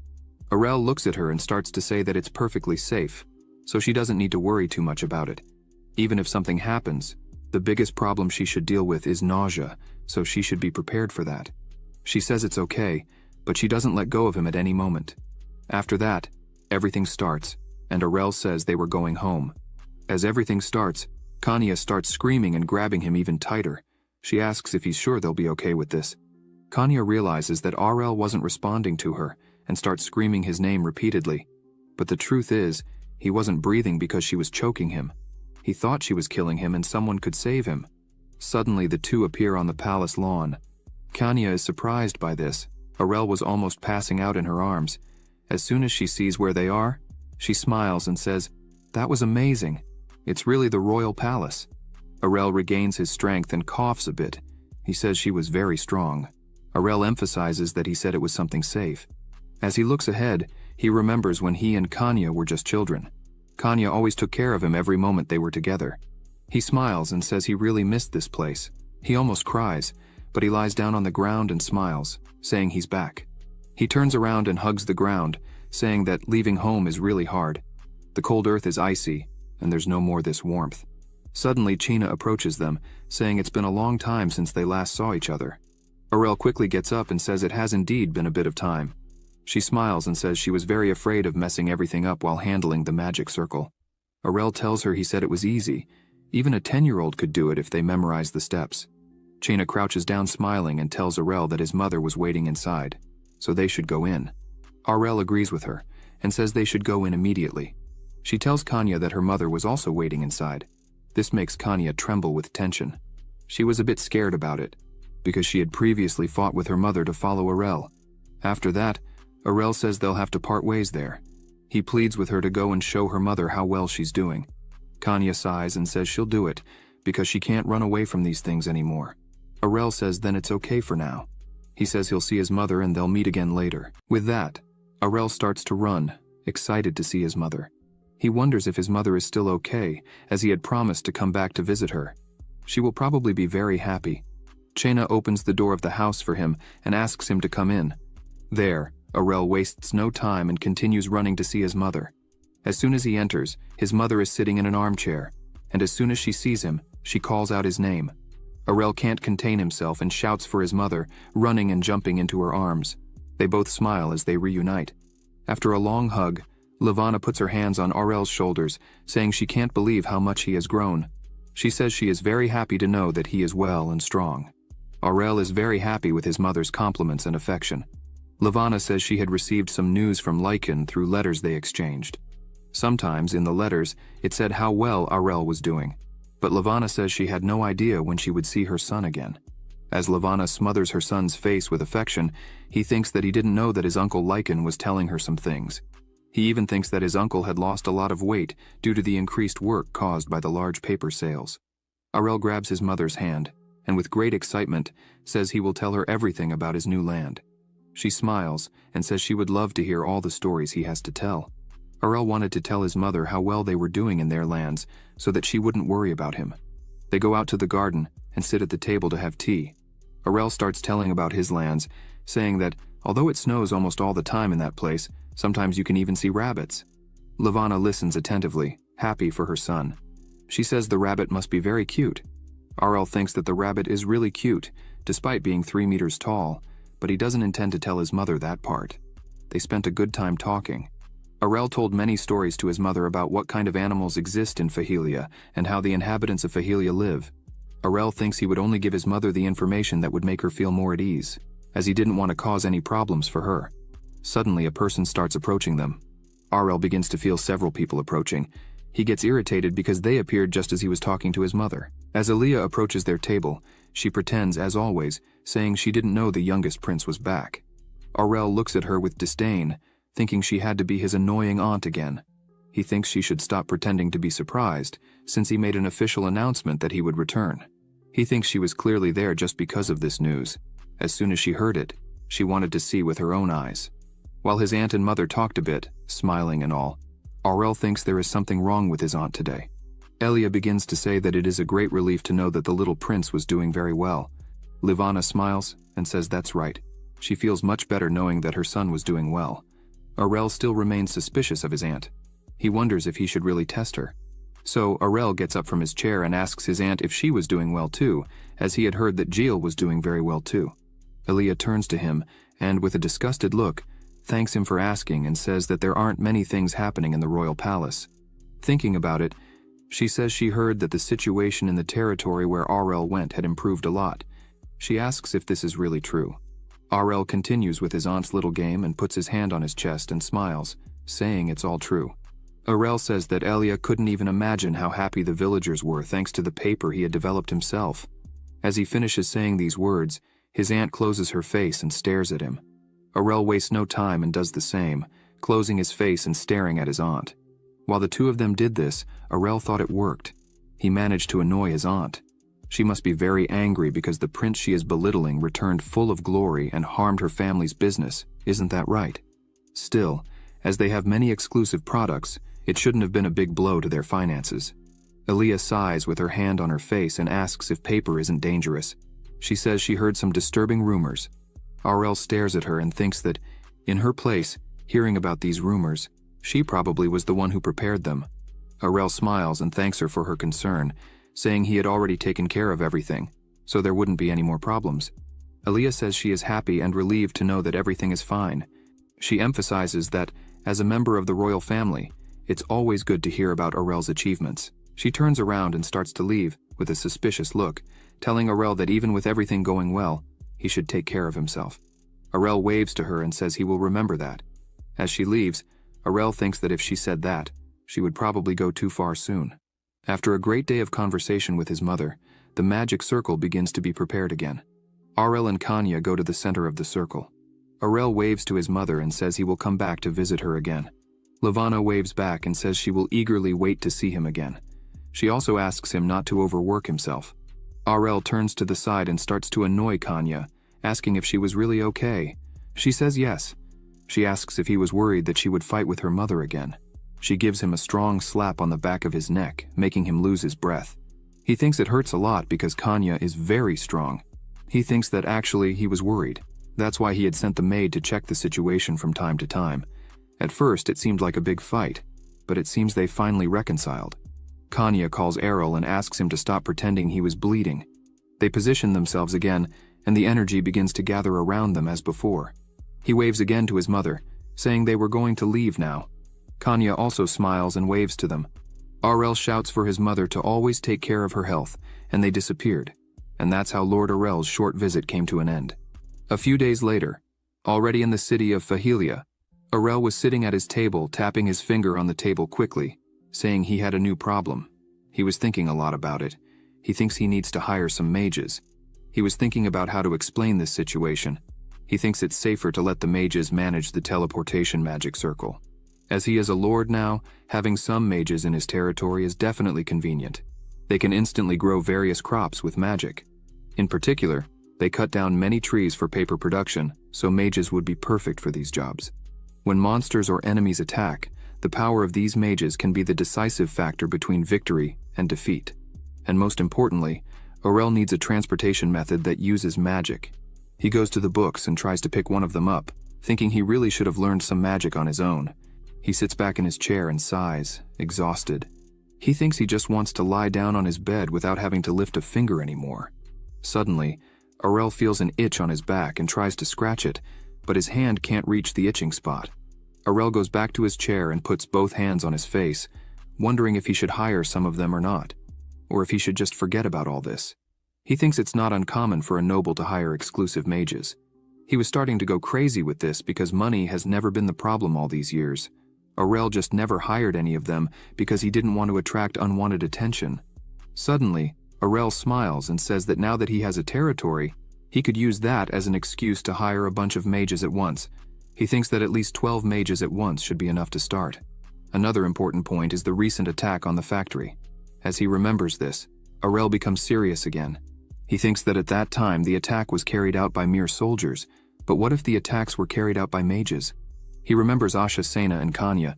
He thinks that definitely the knights he had are really strong, but that only applies when they are in a frontal battle. What if there was a mage who could attack while remaining perfectly hidden? After thinking about all this, Aurel picks up a feather and decides to hire some mages. He writes a small letter and stamps it with his mark.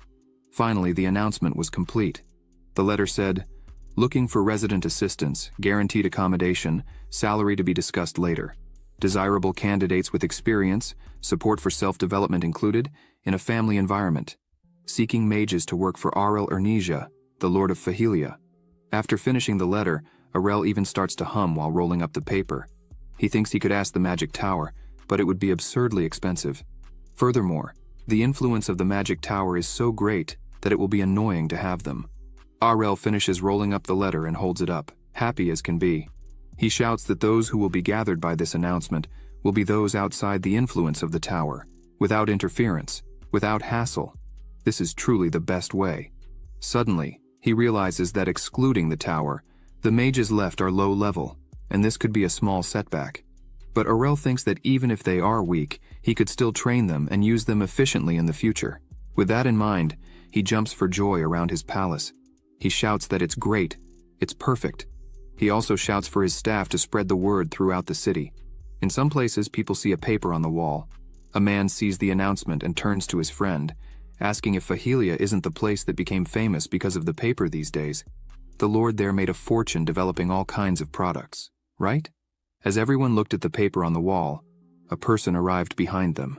People continued to comment, saying they could save a lot of money because the letter said they wouldn't need to worry about food or accommodation, and with that, after a few years of work, they could even start their own things. Suddenly, a person falls to the ground behind them. The woman starts to get up. Some people ask if she is okay. As soon as she finishes getting up, she starts to squeeze through the crowd, asking for permission from them, until she finally manages to reach the front. As soon as she arrives, she slaps her hand on Aurel's announcement. Upon reading the announcement, she can't believe it, as it guaranteed accommodation and food. She was clearly dirty and tired, looking like she had been traveling for several days. A few days later, Aurel was smiling a lot, sitting in his chair with several sheets under his table. He says that some mages have sent in their applications. He did a good job without much fuss. Aurel picks up the applications in his hands and starts looking through all of them. He says that although he wanted to take everyone to form a large army of mages, it would be a bit impossible to do such a thing. So he continues to work hard to choose the best ones.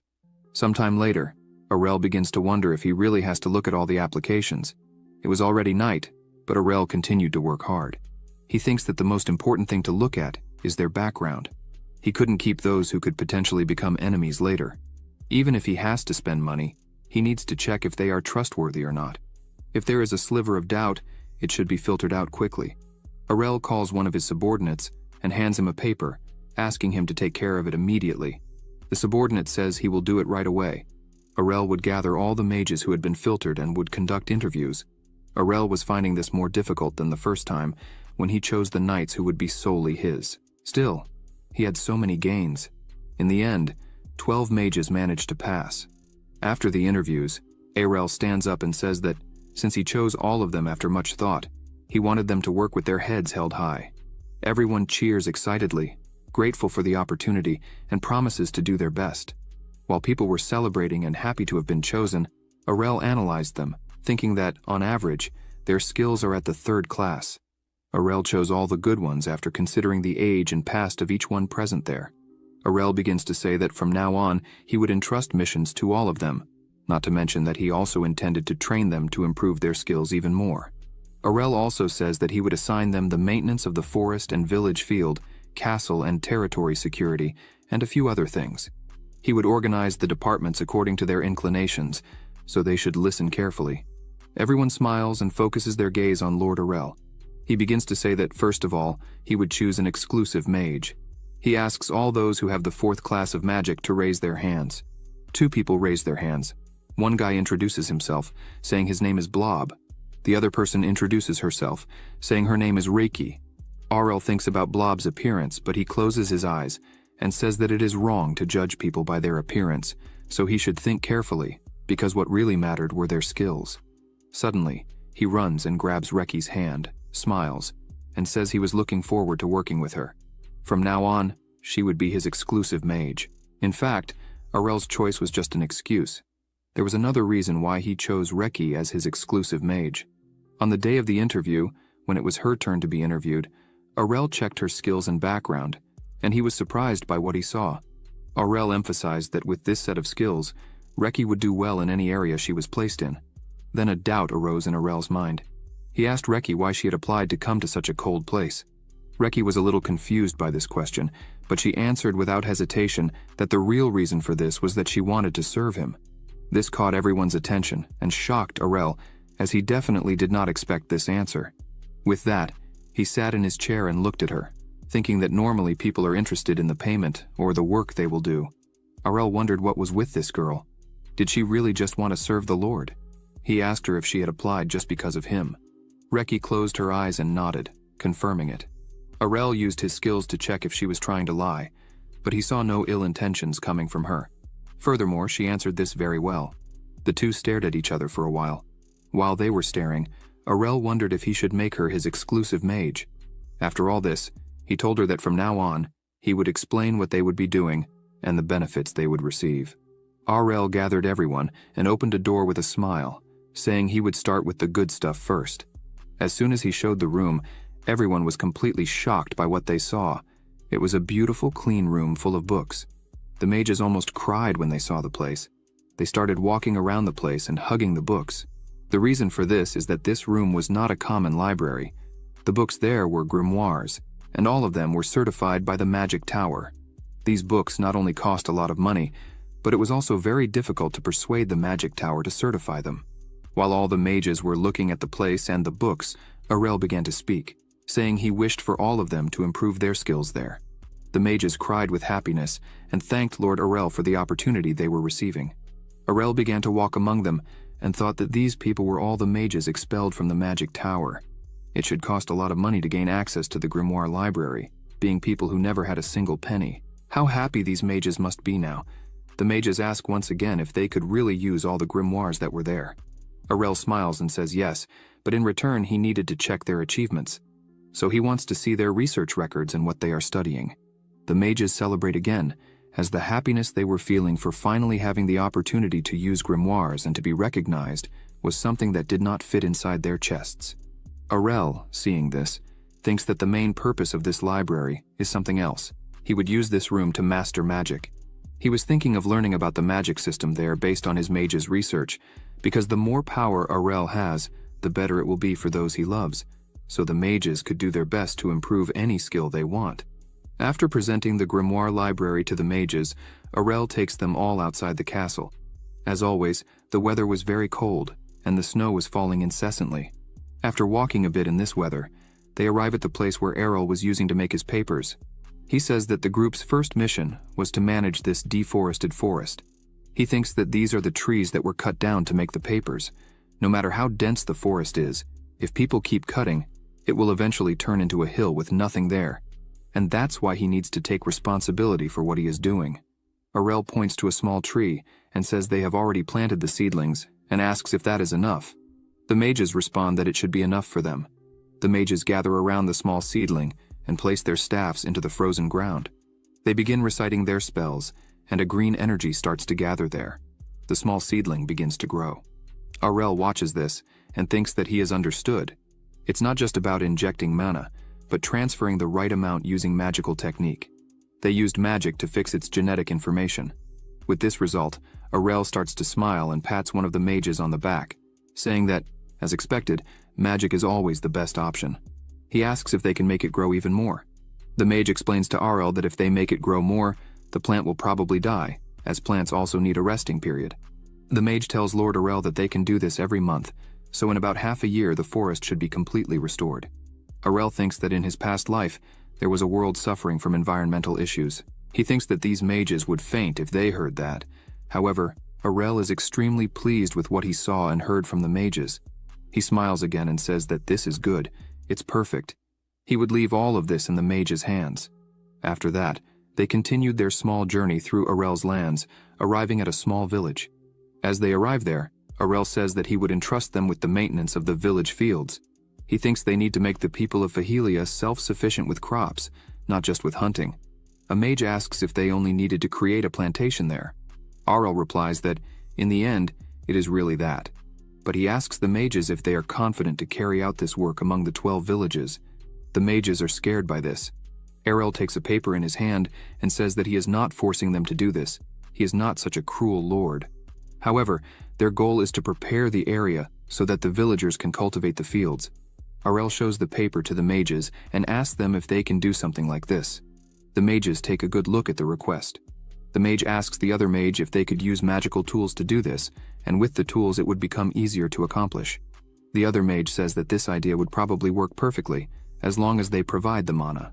Aurel runs to a nearby box and opens it, saying that since he has the magical tools there, they could try. The mages are motivated again. Aurel takes a handful of magical items and begins to position them strategically, because if they can block the cold with a magical barrier and let sunlight and heat through, the plantation will grow without problems. With this, they manage to create a vinyl, but it was more like a mana house, as all the walls were made of mana that the mages placed on the magical items. At the end of this, Aurel is once again very happy. He says that everything went well, so they could do the same in the other villages of the territory, and with this they would ensure that the villagers do not die of hunger. After the success of this mana house, 2 mages were assigned to the Magical Tools Research Department, while the other 3 were in charge of protecting the castle and the territory. Reki sees everyone working and raises her hand quickly, asking what she should do for the Lord. As soon as Aurel hears this question, he looks at her and says that she would stay by his side all the time, following him everywhere. Her job was to protect him from anything, deliver some important messages, among other things as well. Aurel thinks that he cannot show his monstrous strength, that could cause a war among men, so he would use Reki as a special weapon, making her use magic in his place. Aurel tells Reki that for now, her only duty is to read the grimoires and improve all the skills she had. She gets very excited about this and says that, although she still lacks experience, she would do her best for Lord Aurel. He sees this scene and is happy with the enthusiasm and determination Reki was showing. He thinks he also felt her sincerity during the interview. He wonders if there is a reason for this. Suddenly, a book starts to come out of her clothes. This book falls to the ground, and on the cover, there was a picture of Aurel. When he picks it up, Aurel sees that this is the book he had made at his father's request, Intermediate Level, which showed how anyone could become a true knight.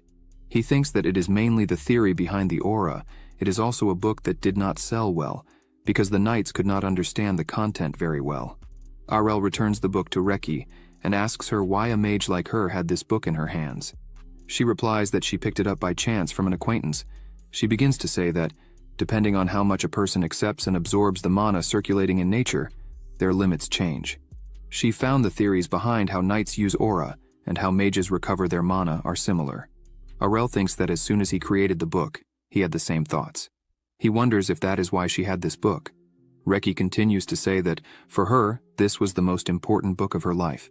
She hugs the book tightly and says that if it is to serve its author, Lord Aurel, even if she has to cross the continent, she would do it without hesitation. This leaves Aurel startled, and he thinks she was willing to do all this for just a basic book. Why is she so impressed by this? She also says that the food there was very good too. Aurel smiles and thinks that in the end, it was because of the food. Reki continues excitedly in front of him, swearing loyalty. He begins to think that anyway, he should be happy for her showing so much determination and loyalty to him. Thus, with this, he hopes he made the right choice. Anyway, everything should be fine. Aurel wastes no time and goes to the library to study a bit about magic. Quickly, he begins to understand how magic was structured in this world. He closes the book and says that's enough. He had understood the theory, now he would try to remember everything as Reki uses magic. He reflects on this question and begins to use it as well, always trying a little harder. Suddenly, he opens his eyes and a bright light comes out of the window where he was. He finally managed to use magic, making stones, books, and various things float around him. He says that instead of calling himself a professional in his past life, he should be called a professional now. Magical training will be smooth, from what he can tell. He should start doing other lordly things.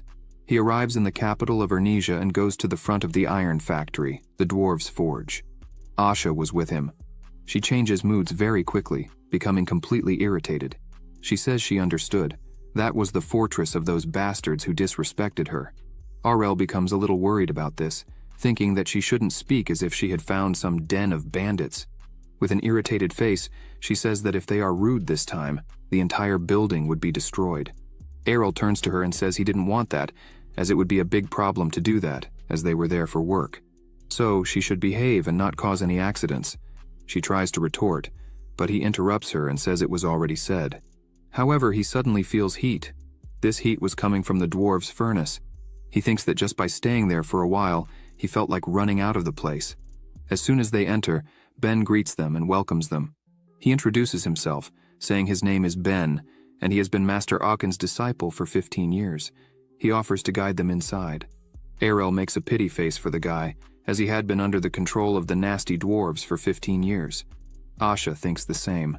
Ben, with a sorrowful face, says that he should have come to greet them earlier, but his damn master had not told him before. He begins to open the door and turns to the two, asking why they were looking at him like that. Asha responds curtly, saying it was nothing important. He should just continue showing the place. Ben says, "This is the room."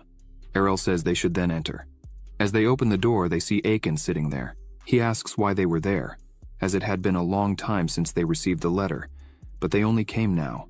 Aurel sits at the table and says it's because Aiken is impatient. Aurel asks if he expected him to come as soon as they received the letter.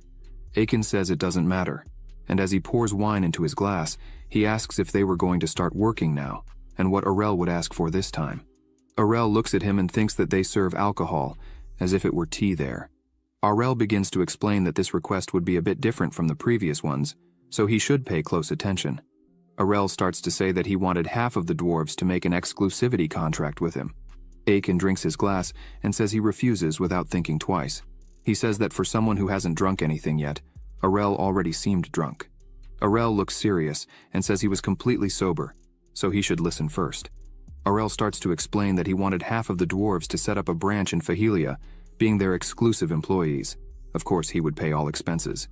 Aiken shouts and slams his glass on the table, saying that is precisely why he refuses. What would they do in that cold and remote land?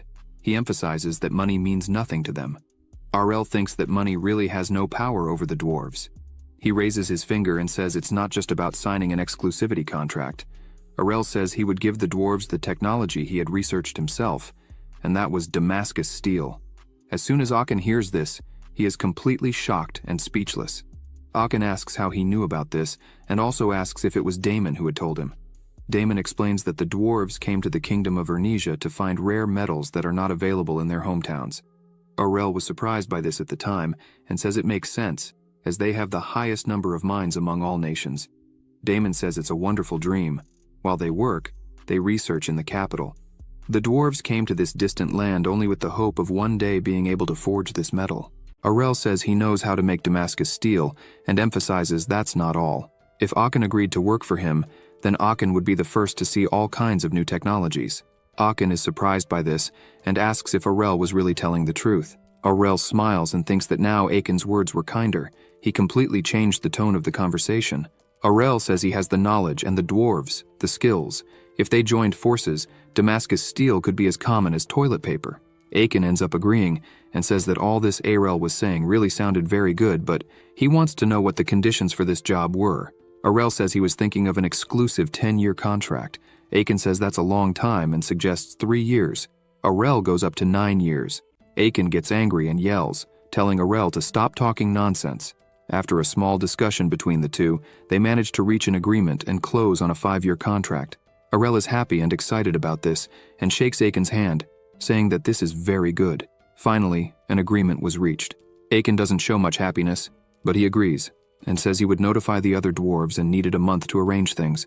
Aurel thinks that Aachen really wanted the Damascus steel, and it's good that he managed to attract the dwarves with it. After everything was finally done, Aurel calls Asha and tells her that they were going back now. When they leave the dwarves' forge, Aurel thinks he should use the travel fatigue as an excuse to rest a bit. Of course, he used to relax in secret, but taking a break openly, with a justification, is even better. Already in the castle, Kanya was a bit sad, looking out the window and watching the snowfall. She turns to Sena and Asha and says she was thinking a bit and realized that she hadn't seen Aurel lately. She asked the two if they had seen him. Asha replies that she hadn't seen him since they returned from the royal capital. Sena is a bit worried, as she heard him say that he needed to rest from the accumulated fatigue of the trip. She thinks that maybe he is sick. Kanya looks back at the window again and sighs, saying that even if that really was the case, staying in the room for more than a week without doing anything is too much. Suddenly, she opens the door with a bang, shouting that she was going to check on this herself. She runs through the castle and knocks on Aachen's room door.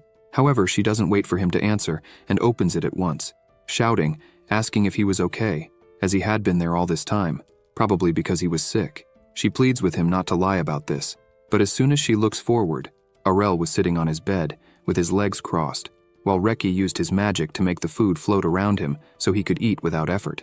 This leaves Kanya speechless. Aurel notices that she was there and asks her to come in and make herself comfortable. He asks her if she was there to join him.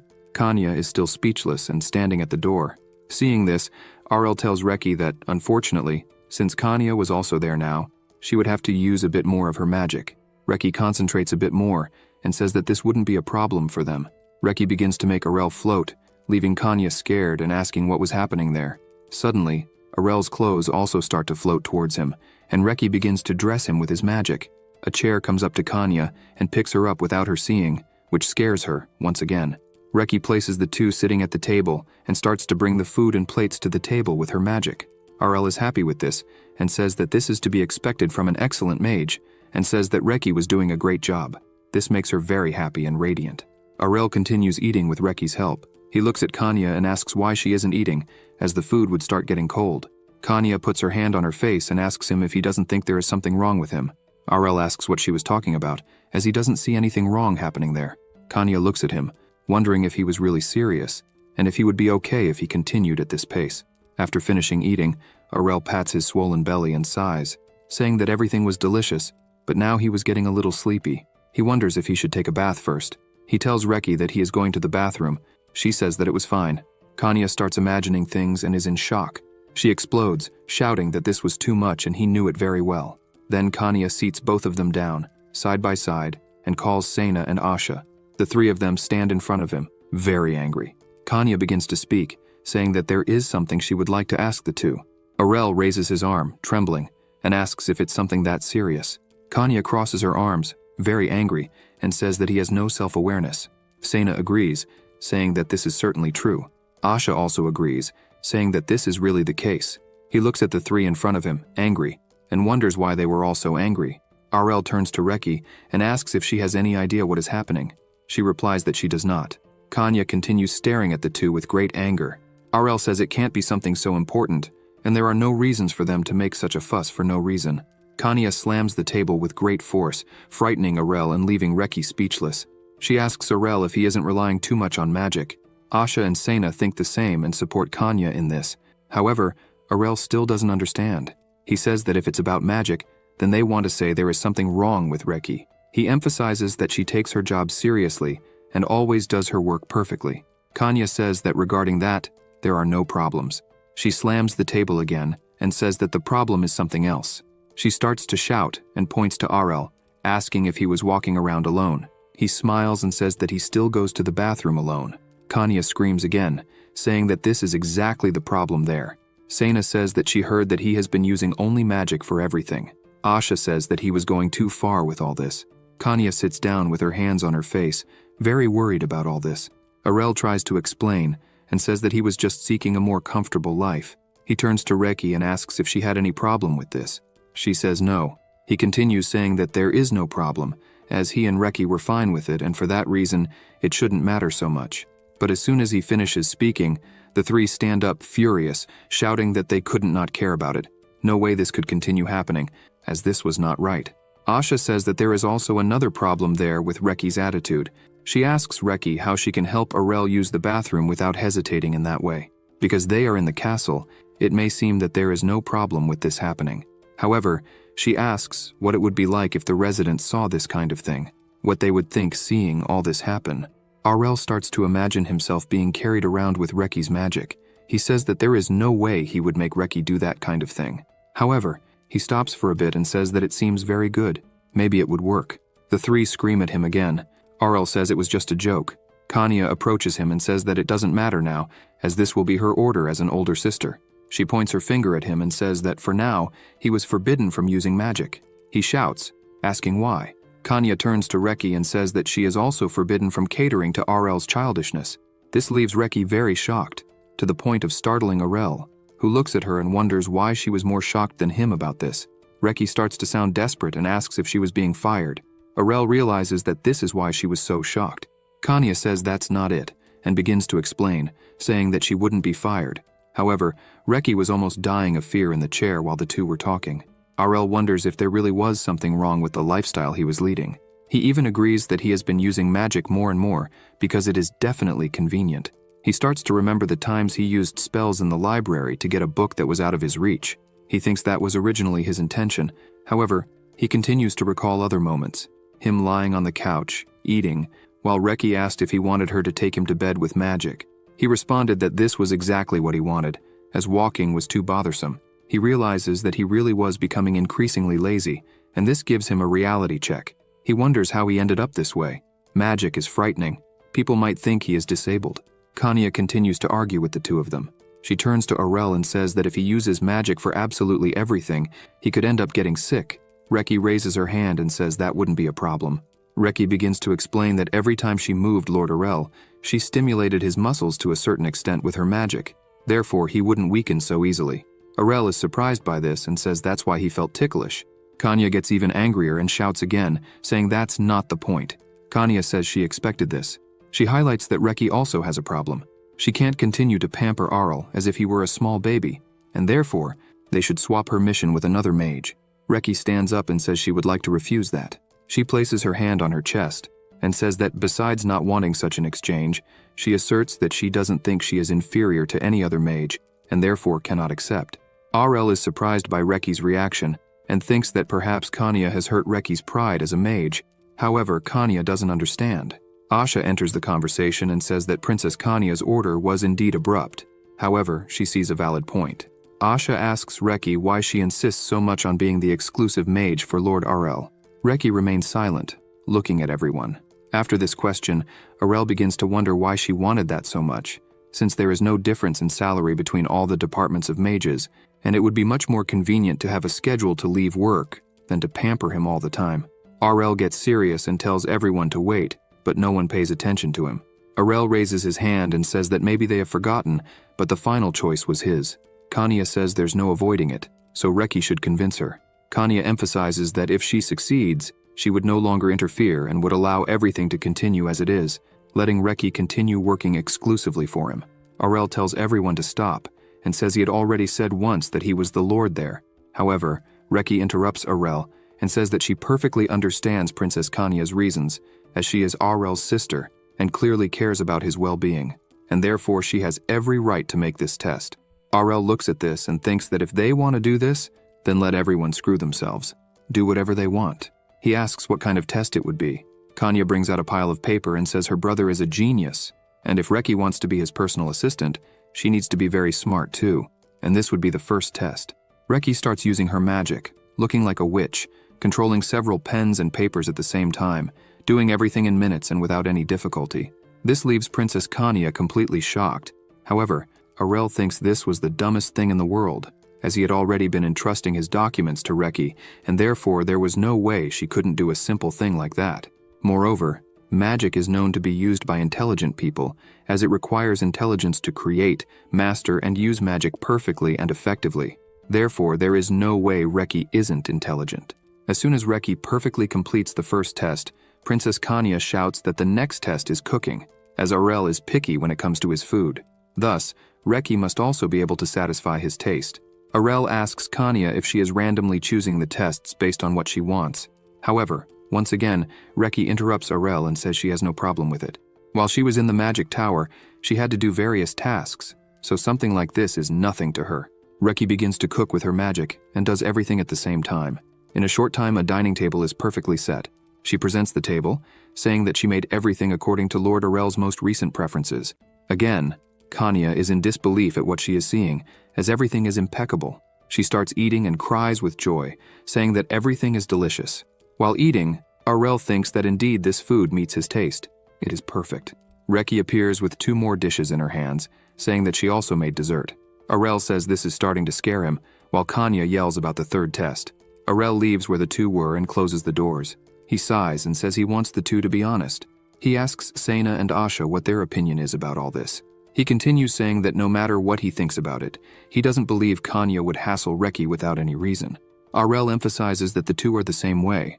On another occasion, they would have stopped this nonsense immediately, but they are letting the 2 continue without any reason for it. Aurel looks closely at the 2 and asks what the reason behind this is. The 2 are at a loss for words, but they cannot hide or lie to the lord of these lands. Then she says that it seems Princess Kanya suspects Reki. This leaves Aurel quite shocked, as he had not imagined this. Sena says that, about this, there was an incident she had reported 2 days ago. She mentions the case where a security system made of magical tools was found partially damaged, and the culprit has not yet been caught. Aurel looks at them seriously and asks if, by any chance, they think Reki is the culprit. Sena is startled and says that they have not asserted anything like that. They are just still investigating. Asha sighs and says that actually they had not informed him yet, but they found something. Asha shows him a letter. Aurel takes the letter in his hands and Asha says that the responsible person accidentally dropped it on the floor. Arel starts reading the letter, and it reads, "Return Reki to the magic tower." He is a bit confused. He looks at the two and asks why on earth the magic tower is making noise because of their mage. He asks the two if they showed this to Reki. Asha says yes, but she had said nothing, just read. Asha emphasizes that she gave no hint in her expressions. Asha says she trusts Reki, but she found this behavior extremely strange. Arel asks why Reki pampers him so much, but all this still doesn't make sense to Arel, as so far all Reki had done was to be exactly loyal. He even wonders if excessive loyalty is the problem. He smiles and tries to make light of the situation, asking if it isn't because of his overflowing charisma. Asha looks at him and asks if he is serious. Sena says basically she would pamper him for 3 days before hitting him and giving up. He says he was wrong. She doesn't need to hit him. Arel starts to think and remembers that, during the interview, he had a glimpse of Reki's heart in advance. He knows she has no strange intentions, but he can't explain this to Kanya and the Knights. Not to mention that, in the past, when Kanya was targeted in an attack by a dark mage, she became extremely scared of it. Since then, she hasn't felt comfortable around any mage. Arel says he understands why Kanya is acting this way. However, before coming to a conclusion, he asks for everyone to give him some time. Asha tries to disagree, but Arel interrupts her and says he himself will investigate Reki's issue. Then his order is that the two immediately stop. Asha lowers her head and agrees with this, saying that if that's how he wants it, then so it shall be. Arel turns his back to the two and walks away, thinking that now is the time to find out the whole truth. He approaches Reki and tells her that he has something to ask her. In Reki's room, the two sit down for a conversation. Arel starts by smiling and apologizing for putting Reki in such a difficult situation. She says it's not a problem, as she doesn't really care much about these things. As they talk, Arel looks around and notices that her room is quite empty. He wonders if it's because she hasn't been at the castle for long. Suddenly, Reki begins to boast, saying that, as his exclusive mage, it was only right that her skills be tested, especially since she serves the kind Lord Arel. Qualifications are indeed important for this position. Arel says that's not quite it. In fact, he isn't that demanding when it comes to hiring exclusive staff. Arel highlights that Princess Kanya hated the idea of having an exclusive mage. She was against it when Arel said he would hire Reki.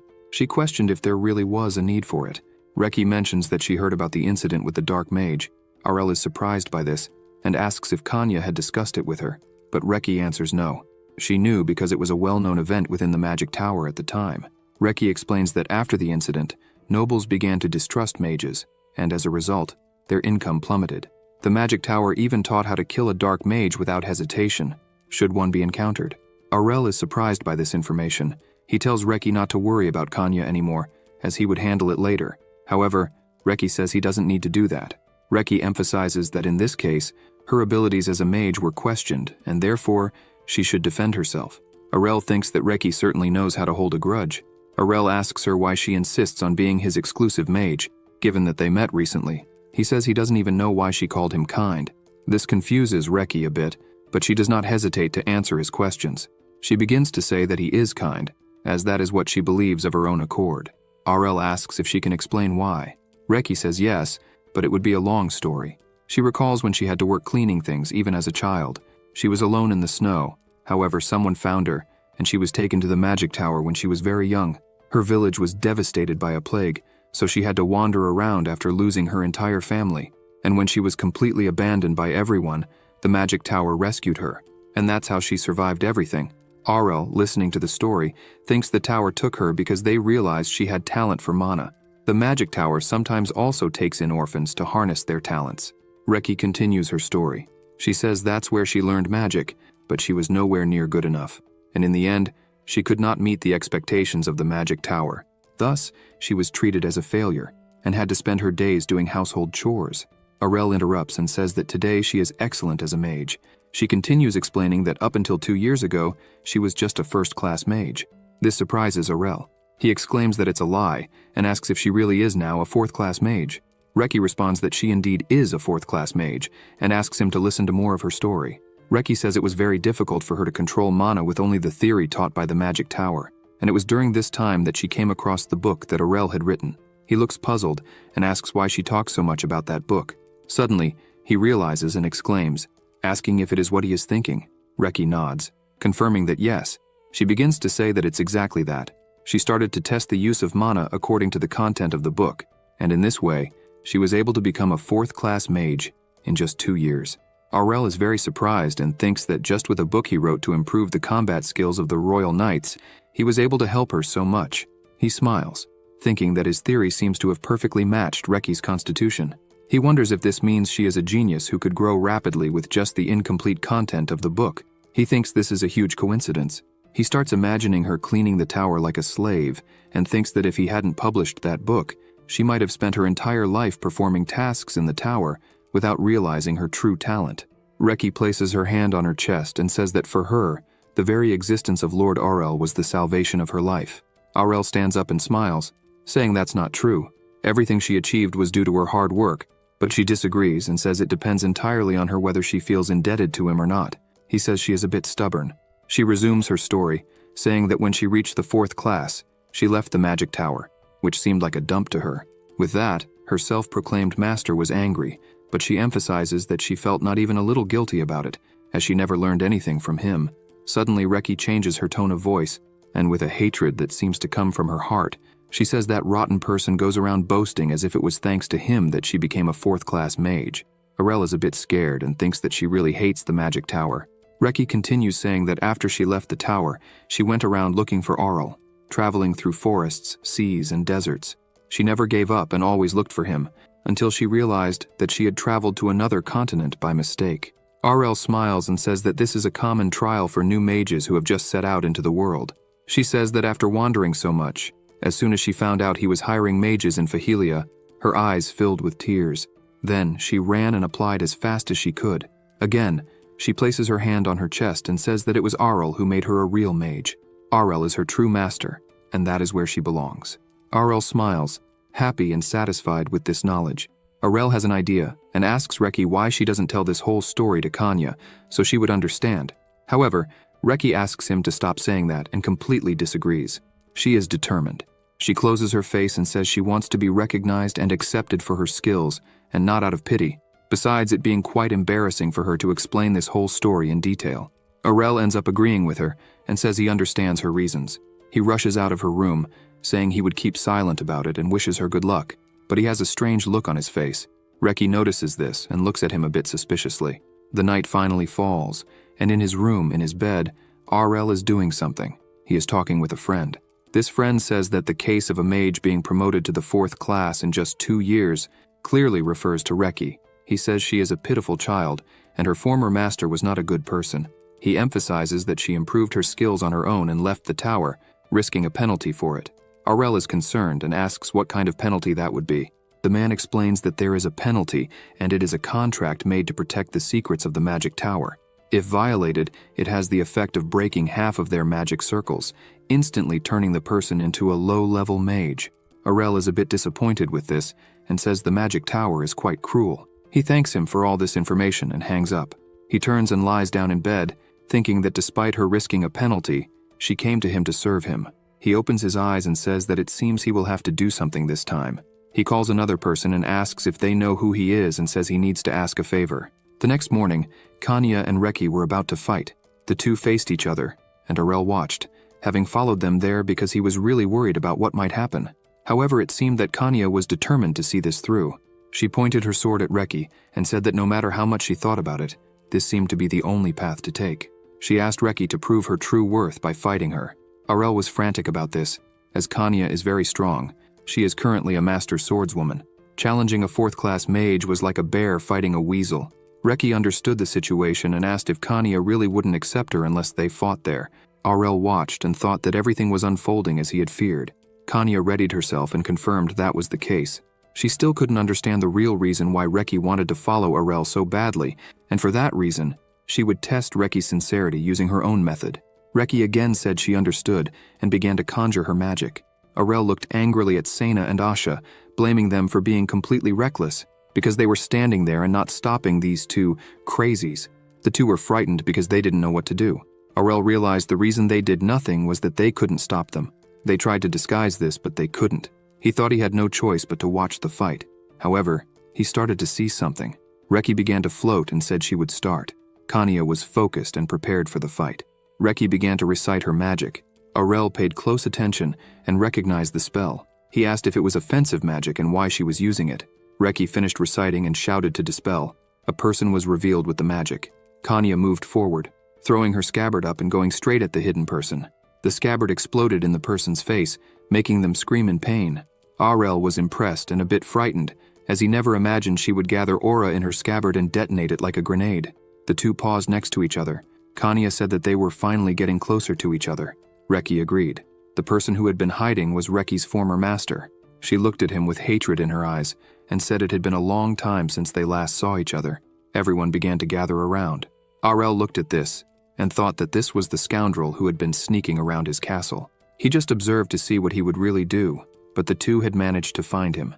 The man began to stand up and said he wasn't a suspect, so they should stop attacking. He showed his identification certificate. He became annoyed, saying he was there to take Reiki back to the magic tower. However, she attacked him. He called her an ungrateful brat. Reki put her hand on her chin and began to think a bit. She said it was all very strange because he had never taught her anything, only gave her slave-like tasks to do. She emphasized that she never thought of the person who let her starve as her master. She said he was a despicable person. Kanya watched this, as she still didn't know about this story. The man stood up and yelled, ordering Reki to shut up, as she would go back with him anyway. He asked her if she had any idea how much trouble he got into after the leader of the magic tower found out that one of his mages had suddenly disappeared. Arel began to wonder why the leader was so angry. Was it because he wanted this guy to train other mages like Reki? This left the man speechless. Arel continued saying that it seemed he didn't have other disciples like her because he wasn't a good master. Arel asked him just how incompetent he really was. The man forcibly grabbed Reki's arm. He said that even the lord there had no manners, and so he would file a complaint later. He told Reki that she would be punished for running away. He yelled at her to stop joking around and follow him. Immediately, Arel went up to the two and slapped the man's hand away, apologizing and saying that, unfortunately, that was not going to happen. He starts to smile and says that Reki is his exclusive mage and has already signed a contract with him, not to mention that he also conducted an investigation into the magic tower yesterday. The man starts shouting, saying it's outrageous, as according to the rules he couldn't do anything without the approval of her master. Arel begins to laugh and asks about the rules. He says he was already aware of them, and that is precisely why he conducted an official investigation.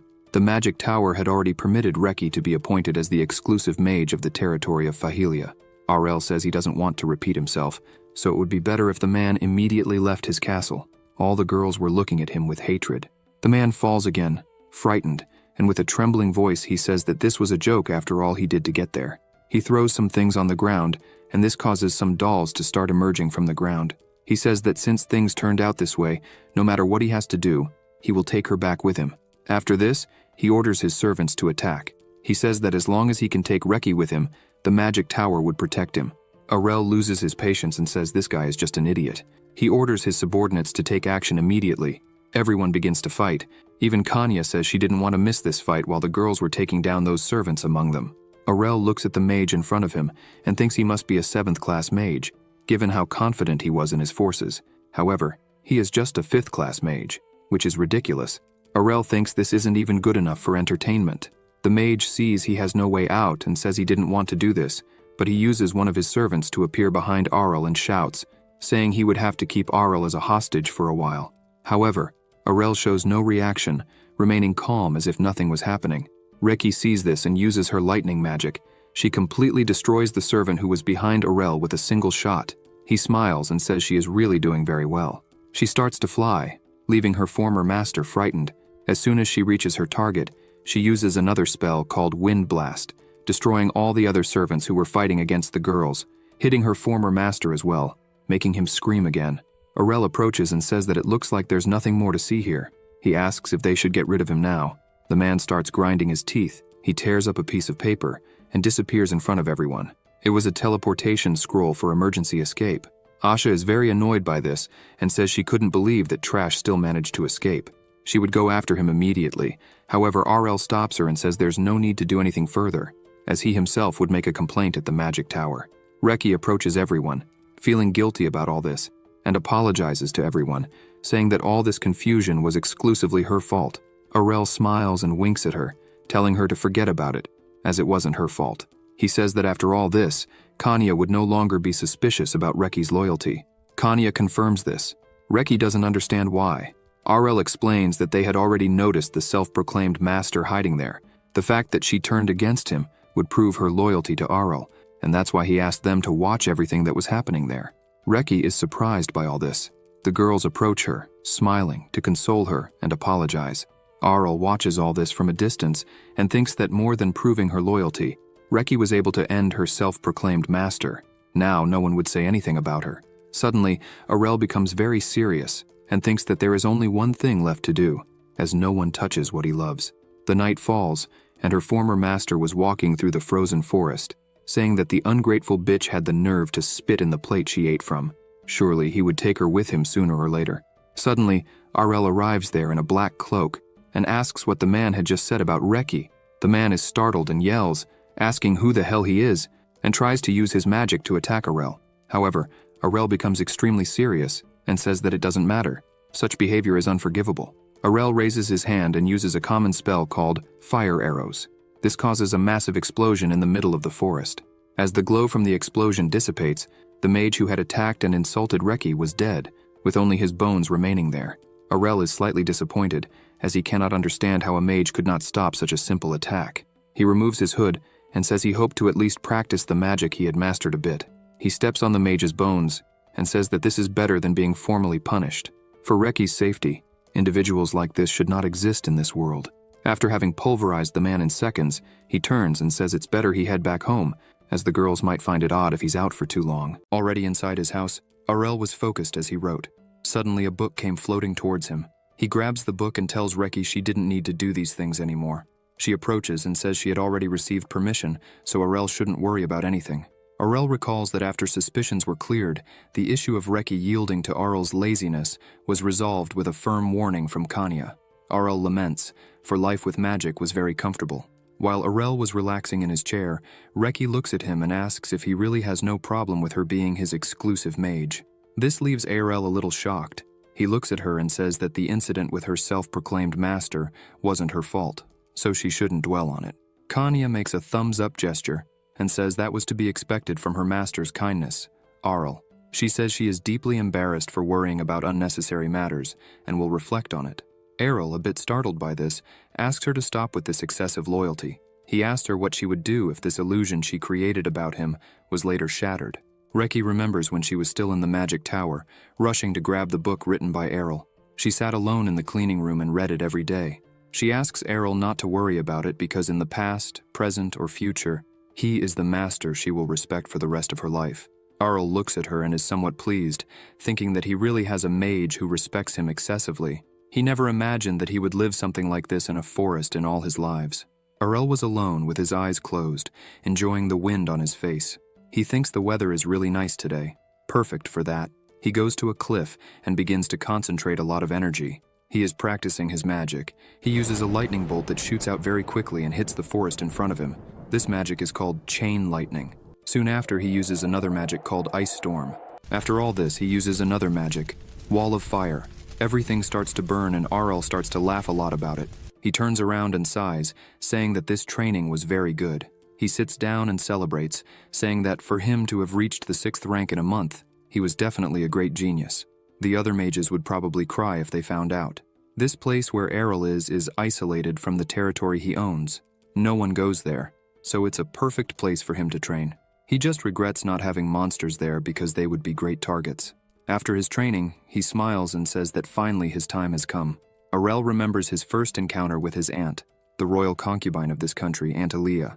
She looked at him as if she were looking at a squirming caterpillar. He tried to close his eyes, but his aunt continued to oppress him and want to expel him in every way. Even in front of his mother, she still emitted bad vibes. With all this stored in his chest, Arel goes to the castle where his aunt's family lives. He flies there and says he's had enough of it all. His Aunt Aaliyah had better be prepared for what's coming.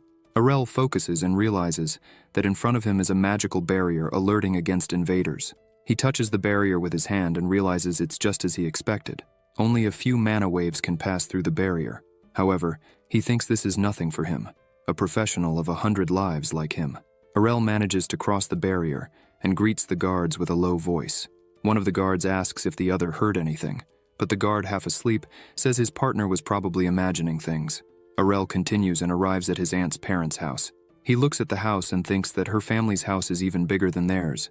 Clearly, they have a lot of money. Errol creates a small fireball on his finger and smiles.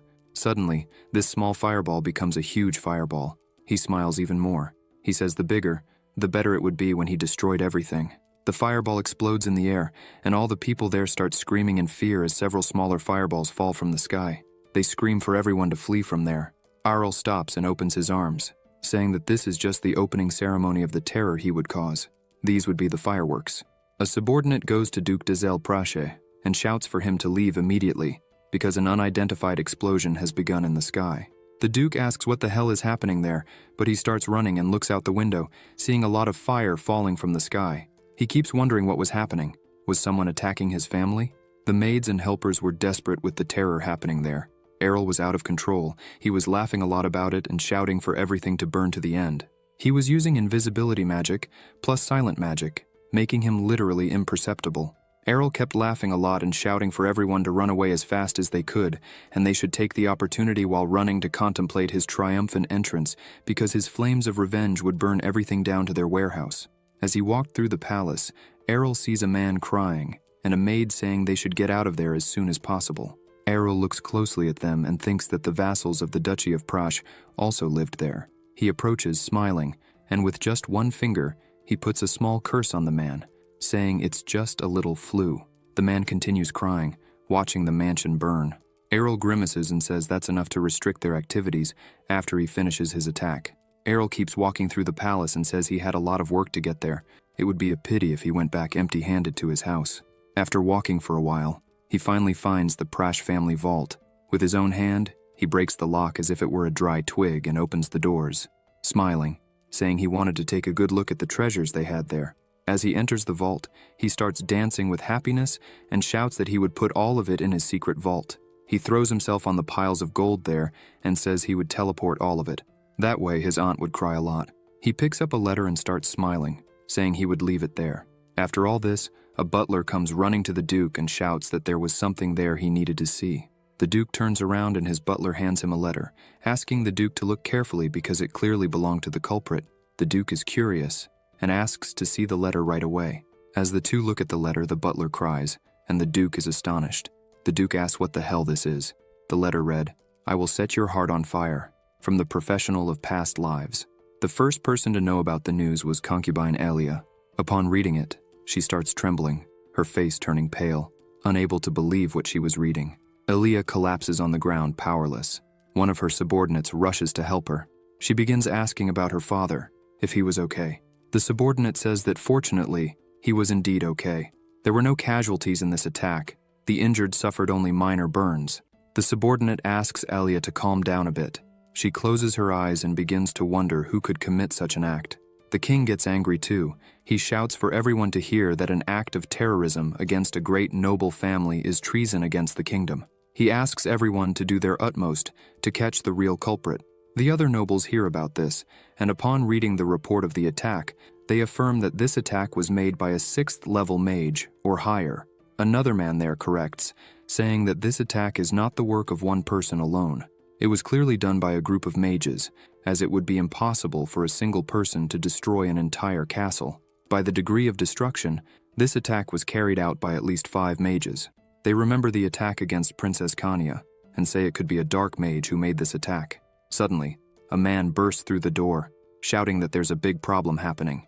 The man says that an epidemic should have broken out after the fire, because all the nobles of the Prash family were sick because of it. The financial damages were increasing more and more. Elia was completely devastated. She thought her family, which boasted great wealth, was now on the brink of ruin. She becomes serious and tells her subordinate that she doesn't care how long it takes. She wants them to find out who did this. Her subordinate lowers her gaze and sighs. She points out that Elia should be careful because she could become the next target of the man responsible for this. Elia starts trembling and says she was already aware of that. Meanwhile, in Lord Errol's castle, Asha was reading a paper with some news.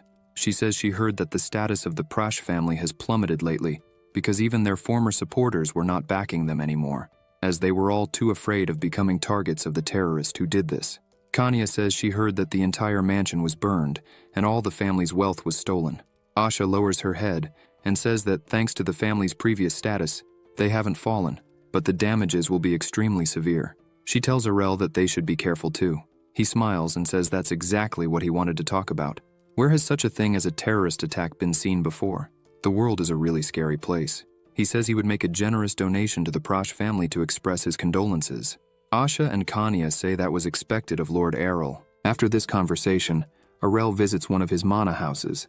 Seeing it, he is very happy. The villagers are also pleased with the result. Arel says the mana house really works very well. Now they wouldn't need to worry about food. One of the villagers comes crying to Errol with wheat in his hand and says he was very happy because he never dreamed of seeing such a great harvest in this frozen land. He shows a comparison of the grains and says they were twice as big as before, and all thanks to Lord Arel. He responds that it's not his merit because all the hard work was done by the mages who spent the whole month doing overtime to adjust the magical tools. He just paid for their work. Arel touches the mana wall and says everything is so peaceful, it's perfect. He looks at all this and thinks that the Proksh family would no longer bother him and that his territory has finally become healthy. He thinks that if things continue like this, it would be great.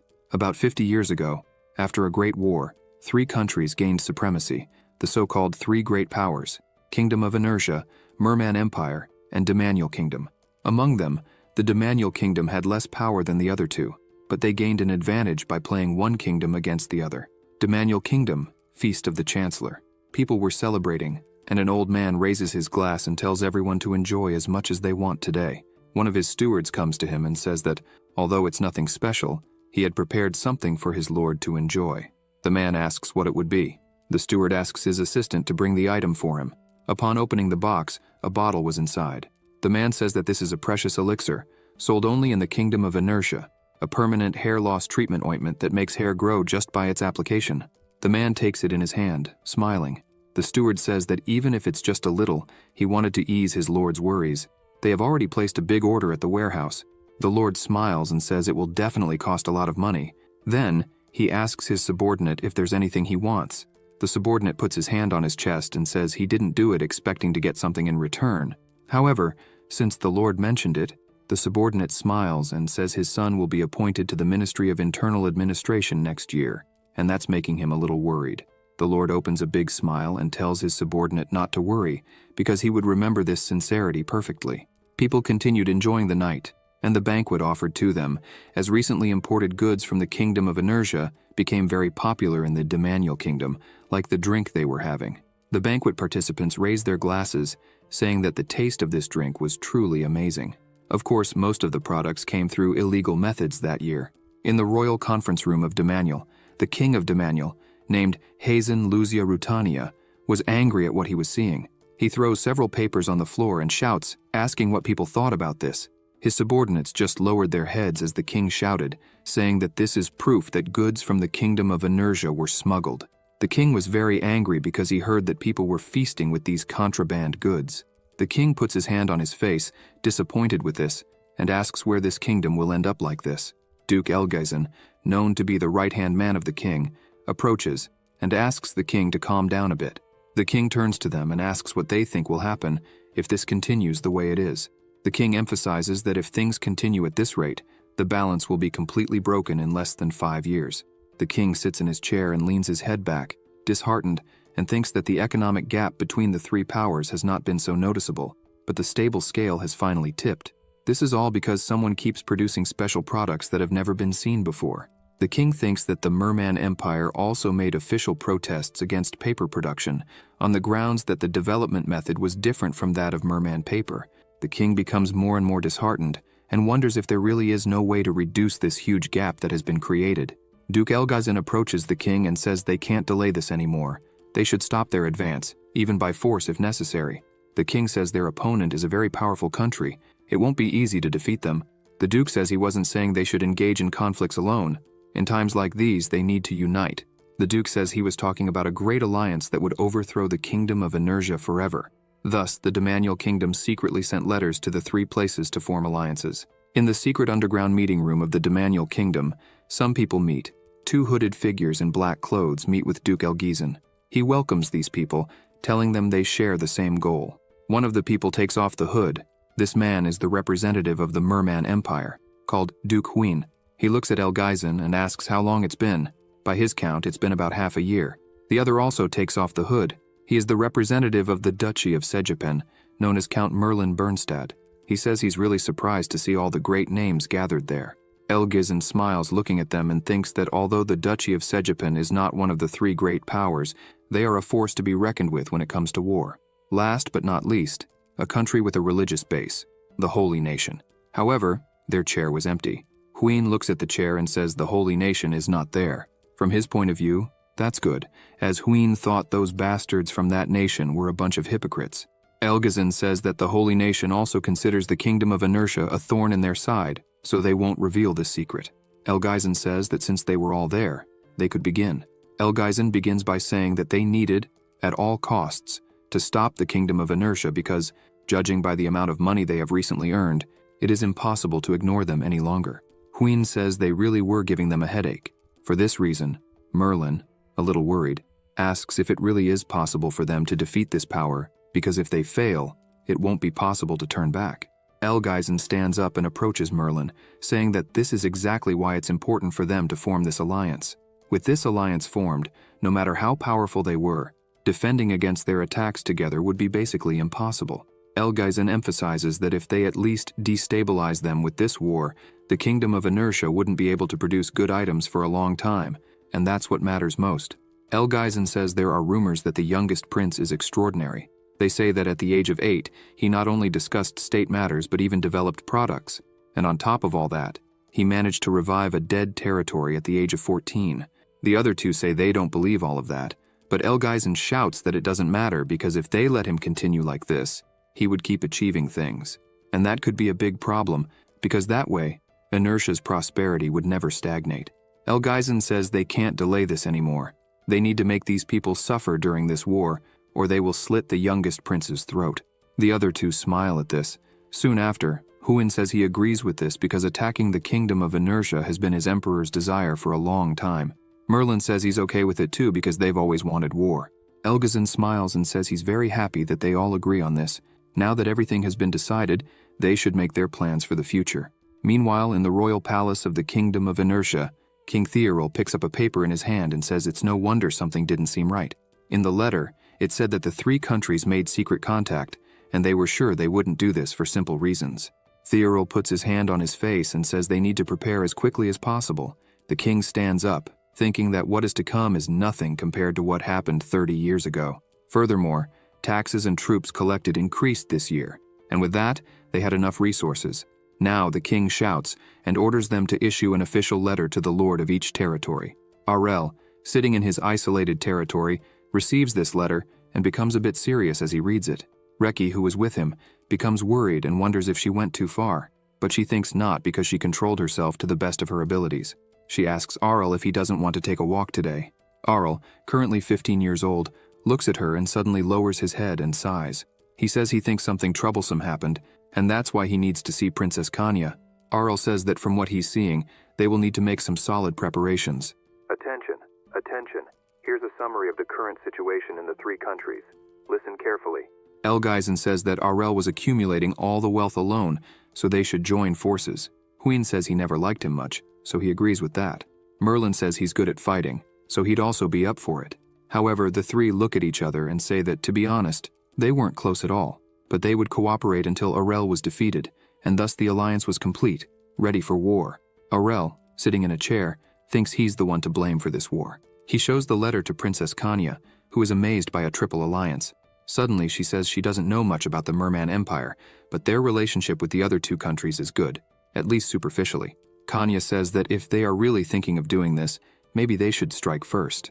Arel sighs and says that would be a great idea, but they all met in secret, so it would be difficult for them to gather evidence for such an attack. He emphasizes that the three countries aren't stupid enough to leave evidence like that, but he's very glad the kingdom noticed this in time.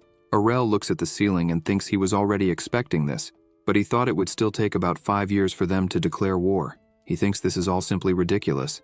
Arel thinks that neither humans nor the world can change so easily, seeing how they chose war so readily. The deaths of people aren't a concern for them.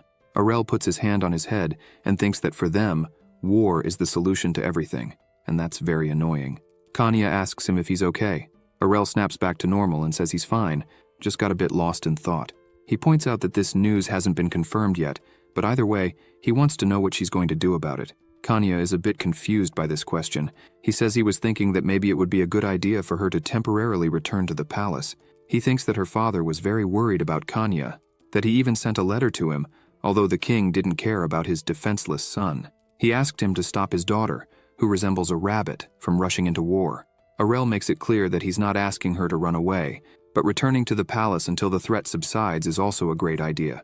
He says that in times of emergency, the status of princess takes precedence over that of a knight. As expected, Princess Kanya leans back in her chair, pouting, and says she doesn't like it at all. Arel is a bit surprised because he really didn't imagine she would reject this so quickly. He looks directly at her, and with a serious expression, says this isn't a joke or time to play around. He emphasizes that if she stays there as a knight and the situation demands it, she will be forced onto the battlefield. He asks her again if she's okay with that. Princess Kanya smiles. She says she swore loyalty and swore to protect Lord Arel. She doesn't want to run to safety just because she's a princess. She stands up and looks at Arel and says that as a member of the royal family, she should be the first to stay there. Arel is really surprised by these words. He wonders when she became this person. He tears up, saying his little princess finally grew up. She asks him if he's serious. Arel says he understood everything and would convey her wish to their father. She smiles and asks him to do that. On the other hand, Arel's letter reaches his father, saying he did the best he could, but couldn't convince Kanya to return. The king is a bit angry about this, but he can't do anything about it. In the inner hall of Fahelia Castle, Sena is downing a drink. She just finished it and sighs, saying she didn't expect a war to suddenly happen. That's quite problematic. Asha asks if Sena had participated in wars before. She says yes, but that's in the past. She says she was dragged in twice because she was wandering at the front lines. She emphasizes that the scale of this little war is almost insignificant compared to the one to come. Sena says she remembered something important and asks Asha if she shouldn't return to her hometown. This surprises Asha a little. Sena says she heard that Asha's younger brother entered the academy this year. She asks Asha if it wouldn't be good to see his face one more time before the war. Asha just smiles. She picks up her glass and says they still don't know what might happen, so her brother would understand if she went to see him later. Asha tells Sena that she's also postponing her vacation. Reki, with her straw in the glass, is just drinking and watching the two talk. Sena smiles and says it's because things are a bit chaotic at the moment, so maybe it's better to wait a bit. The two toast as Reki focuses on her glass without wasting any time. Sena says they should drink until they drop, because they don't know if they'll be able to do this again in the future. Sena reaches for the bottle to have another drink, but as soon as she grabs it, she notices it's empty. She is surprised and says there was still plenty in there and asks where it went. Reki sighs and says she was very hungry and ended up drinking it all. Asha says that alcohol isn't something she should drink to fill her stomach. While they were drinking, Arel was focused in his room, with various papers, books, and maps scattered everywhere. As he looks at all of this, he thinks that he told Kanya the war wasn't confirmed, but he knew it was destined to happen in at least a year. He thinks that if something goes wrong, he would have to spend his birthday on the battlefield. Arel is truly focused on this. He can't stop thinking about the possibilities. He thinks that 1 against 3 is very complicated. He wonders what his real chances of victory are. He thinks that from his experience in past lives, they would probably send an army of about 600 to 700,000 to try to invade the kingdom. Arel looks at the pieces on his desk and says that if the kingdom focuses all it has on the war, it would have at most 600,000 soldiers. He is surprised and says that not even he can say how this war will end, but he's considering everything. And if he sees they really can't win, he might use his power secretly on the battlefield. He thinks that from afar, this would be the worst possible scenario, because even if the kingdom is protected, its peace wouldn't be. He sits down, sighs, and says that his number one priority has always been to live a peaceful life because he had a troubled life 99 times. He stands up smiling and wonders what a weak young lord should do to survive the impending war. The answer is quite clear. He thinks that reinforcing weapons would solve it. He wouldn't let a single enemy soldier enter his paradise. With that in mind, he begins to walk and opens the door shouting for Aachen and asking if he's too busy. A hammer flies towards the young lord. He smiles and says that apparently Aachen wasn't in a good mood today either. Arel says that although it's a bit late, he wanted to welcome him and ask if he needs anything. Aachen replies that the location isn't bad, the facilities are modern and unpleasantly luxurious. Arel asks if that isn't great. Aachen shouts and points the hammer at him, saying that the most important thing there is that the blacksmiths were bad. Arel asks why they were bad and if they didn't follow the instructions correctly. Aachen's eyes were on fire. He yells that he made the blacksmiths work for 2 days without sleep, and they all passed out. RL asks Aiken if he knew that normal humans would die if they worked that much without a break. After this conversation, Aiken calms down a bit and ends up thanking RL for the information about Damascus steel. He says he never thought it could be produced with just those ingredients. RL says it won't be so easy to produce because a difference of 1 gram can ruin everything. RL says he wants to get straight to the point. He starts talking that he needed weapons and asks if it's possible to get them immediately. Aiken puts his hand on his chin and says it wouldn't be a problem if it were something simpler. He asks how many RL wants. RL bows and whispers the quantity in Aken's ear. Aken is astonished by what he hears.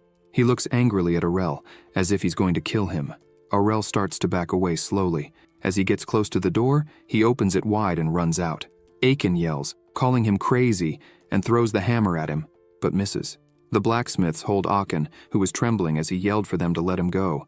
He shouts asking if RL isn't coming back there, but RL was already running. He smiles and says that if he keeps it up, someday he'll end up being beaten by the blacksmiths. After this request, he says he needs to be careful not to be stabbed in the back. RL thinks he can act that way. However, he was busy. Ian appears happy and says he's surprised to see Lord RL again. The protagonist says he didn't expect to see him so soon. Ian asks how many slaves he needed this time. RL says this time it won't be normal. He asks Ian to prepare. Ian says he has already spoken to all the merchants, so he's ready. The protagonist shows 5 fingers and says he wants 50,000 people. Compared to his last purchase, it's 10 times more. He asks if it's possible. Ian is stunned by this amount. Ian remains silent for a while. Shortly after, he asks if RL really wants 50,000. The protagonist says yes, and asks if it's impossible. Ian says the nobles were buying a lot, about 2,000 to 3,000, and all of them were being used as soldiers. He asks the protagonist if he is planning to do the same. RL says it's basically that, but he still wants families among the slaves. Ian thinks for a moment and says he understands everything. The protagonist thinks Ian sensed the opportunity to make money, as he is a merchant. He must know that a war is forming and will raise the prices of his goods. RL says that obviously Ian already knows what's happening, however, he should stay quiet. Ian says that keeping secrets is the soul of business. Ian asks if he can send the slaves to the protagonist's territory. RL asks how long it would take. Ian says about 5 days.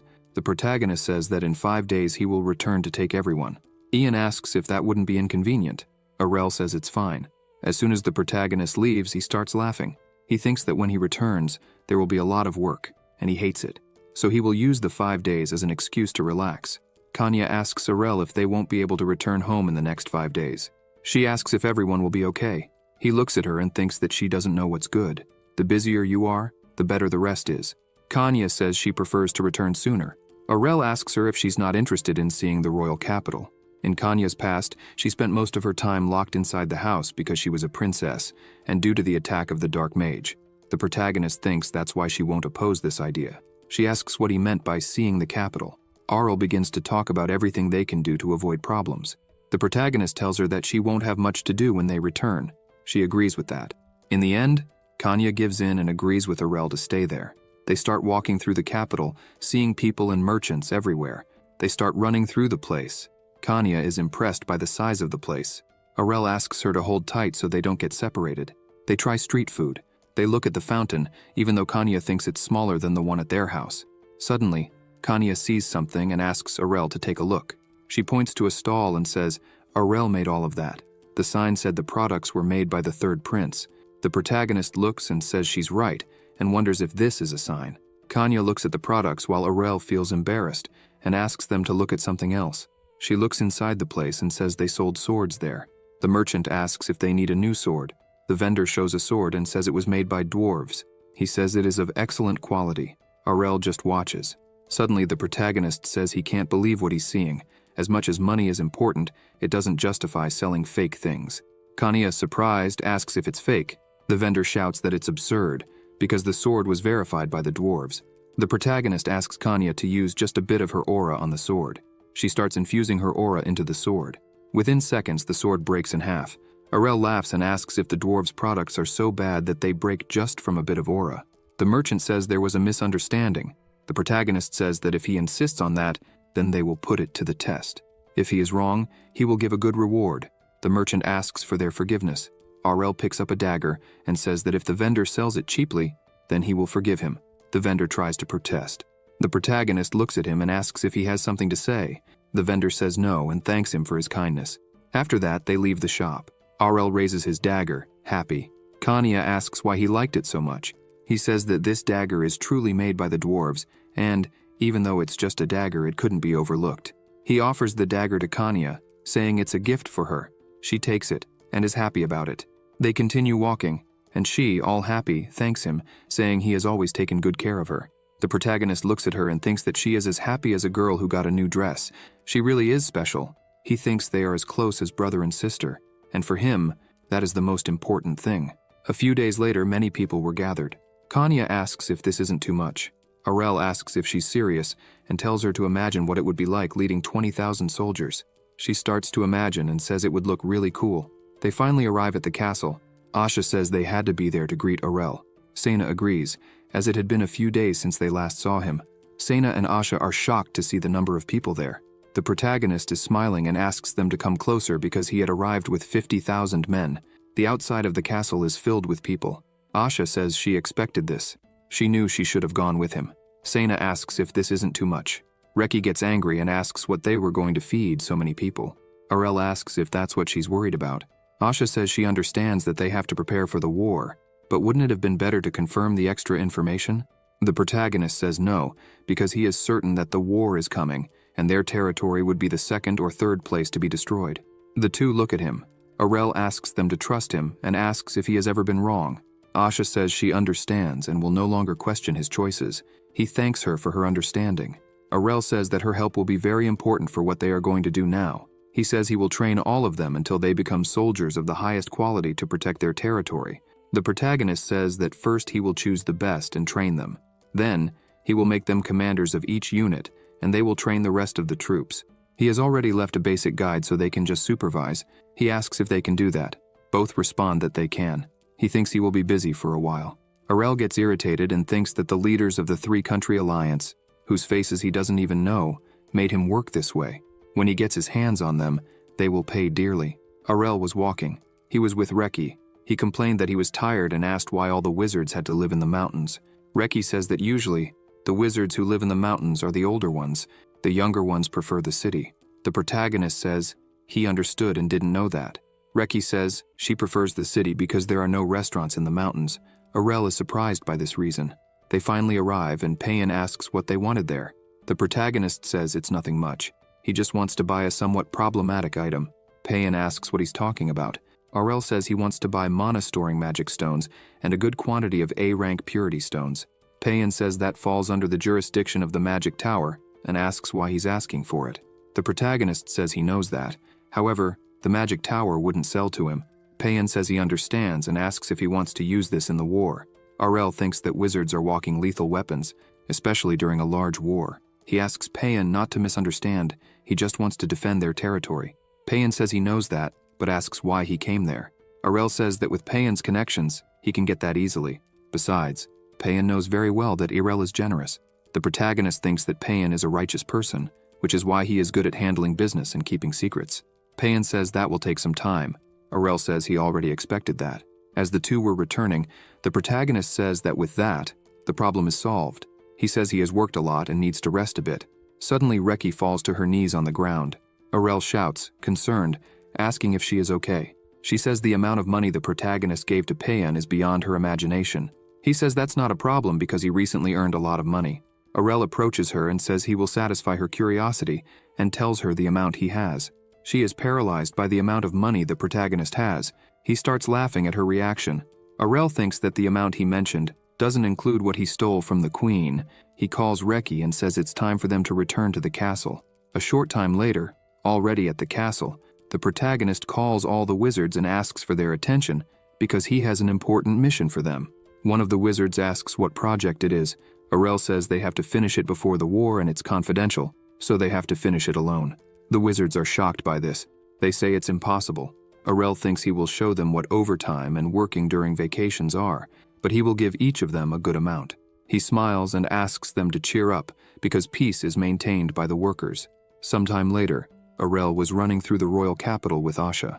She asks what is so important that they had to return to the royal capital. He says they are there for personal reasons. He thinks that maybe Asha misunderstood the reason. Aurel grabs her arm and tells her not to complain and to follow him. She asks where they are going. As soon as they arrive, she is impressed. The protagonist says this is the Royal Academy. He says her brother studies there and she should see him at least once. The Royal Academy is an educational institution that teaches the children of nobles.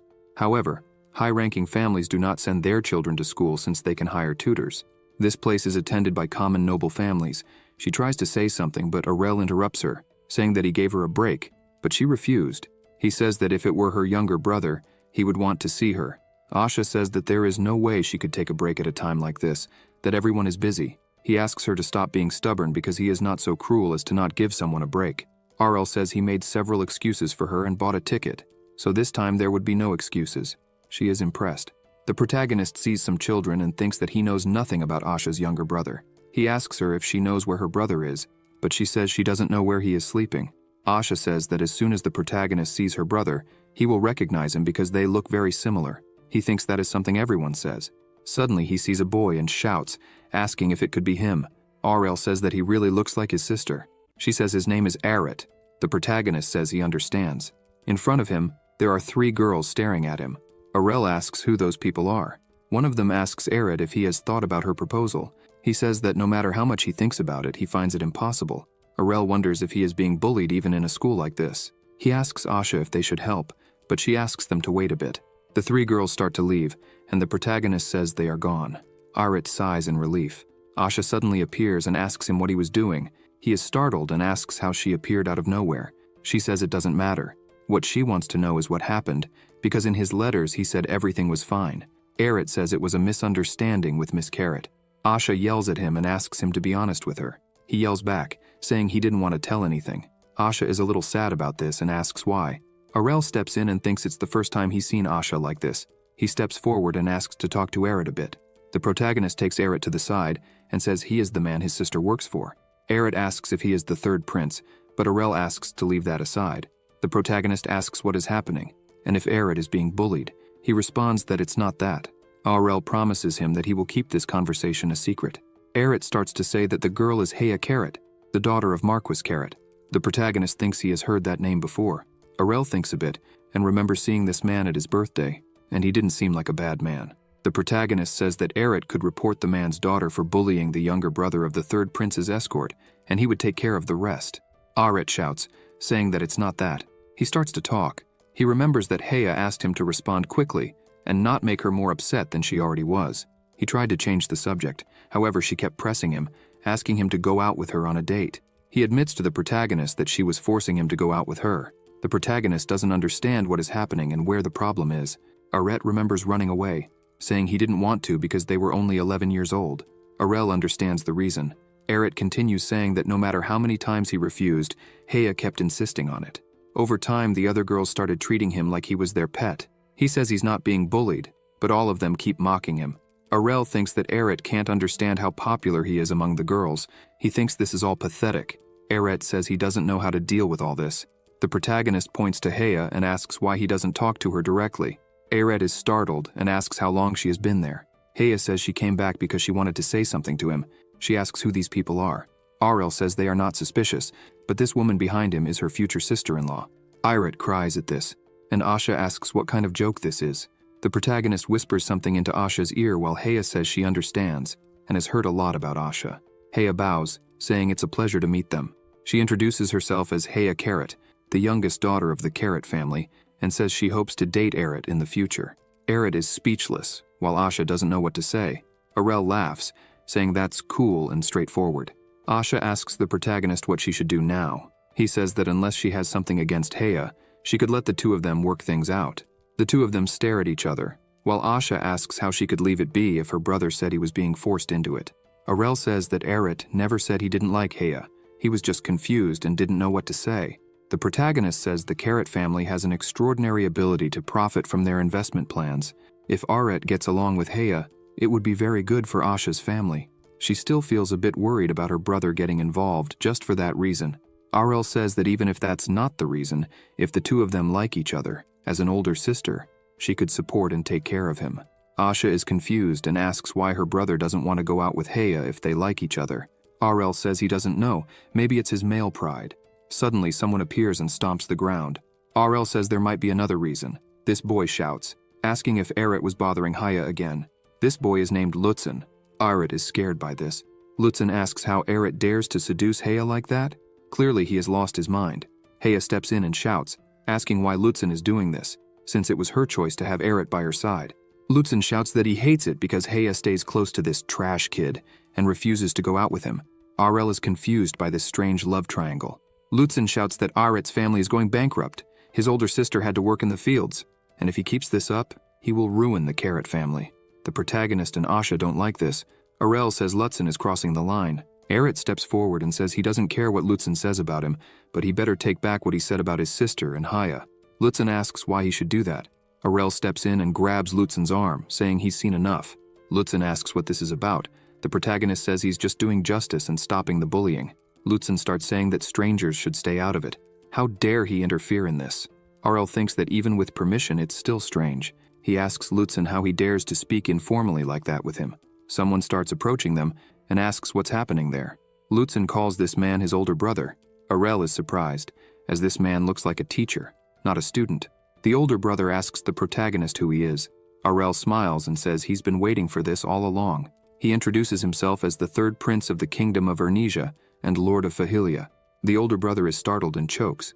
He asks what the prince is doing there. RL asks if he's so surprised that he chokes.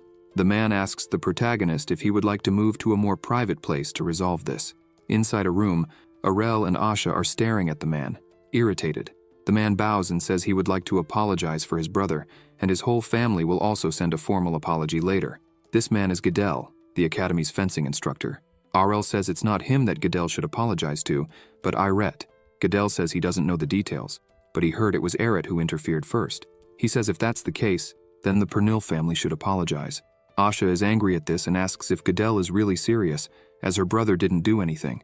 The protagonist thinks he was wondering why they were in a love triangle, but he's starting to understand the reason.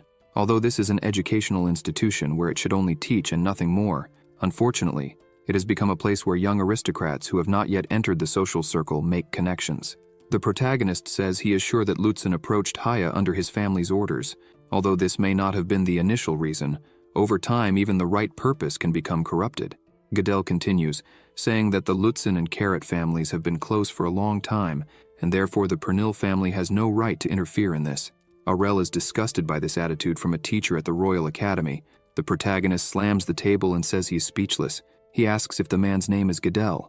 RL asks why he is bringing family issues into children's relationships. Does this academy teach students to be prejudiced? Gadel says that class differences cannot be ignored, and it is a noble's duty to have appropriate relationships. RL asks if this is serious. He points out that Asha is his squire. The protagonist asks Gadel if he is saying that a knight of the royal guard is inferior. The man is speechless. Gadel stands up and says he understands. He will speak to his younger brother. He says he hopes the Pernil family does not say anything else that could cause a misunderstanding between them. RL is serious and asks where the hell Gadel thinks he is going. The protagonist asks who he thinks he is to decide when to end a conversation. RL starts laughing and says that to sum it all up, Haya likes Eret, and Gadel's younger brother was interfering, so they will resolve it there. The protagonist says he is talking about that ancient method, when two families were in conflict for this reason. Asha asks what RL means by that. Gadel asks if he means there will be a duel. The protagonist says that's right. They will have a duel between the eldest son of the Lutzen family and the eldest daughter of the Pernil family, and the two younger siblings as well. Gadel asks what kind of madness this is. RL tells him to be quiet because he hasn't finished speaking yet. The protagonist says that if he wins, besides backing off, he will actively help with the Lutzen family's food situation, which is bad due to poor harvests. Gadel is shocked to know that RL knew about this. RL emphasizes that both Asha and her brother must win. In other words, if only one of them is defeated, the victory goes to Gadel. Gadel thinks this came out of nowhere. However, if they win, it would greatly help their family, not to mention that victory seems certain. He thinks his brother is 2 years older than Eret, which gives them a physical advantage. As for himself, he would win easily, as he was the captain of the 13th Knight Order. An escort knight would not be able to defeat him. Gadel bows and says that if it is the prince's will, he cannot refuse. The protagonist says he promises in his name and the name of the royal family, so there is no turning back for either side. Asha shouts at RL and says that normally she wouldn't care, but this time he went too far. He says that normally she would try to stop him. She says that's not what she meant. The protagonist says that he really went too far. However, he asks her if she would be okay, knowing that this is happening and nothing was done. RL says that Gadel not only ridiculed the Pernil family, but also humiliated her younger brother. They were treated as mere stones by the roadside. Asha says that she is a royal knight. She should not act based on her feelings. The protagonist says that's right. She is his knight. To disrespect his knight is no different from disrespecting him. RL emphasizes that he will not accept anyone speaking ill of him or his people. He says he knows that deep down she wants to beat him up too. The protagonist says that the most important thing in all this is that they will be able to show her brother what a great knight his older sister has become. She sighs and asks if he is really serious. When Eret finds out, he starts shouting, saying that there is no way he can beat Lutzen. Arel asks him to calm down and says that a fight between children is nothing serious. Whoever strikes first wins. He just needs to hit Lutzen first. The protagonist puts his hand on Eret's shoulder and says that now he will be honest. Arel says that all this time, Lutzen has been fighting with him. The protagonist asks if he isn't angry about it. Eret says he is a bit upset about it. However, when he thinks about his sister, who has fought so hard for the family, he can't act immaturely, so he tried to let it all go and focus on his skills. Arel says that's an option, but he asks when Eret will be able to get out of this situation. When he studies a lot and graduates, when he trains and becomes stronger, it will be too late. If a person wants to choose their own path, they need to act quickly. If they wait for the best opportunity, they might end up waiting their whole life.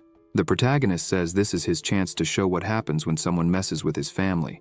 Arel says he might get the worst of it if he starts a fight anyway, but the protagonist tells him to keep in mind that the third prince will take care of him.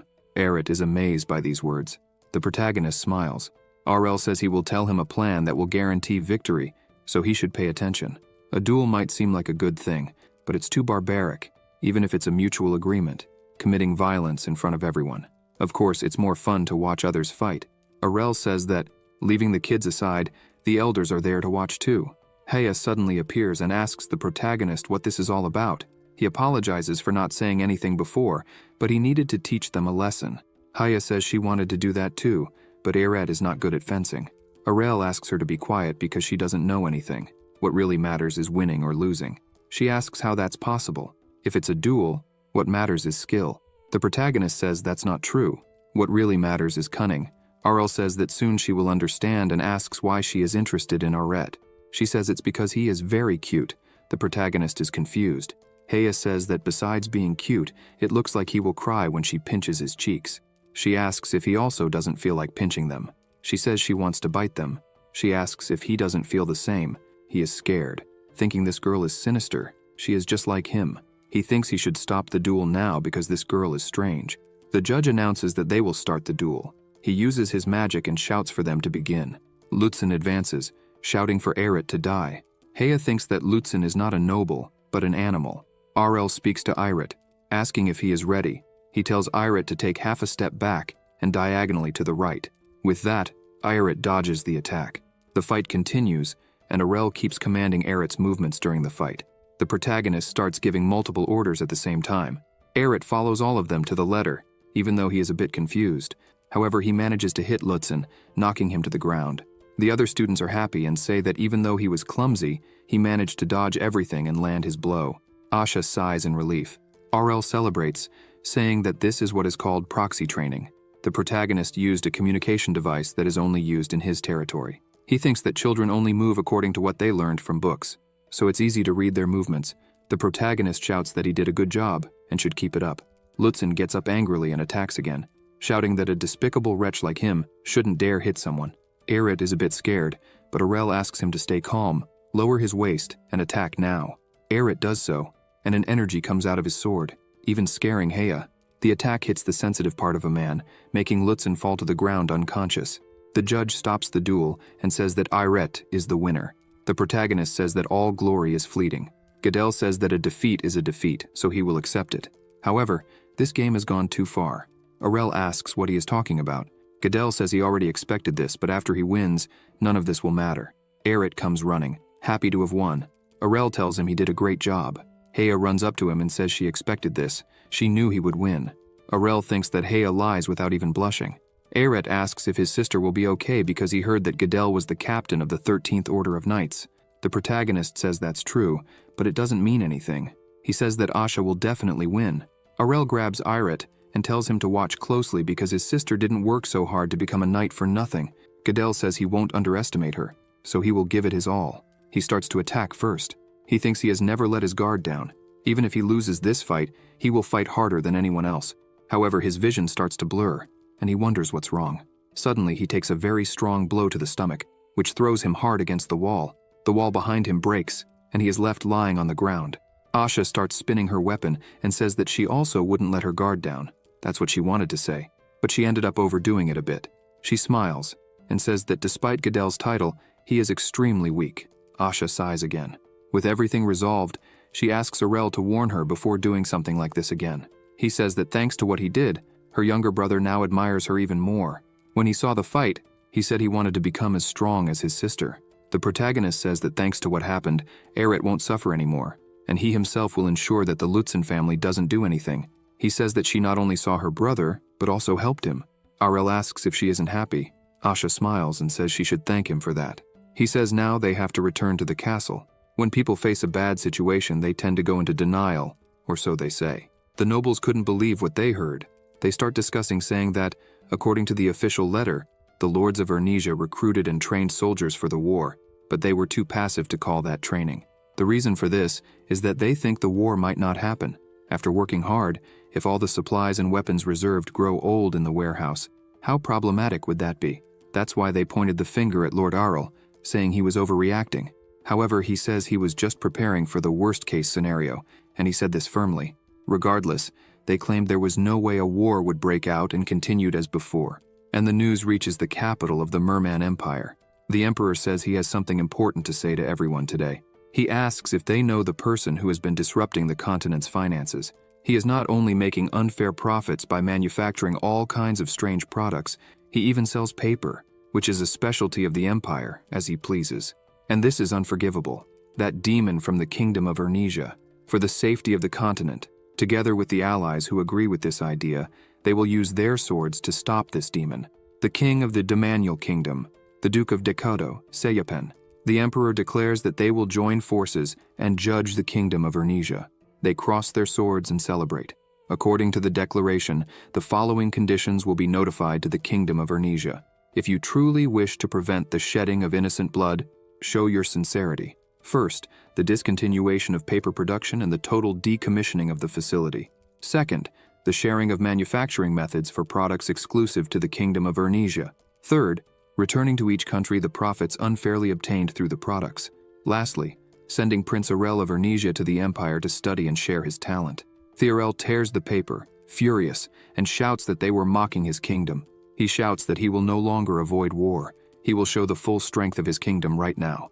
They will not give up any piece of land that their ancestors conquered and lived on all their lives. At the end of the territory of Arnesia, in the Bayesian fortress, the troops were advancing. Prince Gile asked if the alliance of the three kingdoms had already arrived. He wanted to know what their war squad had reported. The soldier informed that approximately 70,000 soldiers were advancing.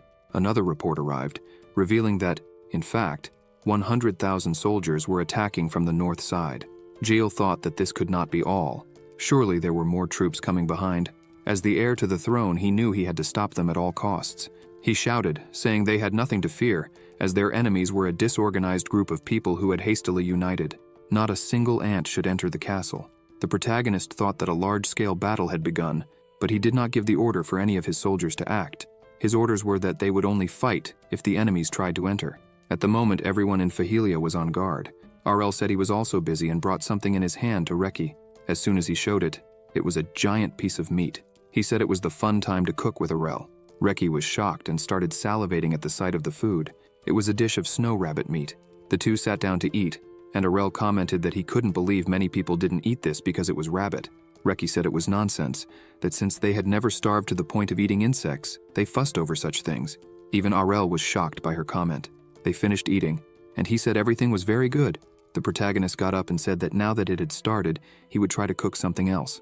Reki asked what he was going to make. She looked at the table and said, "Flour and dried fruits? This is going to be delicious." Aurel replied that he was not finished yet. She commented that, anyway, he was very good at cooking because usually, nobles didn't even go near the kitchen. Aurel revealed that all the food from their trading company was created by him. He looked at her and said he had never told anyone, but there was a time when, if everything went wrong, he thought about staying quiet and becoming a cook. She said this was quite unexpected to hear. A few minutes later, everything was ready. The protagonist took it out of the oven and called it Aurel's snack. Reki took one and started eating. She was impressed with the taste and commented that she would gain weight if she kept eating like that. Aurel said he made it so his troops could eat quickly in a war situation, and that since he might have to eat too, he tried to make something good. Reki replied that he hadn't even received a mobilization order yet, and might not need to. He started laughing and said he was preparing for anything that might happen. Aurel said he was doing this out of concern. Meanwhile, chaos was unfolding in the war. The soldiers were fighting bravely while the enemy troops tried to enter the castle at all costs. Giles was shouting, saying they needed to counterattack. He asked if reinforcements had arrived. His soldier replied that there were still no reinforcements and that the enemies were climbing non-stop, so they couldn't attack anyway. Suddenly, another soldier came running, shouting that there was an emergency report from the reconnaissance squad. Giles asked what was happening. The soldier informed that the main force of the enemy army was arriving and had a total of 210,000 soldiers. The horses were running, and many soldiers were advancing fearlessly. Giles began to worry as the enemies were already there. Meanwhile, in the conference room of Ernesia, everything was chaotic. They commented that the number of enemies was rapidly increasing, and that it was only a matter of time before the fortress fell. They suggested it might be better to retreat and reorganize. One person said that the prince's safety was also at stake. Thierol thought for a moment and gave the order for the front line to retreat and inform the citizens of the current situation. Everyone was astonished by this. The king stood up and shouted, saying that they should notify all the nobles and lords who could fight to step forward. Angrily, he declared that this was a national mobilization order. A letter arrived for Aurel, and he was surprised because he did not imagine that his brother Giles would fight in the war, as members of the imperial family were not sent to the battlefield. He thought that the time had finally come. The protagonist thought that he had been expecting this because facing 3 against 1 was too much, and there was nothing scarier than facing enemies stronger than you. He stood up and said that if he wanted to live comfortably, his kingdom should remain intact. Aurel said that this time there was no way around it. He would have to return to being the god of war he once was. With that, he prepared to go to the battlefield, leaving only a few troops to defend his territory. The protagonist bid farewell to Fly and said that now he would have to work hard to get his food. He was a bit worried about his sister and asked if she could stay in Fahilia. She looked at him and started shouting angrily, saying that she didn't want to stay there, that she would follow him everywhere. How could she stay there knowing that everyone was risking their lives? He thought she was very stubborn. He reflected that her skills would be very useful in the war, not to mention her strength, but he didn't want to put her in danger. He thought that if he said he had no other choice because Kanya wanted to protect the territory, maybe his father would let him get away with it. Kanya held her brother by the shoulder and thanked him for worrying about her, but she couldn't let him fight alone. She said that if her younger brother was going, she should accompany him. He sighed and said that if she put it that way, he wouldn't stop her anymore. The protagonist said it was finally time to give her something. Kanya was surprised and asked what it was. He took out a beautiful sword, handed it to her, and said that Lady Fanelia had entrusted it to him. She asked what her mother did. He replied that this was the famous sword passed down from generation to generation in the Kenchester family. It was known as Keltia, in honor of the first head of the family. It was a high-quality sword that even the dwarves recognized as something hard to come by. Kanya held the sword and asked if she could really accept it. Aurel said that she was the 3rd swordmaster to appear in the entire kingdom and should not hesitate to accept it. She looked intently at the sword and said her mother's name. Kanya was radiant and happy. The protagonist began to leave and thought that in moments like this, he should let her enjoy it to the fullest. He climbed onto a small stage and thought that he should make the minimum sacrifices possible, appropriately reward those who fought bravely, and take care of the families of the deceased until the end. To achieve this, he couldn't show his anxiety. He shouted that they would go to the front line according to the order of His Majesty the King. Aurel said that there were a total of 320,000 enemy soldiers, but he had not trained any soldier to die. He stated that he would protect his territory not through their sacrifice, but through their brave military service. The protagonist said that his army had 23,000 soldiers, and that they would fight together until they returned home victorious. In the Derzia fortress, on the northern front, everything was chaotic. Soldiers were trembling with fear, others were wounded, until Aurel arrived with his force. He looked at all of this and thought that the battle was more intense than he had expected. Aurel and Kanya went to their brother Giles and presented themselves. Gilles was feeling guilty about all this. He apologized to his brothers for making them come there. He said that if he had controlled his army better, perhaps the outcome would have been different. Aurel was surprised by this.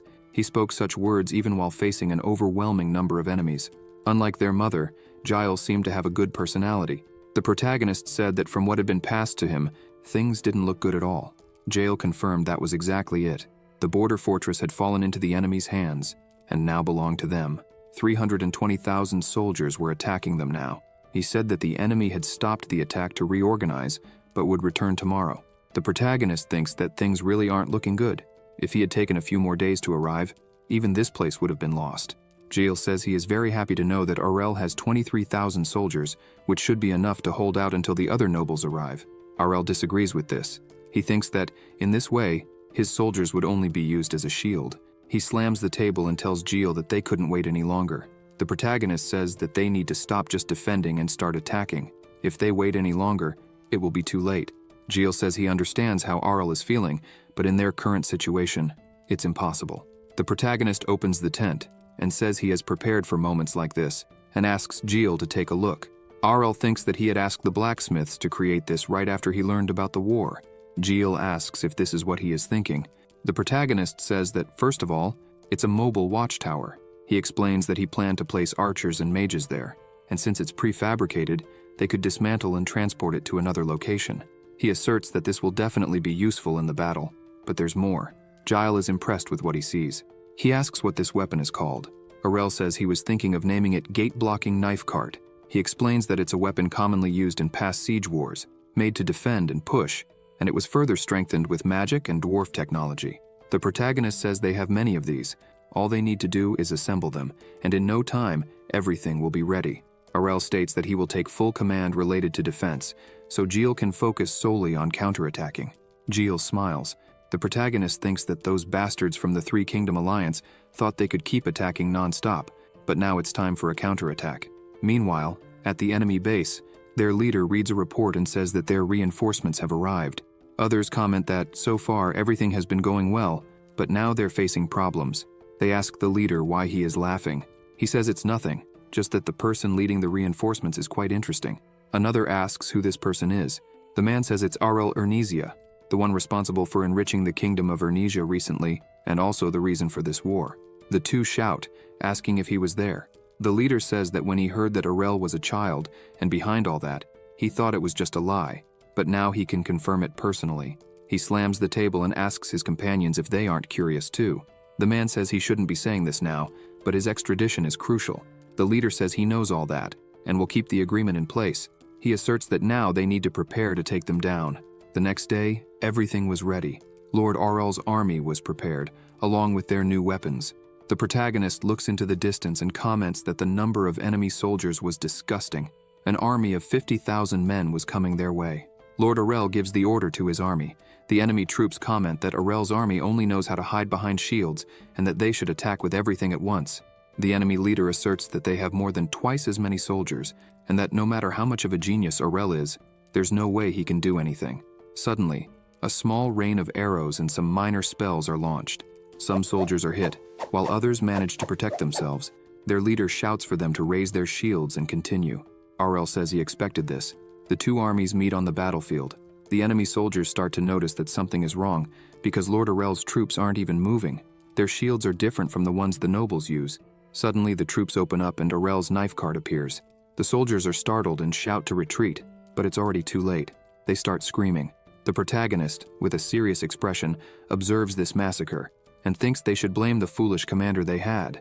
The enemy leader realizes they are losing and shouts to his mages, telling them they must break the battle line now. He thinks it's a waste to use his mages now, but he has no choice. He says that on the battlefield, a knight using aura is stronger than others, but a mage is even more terrifying than an aura knight.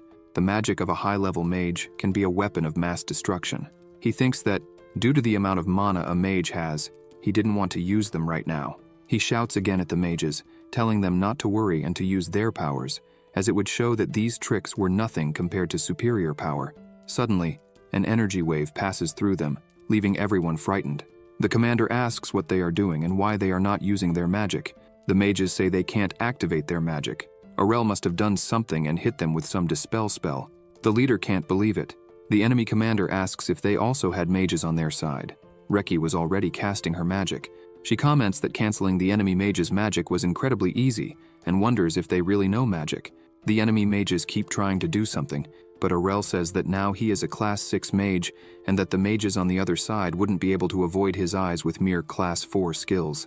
Their leader shouts, asking if they were really going to do nothing.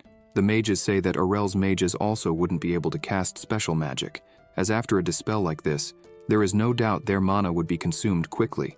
Reki says everyone should move to the next level. Several lightning bolts begin to fall on the battlefield, striking the enemy army. The leader shouts again at his mages, asking what that was, as they had said that Aurel's mages wouldn't be able to use magic. A mage with a trembling voice says it's impossible, even with a large amount of mana, to use that kind of magic after a dispel spell. He realizes they are using magic gems, and all of them are of the highest quality. The enemy leader is paralyzed, wondering how a mere territorial lord could have such gems. He wonders what kind of person Lord Aurel is. A barrage of magic is launched onto the battlefield, freezing a large portion of the enemies, while another spell is cast, burning the remaining enemies who were screaming for help. The soldiers begin to flee, and by the end of the battle, the enemy army, which had 50,000 soldiers, had 30,000 dead. With the battlefield dominated and destroyed, the protagonist turns his back and starts to leave. As he leaves with a serious expression, he thinks that even winning doesn't make sense. He wonders why they have to kill or die for nothing. He just wanted to leave and have fun. Sena asks what they would do with the troops that fled. The protagonist says to do nothing, just rest while keeping watch. He asks to take the abandoned enemy survivors to captivity. Gilles arrives, smiling at all this, and shouts that it was expected of his brother Lord Aurel, an excellent defense. Gilles says the enemy would never have imagined they would be massacred this way. He emphasizes that Aurel did a good job. The protagonist says he didn't do anything special. The enemies fell into his trap. The one who really dealt with the real problem was Gilles himself. Aurel thinks that perhaps Gilles is a bit confused, but for him to live his comfortable life peacefully, the future King Gilles must accept all the glory of the war. Gilles clenches his fist confidently and says that with this defeat the enemy suffered, their morale must be shaken, so there is no better time to attack them than now. Aurel agrees, saying he is right. He could do as he sees fit. Gilles says that finally the tide is turned in their favor. The protagonist thinks that while his brother rides along the front lines, he can stay with the defense, drinking soda and eating. Aurel wonders how to live peacefully during the war. This is actually quite easy. Just stay on defense and have fun. Gilles, with his troops, immediately launched a counterattack. Thanks to the performance of the Fahilia army, they had some spare time. Thus, they divided the defense force into a third and launched an attack. To counter the numerical superiority of the Three Kingdom Alliance, Gilles and his troops chose a war of attrition and surprise attacks from the sides and rear, rather than a full-scale war. Minimal defense and a complete surprise attack. And, behind the front lines where the fierce battle was taking place, someone was eating. Aurel and his companions were enjoying an incredible feast. He said the meat was so good it melted in the mouth. Kanya commented that it had been a while since they had eaten something so good. The protagonist mentioned that there was also rabbit meat. She responded that she couldn't eat another bite. Asha looked a bit serious about this, while Sena was drinking. She said it was sad to know they were the only ones resting while the others were fighting fiercely. Sena asked what was wrong with that, saying that in war, only the smart survive. Aurel agreed with Sena. Thanks to the mobile watchtower and the knife carts, Lord Aurel's army was seen as slower, but the most dangerous to face. Thus, the protagonist's excuse to stay on the defense worked perfectly. Aurel relaxed a bit, as his brother's counterattacks were successful. The enemy troops were cautious and wouldn't attack again so quickly. He thought that this way, he could enjoy the day to the fullest. The protagonist looked ahead and asked if Reki was okay, saying that maybe they should take her to sleep in a more comfortable place. Aurel looked at her and thought that Reki was responsible for half of the dispel spell from yesterday. She played the main role. Clearly, she was exhausted after absorbing and circulating mana in the magic gem. That's why the protagonist asked her to sleep. Reki trembled and said that even if she fainted, she needed to eat. So she went to the table and started eating like crazy. As soon as she finished eating, she slept right there. He smiled and said that it was okay. They should eat, rest, and have fun for now. After all, starting tomorrow, they would be busier than ever. The enemy army leader sees the war report and starts sweating, thinking that this is not good at all. He thinks that the kingdom's army, led by the first prince, is annoying, but he is just at the level of a cute rookie at best. The real problem is Aurel. The problem was that the army collapsed, due to an unexpected counterattack. The leader wonders if Arel wasn't just a brat who only knew how to do business. The leader can't believe that Arel was able to annihilate 30,000 soldiers from his 50,000-strong army with just 23,000 soldiers. He thinks that fighting a war requires experience to know what's necessary and what to do. It's more important to experience it yourself than just to plan. The leader wonders how a 16-year-old boy could create such a situation. What intrigues the leader most is why the protagonist stays on the defense instead of attacking. With the talent he's shown, Arel could easily win this war. The leader wonders who the hell Arel Ernesia is. The carriages were on the road. The next day they led the troops to join the unit led by Gil. Together, they would move to reclaim their stolen front fortress. The protagonist was analyzing something. He called a soldier and asked to reduce the speed, wanting them to move at half the current speed. Kanya asked if something was wrong, but Arel said he thought the enemies were waiting for them. The protagonist began to explain and asked if the enemies didn't suffer a great defeat the last time they fought. Kanya said yes. Arel said that they are not idiots and wouldn't do the same thing twice. He pointed to the map and said they would soon pass through that place, which is perfect for an ambush.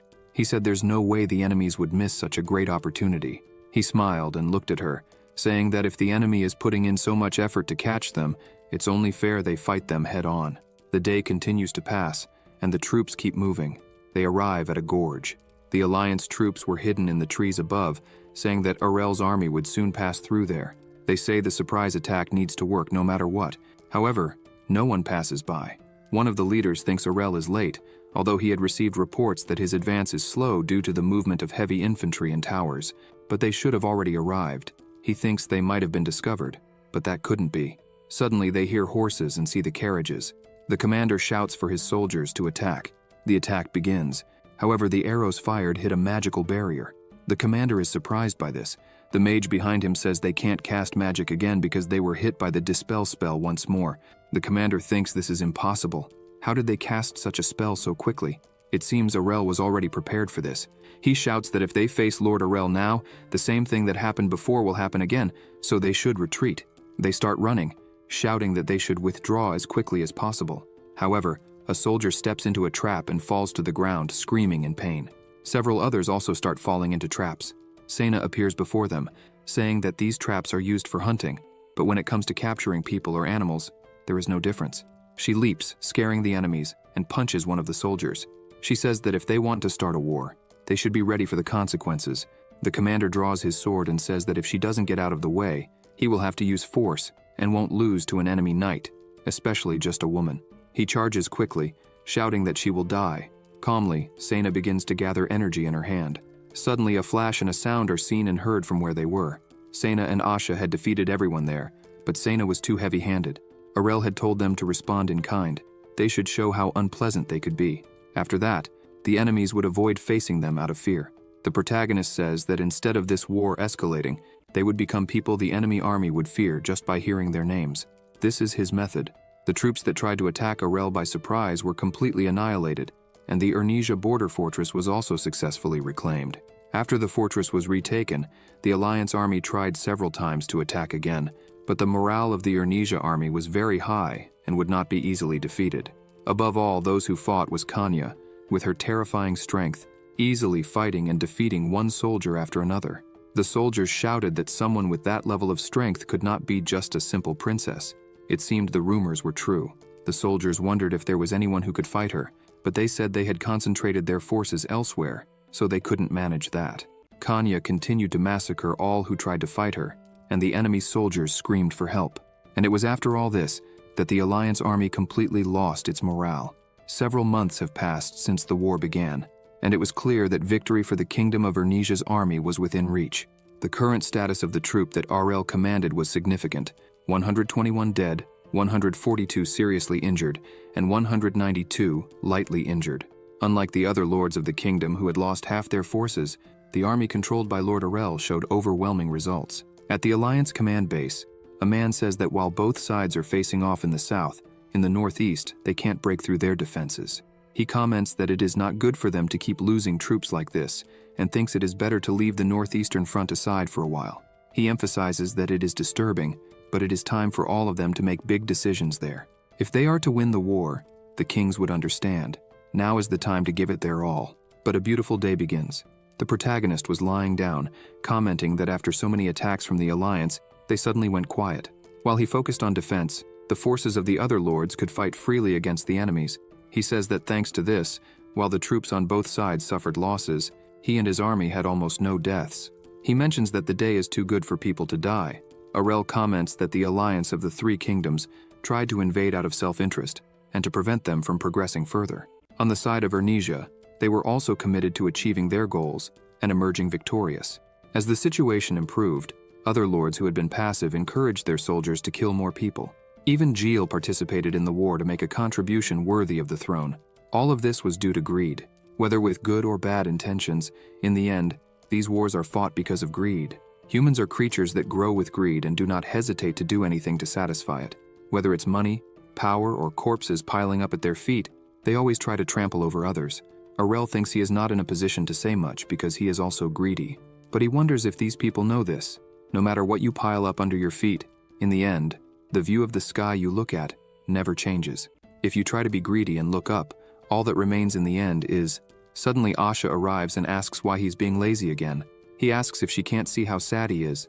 She says she won't tell him to act carefree, but there are other soldiers watching, so he should behave decently.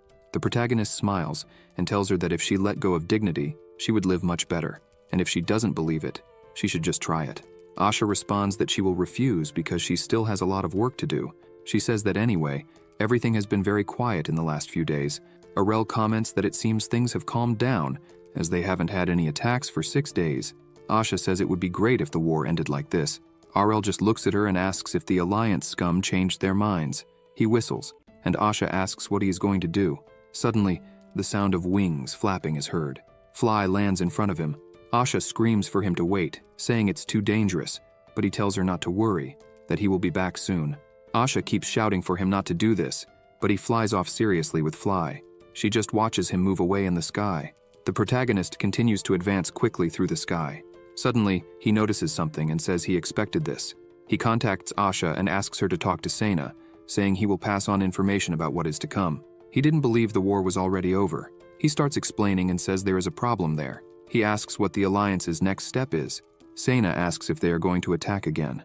Asha, still frightened, asks the protagonist to stop doing such unexpected actions like the last one. Aurel says he won't do that anymore. He asks Sena if the enemies are far enough away not to make another attack. She says she thinks they won't give up. The protagonist agrees and says there's no way they would surrender in the current situation. Then, he asks if they know why. Asha raises her hand and asks if it's because of their pride. Aurel says Asha hit the nail on the head and that she will get a cookie for it. He says the war started when the Alliance declared it. Therefore, even if the situation worsens, they will not retreat. Aurel says that they criticized the kingdom by inventing various things. They couldn't simply say it was a misunderstanding. If they backed down now, it would worsen public opinion. The protagonist asserts that for this reason, this war wouldn't end now. He asks the two what they could do at this moment. He bangs the table and says that soon, the Alliance would order a general mobilization. Sena asks if that wouldn't be dangerous. Aurel responds that it's irrelevant, as the Merman Empire has many slaves and would clearly come back with more troops than now. The protagonist says they managed to push back their main force, but a much larger army might be on its way. He asserts that the enemies would try to fight with quantity, not quality. Aurel looks down and begins to smile, releasing a bit of aura, saying he wouldn't let them do as they please. After this conversation, he walks away confidently, thinking that a professional of lives like him would never tremble, even if 1,000,000 soldiers appeared in front of him. Aurel says he has prepared something for this kind of occasion, which only he, Aiken, and his father knew about. Sena asks what it is. The protagonist pulls the sheet and reveals a large, long-range crossbow, saying it's being taken to the front line for installation. Aurel states that this crossbow can fire 100 shots per minute, and the arrows were also made by them. Not even the king's best researchers managed something like this. Sena and Asha are surprised by this weapon. The protagonist sighs and says he based this weapon on modern ones. If he didn't need to, he wouldn't have made something like this, but this time there was no way to avoid it. Since they tried to take what's theirs, they must respond in kind. Night begins to fall. Near the defense line of the Kingdom of Ernesia, the leader of the troops says it's been a while since they reclaimed the fortress, and the enemies haven't done anything yet. How much longer would they continue like this? He says this is the golden opportunity they have. If they attack now, he would get all the credit. He yells for his soldiers to start the attack immediately. Suddenly, He freezes in place. He looks ahead, sweating in fear, and sees a sea of soldiers in front of him. One of the soldiers asks if they should still advance. The leader yells at him, saying there's no way to do anything against that number of people. He screams for everyone to retreat as quickly as possible and send a messenger to the fortress. The enemy troops began to move. The alliance gathered all the force they had and launched an attack on the kingdom's defense line. Gile yells that they can't lose this fortress again. He thinks that the enemy attack has no tactics. They just want to wipe them off the map with numbers. The trumpets are sounded. The troop leader orders the mages to start attacking the troops of the kingdom of Ernesia. The mages say they can't use magic again due to the same spell. Their leader says he expected this, but doesn't know how they managed to do this so many times. He yells that this was already in his plans. He orders the mages to retreat and all other troops to advance. He tells everyone to attack without fear of killing and dying, as they would retake this fortress. He thinks the number of slave soldiers who could die there is huge, but the important thing is that they managed to win. The leader looks at the troops of the kingdom of Ernesia and wonders why they aren't retreating, even in the face of all this. Normally, they would retreat inside and preserve the troops. Suddenly, a bolt passes by him. He looks and sees a huge arrow next to him. He wonders where this giant arrow came from and how they managed to shoot from so far, as he had never heard of anything like this. As he looks up, a rain of giant arrows is coming. He wonders if this is even possible. The arrows begin to hit the Alliance's troops, causing a massive massacre. Screams could be heard from afar, and blood begins to spread around the place. The leader screams for them to retreat. Even without knowing what to do, the leader thinks they have a limit on arrows, so this is something temporary. If they endure a little longer, it would work. Suddenly, the sound of horses is heard. Giles strikes one of the enemies and leads his cavalry from the front. The Alliance shouts that this was a surprise attack from the start. Meanwhile, from the sky, the protagonist watches all this, saying that if the Alliance keeps advancing, they will die to the crossbows and won't be able to retreat due to the cavalry. He starts to head back and mentions that the enemy commanders must be cursing him right now. The protagonist notes that the crossbows are doing their job well. The enemy army needs to stay on guard to avoid being hit and, as a result, can't move freely. Not even a decent shield can stop these arrows. What could they do now? Arel asks his team how many arrows they still have. They say they have enough and are currently reloading. Arel thinks the crossbows are good, but they have a problem. Because it's a complex device and takes time to reload, they might have to abandon the rapid-fire function. And the most important thing is the arrows. Each one is a special product from his forge. But if they fire too quickly like this, it would become a money-eater. Reki contacts the protagonist and asks if he can hear her. He says yes, and asks if they ran out of magic stones. She replies they still have plenty, but the mages are running out of mana. He asks how many magic stones they can still use. She says about 80%, and the dissipation alone is enough. He says there's no way to ask a 6th-class mage to use her time and power for dissipation. He announces it's the right time. The cavalry is retreating. Now it's her turn. The protagonist gives the order. Burn them all! Reki begins to cast her magic and says that her lord's command is supreme. The enemy soldiers start getting trapped in a kind of curtain. They wonder what's happening. They are trapped there. Reki says that the policy of the Fahelia army is minimal damage to our allies and a devastating blow to the enemies. A great flame falls from the sky, hitting some soldiers. They can't understand how a mana shield was used like that and wonder what happened. The fire keeps burning, and as it extinguishes, the soldiers who were hit simply disappear completely. The other soldiers look at this and start running and screaming desperately. Arel just watches them from above, saying it's better for them to run.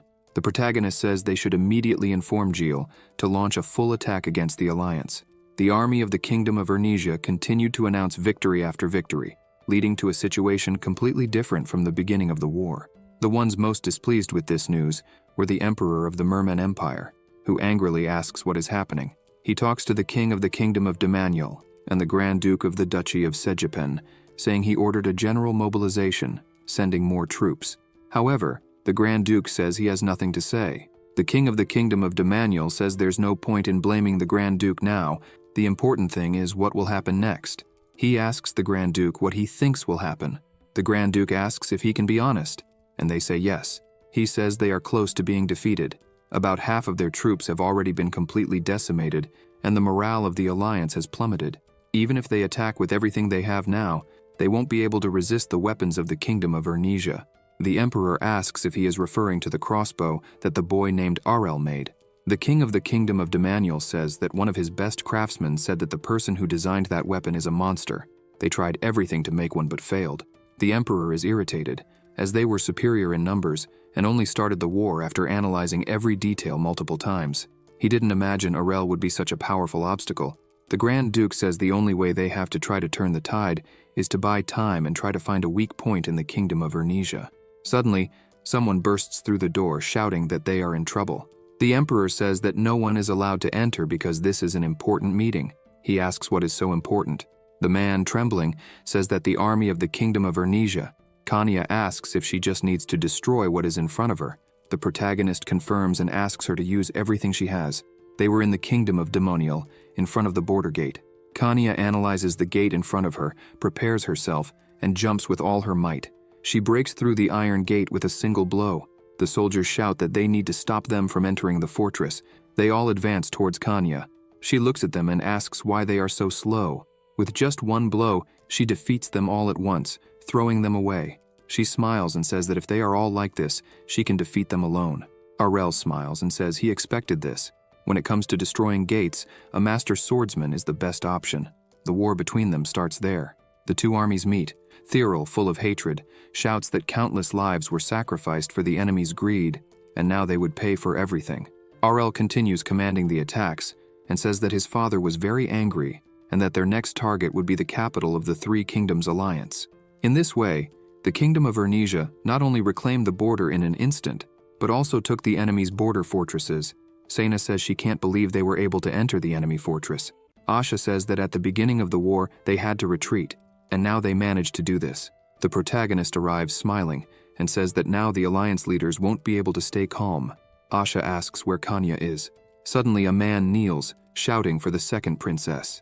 All the soldiers were kneeling before Kanya, amazed by what she did in the war. Besides being a master swordsman at this age, they ask what her secret is. She smiles and says all she did was eat and train a lot. They are amazed by her. Aurel says Kanya seems to be busy and doesn't seem to be hating all the attention. Asha asks what their next plan is, and if they will really advance towards the enemy country. Aurel says that their advance speed will slow down, but they will continue advancing. He says that as they dominate enemy territory, he will put pressure on the enemy leaders, as intimidating people is his specialty. The protagonist says that in 2 years, they will take 20% of their territory, and in 5 years, they will no longer be able to resist. Asha asks if this means the alliance will collapse after 5 years. Aurel says yes. To be more exact, most of the population in the enemy countries will die of hunger after 3 years. The finances of the Three Kingdoms Alliance will be severely damaged as they become the dominant force in trade. The alliance will gradually become isolated. A greater fear than military pressure is economic collapse. If poverty continues, a civil war will probably break out, and they will fight against the army of the Kingdom of Vernesia from the outside and among themselves from the inside. Asha says she now feels sorry for them. Aurel says Asha is right, it is very sad, and he doesn't want that for anyone.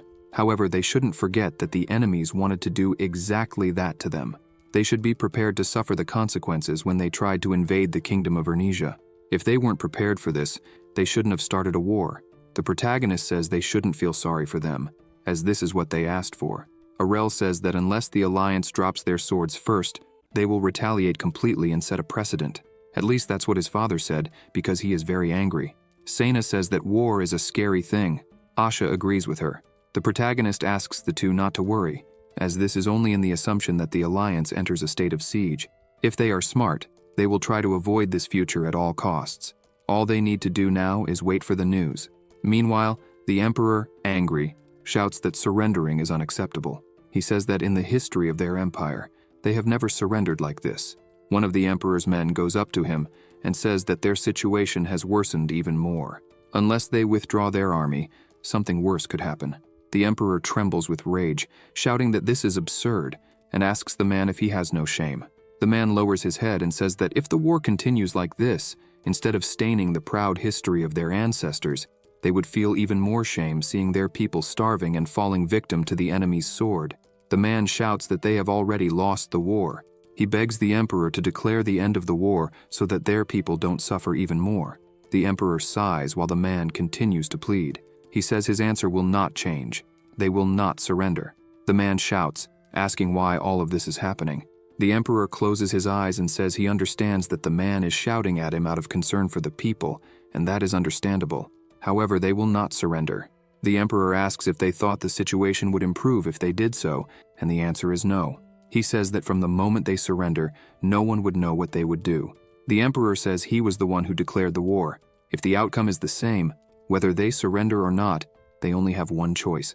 The man shouts again, begging for everything to end, or the entire empire will fall. He says the alliance of the three kingdoms will fight to the end of their strength. In the end, the alliance chose not to surrender, but to fight to the end with everything they had. Aurel looks at this and says he didn't think the alliance was this foolish. He had his doubts, but that was the answer they gave. He says he was planning to make arrangements so that people wouldn't starve. There is no way the alliance can win after losing so many troops. Aurel turns around irritated and sighs, saying they asked for this. It's no longer worth watching, and so the final operation of the alliance failed again. They lost the will to fight due to the great crossbow and the brutal magic. When morale drops due to so many defeats, a man runs in to speak with the emperor, saying that a letter from the kingdom of Arnesia has arrived. The emperor begins to read the letter, which says, "Hear me, alliance of the three kingdoms. There is no more reason to shed blood, so surrender quickly. If you show your willingness to surrender, I will help end the war." The emperor trembles with rage. A few days later, in the kingdom of Arnesia, Theorel receives a letter. Upon reading it, he says that the alliance has finally surrendered to them. Aurel receives the letter and starts laughing. He begins to jump and kneels on the ground, shouting very loudly. He starts crying, saying that the war is finally over and he will be able to go home. He remembered when he was discharged from the army in his first life and can finally say goodbye to the soldiers. He starts shouting loudly, saying goodbye to the cursed alliance. He says it was horrible fighting against them and hopes never to see them again. Asha scolds him, saying he is making too much noise. While some territorial lord units remained at the front line, the unit of the protagonist in Kanya was called back to the castle. In this way, he managed to return to his land. As soon as he arrives, he opens his arms happily and says he missed this cold. However, he will have to ask people to clear the accumulated snow. He smiles a lot, saying he can finally return to his sweet and peaceful daily life. Meanwhile, at the royal palace, Theorel was resolving post-war matters. He says that with that, they concluded the post-war treatment of the three kingdoms. Next, he would address the contributions of those who protected each border. He says they will reward the Margraves with gold coins and allow them to keep some of the prisoners as slaves. Regarding Aurel, people start saying that the third prince greatly helped in the great victory and deserves to be rewarded. One of them stands up and says he doesn't want to seem rude, but asks if the king plans to keep the great crossbow in the third prince's territory. He says he doesn't want to question, but the power of that weapon is not something a territory can withstand. The others agree. Theorel gets a bit irritated and wonders why they keep doing this. The king says that the crossbows will be carefully managed by the royal palace. Lord Aurel himself said he did not want to take them to his territory. However, the focus here is to discuss what reward should be given to him. The king says he would like to name him Duke. The people at the table agree with this. The king says he asked Aurel what he wanted, but it was something unexpected. He asked for the barren and worthless land around his territory. The protagonist receives this response and starts laughing. He says that's it. There was no reason not to give him those lands. The protagonist says he has had his eye on them for a long time and now finally got them. He says the other nobles will laugh at him for asking for something so worthless, but they can laugh all they want. Aurel calls Reki and says the weather is too dry and asks her to adjust it for him. He stands up and says he will check what he has gained this time. He sees that he received some gold, but he already had plenty, so it wasn't important.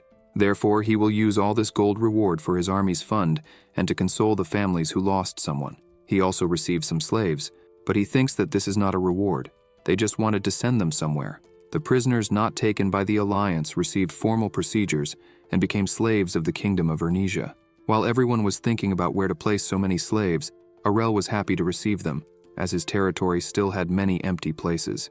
Besides money to feed the slaves, all he needed to do was build shelters for them. Thus, it was decided that the protagonist would take half of all the war slaves. In the end, the protagonist sits on his sofa and says the war was tough, but now they have everything they need. He says that now, he can see his grand vision coming to fruition. The protagonist smiles and asks the damned nobles who despise him to just wait. Meanwhile, the king of the kingdom of Demaniel is angry because the kingdom of Arnesia wants 2 million in gold as war reparations. He is desperate because this is not something they could collect in a short period. For them to pay this, the kingdom of Demaniel would have to go through hardships for years and it would take decades to recover. The king thinks there is no other way out. Elgizen and his companion kneel before the king, trembling and crying, shouting that it is all their fault. Their ignorance brought the worst consequences. The king asks them to stand up and create a future budget plan. Elgizen hesitates, expecting his punishment. The king says it is not that he doesn't want to punish him, but doing so now could cause disturbances in state affairs. The king says that all the nobles who supported the war will not receive any assistance until the compensations are completed. Elgizen stands up and agrees with this. The king says they now need to discuss what they will do next. The Grand Duke receives a letter and reads it, saying they are in trouble. He says the king is trying to make the war his fault and wants him to handle everything alone. One of his men says this is impossible. The Grand Duke replies that he expected this because they are a vassal state. However, he is still glad it ended this way. He says the problem now is the compensation. 800,000 in gold and 40,000 slaves. He says hard times are coming. One of the men there thinks that the Grand Duke, who was considered a war hero, has suddenly become a debtor. He wonders what is happening with Ernesia. Meanwhile, in the Empire, people are starting a rebellion, shouting that the Emperor sacrificed the imperial people by declaring late that they would surrender. The entire war happened because of the Emperor. The people shout that he is a murderer. One of the Emperor's men tries to support him, saying that this bunch of bastards doesn't know what they are talking about. The Emperor says he expected this after sending the letter. He looks out the window and says that he is responsible for all of this. The blame is entirely his. Soon after all this, the Emperor abdicated the throne due to health reasons, and his eldest son inherited the throne. Because of this war, it seemed that time was what the entire alliance of the three kingdoms needed. Someone calls the princess, saying they needed to hurry. Kanya remembers her past, wondering if living as she should is a happy life. She thought all of this was frustrating. However, she ran happily when she was little, while her nanny told her to stop, because it was dangerous to run like that. She was forced to study. People told her that she was the second princess and needed to learn dignity according to her position. She thought that she didn't hate studying, but rather the dignity imposed on the royal family. She thinks that being a princess is undeniable, but what does that have to do with living according to the standards set by them? She began to train. Her nannies watched her and said she was extremely focused on learning swordsmanship. She holds the sword high and lies on the ground, thinking that it would be great if her life were as free as that sword. She thinks that she may have been born as a member of the royal family, but that was when her long-standing desire began. In the present day, she receives a letter. The protagonist comes close to her and asks if they wanted her to return to the royal palace. She says yes. She says her mother and father sent the letters. RL says that with the enormous strength she has, she stood out too much in the war. He thinks that all the nobles of the kingdom knew that Kanya had reached the level of a master swordsman, but the image of a princess with a sword was not something so easy to believe, so everyone ignored it. However, with the war, everyone saw her real strength, and that is undeniable. From what the protagonist heard, they say that her power is too great to be confined to just a border territory. The cowardly nobles, because of her power, began to fear her. RL tells her that the power of a master swordsman is not easily dismissed. She asks him if he also wants her to return. He looks at her and says he will be honest with her. He says she followed him because she didn't want to live with her predetermined future. He asks her if she knows that she couldn't continue like this for the rest of her life. Arel says she was able to learn a lot from him and became very strong. However, if she continues by his side, she won't be able to grow more than this. He asks if she doesn't want to return now and create her own environment, whether by recruiting other knights or doing anything else, because her goal is to be recognized so she can become independent from everyone and become a proper adult. She looks at him and says that hearing these things from someone lazy like him is not convincing at all. He says that, in any case, if she wants to truly become a knight, she needs to prove her qualifications. The protagonist asks her to think very carefully about this matter. She leaves the room and begins to walk through the palace. The maids look at a picture of a man and say they are envious because marrying such a handsome man must be very nice. Kanya stands up and grabs the picture angrily, thinking that this trash is now blocking her path. She tears up the picture, leaving the two maids scared. She thinks that arranging a marriage is such a natural thing to do since she is a princess and an adult. She starts to leave and thinks she shouldn't complain. She thinks that they said Arel would also be sent to another territory. His situation is even worse than hers, so she should comfort him. Suddenly she hears a noise. The room was soundproof, but Kanya was on another level so she could hear. She thinks that this shout is of joy. The way he handles things is definitely different from hers. She remembers that when the protagonist was younger, he promised that his life goal would be to have an isolated property and live luxuriously. She realizes that he wasn't joking. She thinks that he is considering being sent to another territory as an opportunity instead of just accepting the fate given to him. He tried to create his own destiny. She wonders if she will be able to do like him. She thinks that if she follows Errol, maybe she can learn and succeed too. The wind blows against the window. While she was lying down, she thinks she forgot the reason she came here. The truth is that she can't continue like this. She can't be a pathetic sister who relies on her younger brother's abilities. Inside his room, the protagonist says that the day is beautiful. A day like this deserves a mandatory rest. Suddenly, someone bursts through the door shouting his name. It's Kanya, who appears smiling and happy, saying she decided to return to the royal palace. He cries and says that it's definitely the best decision. And so, Princess Kanya returned to the royal palace to be truly recognized. Aurel bids her farewell, not very happily. He thinks it's a secret, but he had already prepared several things so she could be recognized, but she had already chosen. She says that besides her, there were 2 other sword masters in the kingdom. First, she should try to defeat them. The protagonist says that now she can't destroy everything during training because, from now on, she will have to pay for what she breaks. She says she will be careful. He looks at her and thinks it's sad that they have to part, but he hopes she finds her path safely. He thinks she won't be too far from him, so she will be fine. He is always rooting for her. After the farewell, he sits in his chair and says it's time to get back to work. He looks at the reports and says that Fahelia is at peace again, and that's good. He sees that the young man from the village got married, which is good news. He says he will find a partner for Fly, too. Aurel looks at all this and thinks he has managed to accumulate a lot of money and territory. Maybe it's time to get involved in the financial industry. He says he still has no interest in power and politics, but whoever controls the money controls the whole world. In a civilized society, money is the most powerful weapon. Considering his future plans, he needs to increase his influence. He thinks it's time to create a bank and start monetary reform. Currently, most countries mainly use gold, silver, and copper coins. Thus, prices and types vary from country to country. In such an unstable situation, monetary reform will be of great help. He thinks that even if he does nothing, someone would start this sooner or later. So the protagonist decides to start bringing all this under his control. Aurel thinks that if he takes control of the financial sector and strengthens his power with money, there will be no one who dares to look down on and attack them again, like the idiots from this last war. The protagonist thinks he needs to find someone to work for him, and also specialists who can stand out, because his ultimate goal is to hand over the work to someone he can trust and enjoy his life peacefully, without doing anything. He smiles, thinking that this is a great plan. Now he just needs to choose to whom he will entrust the work.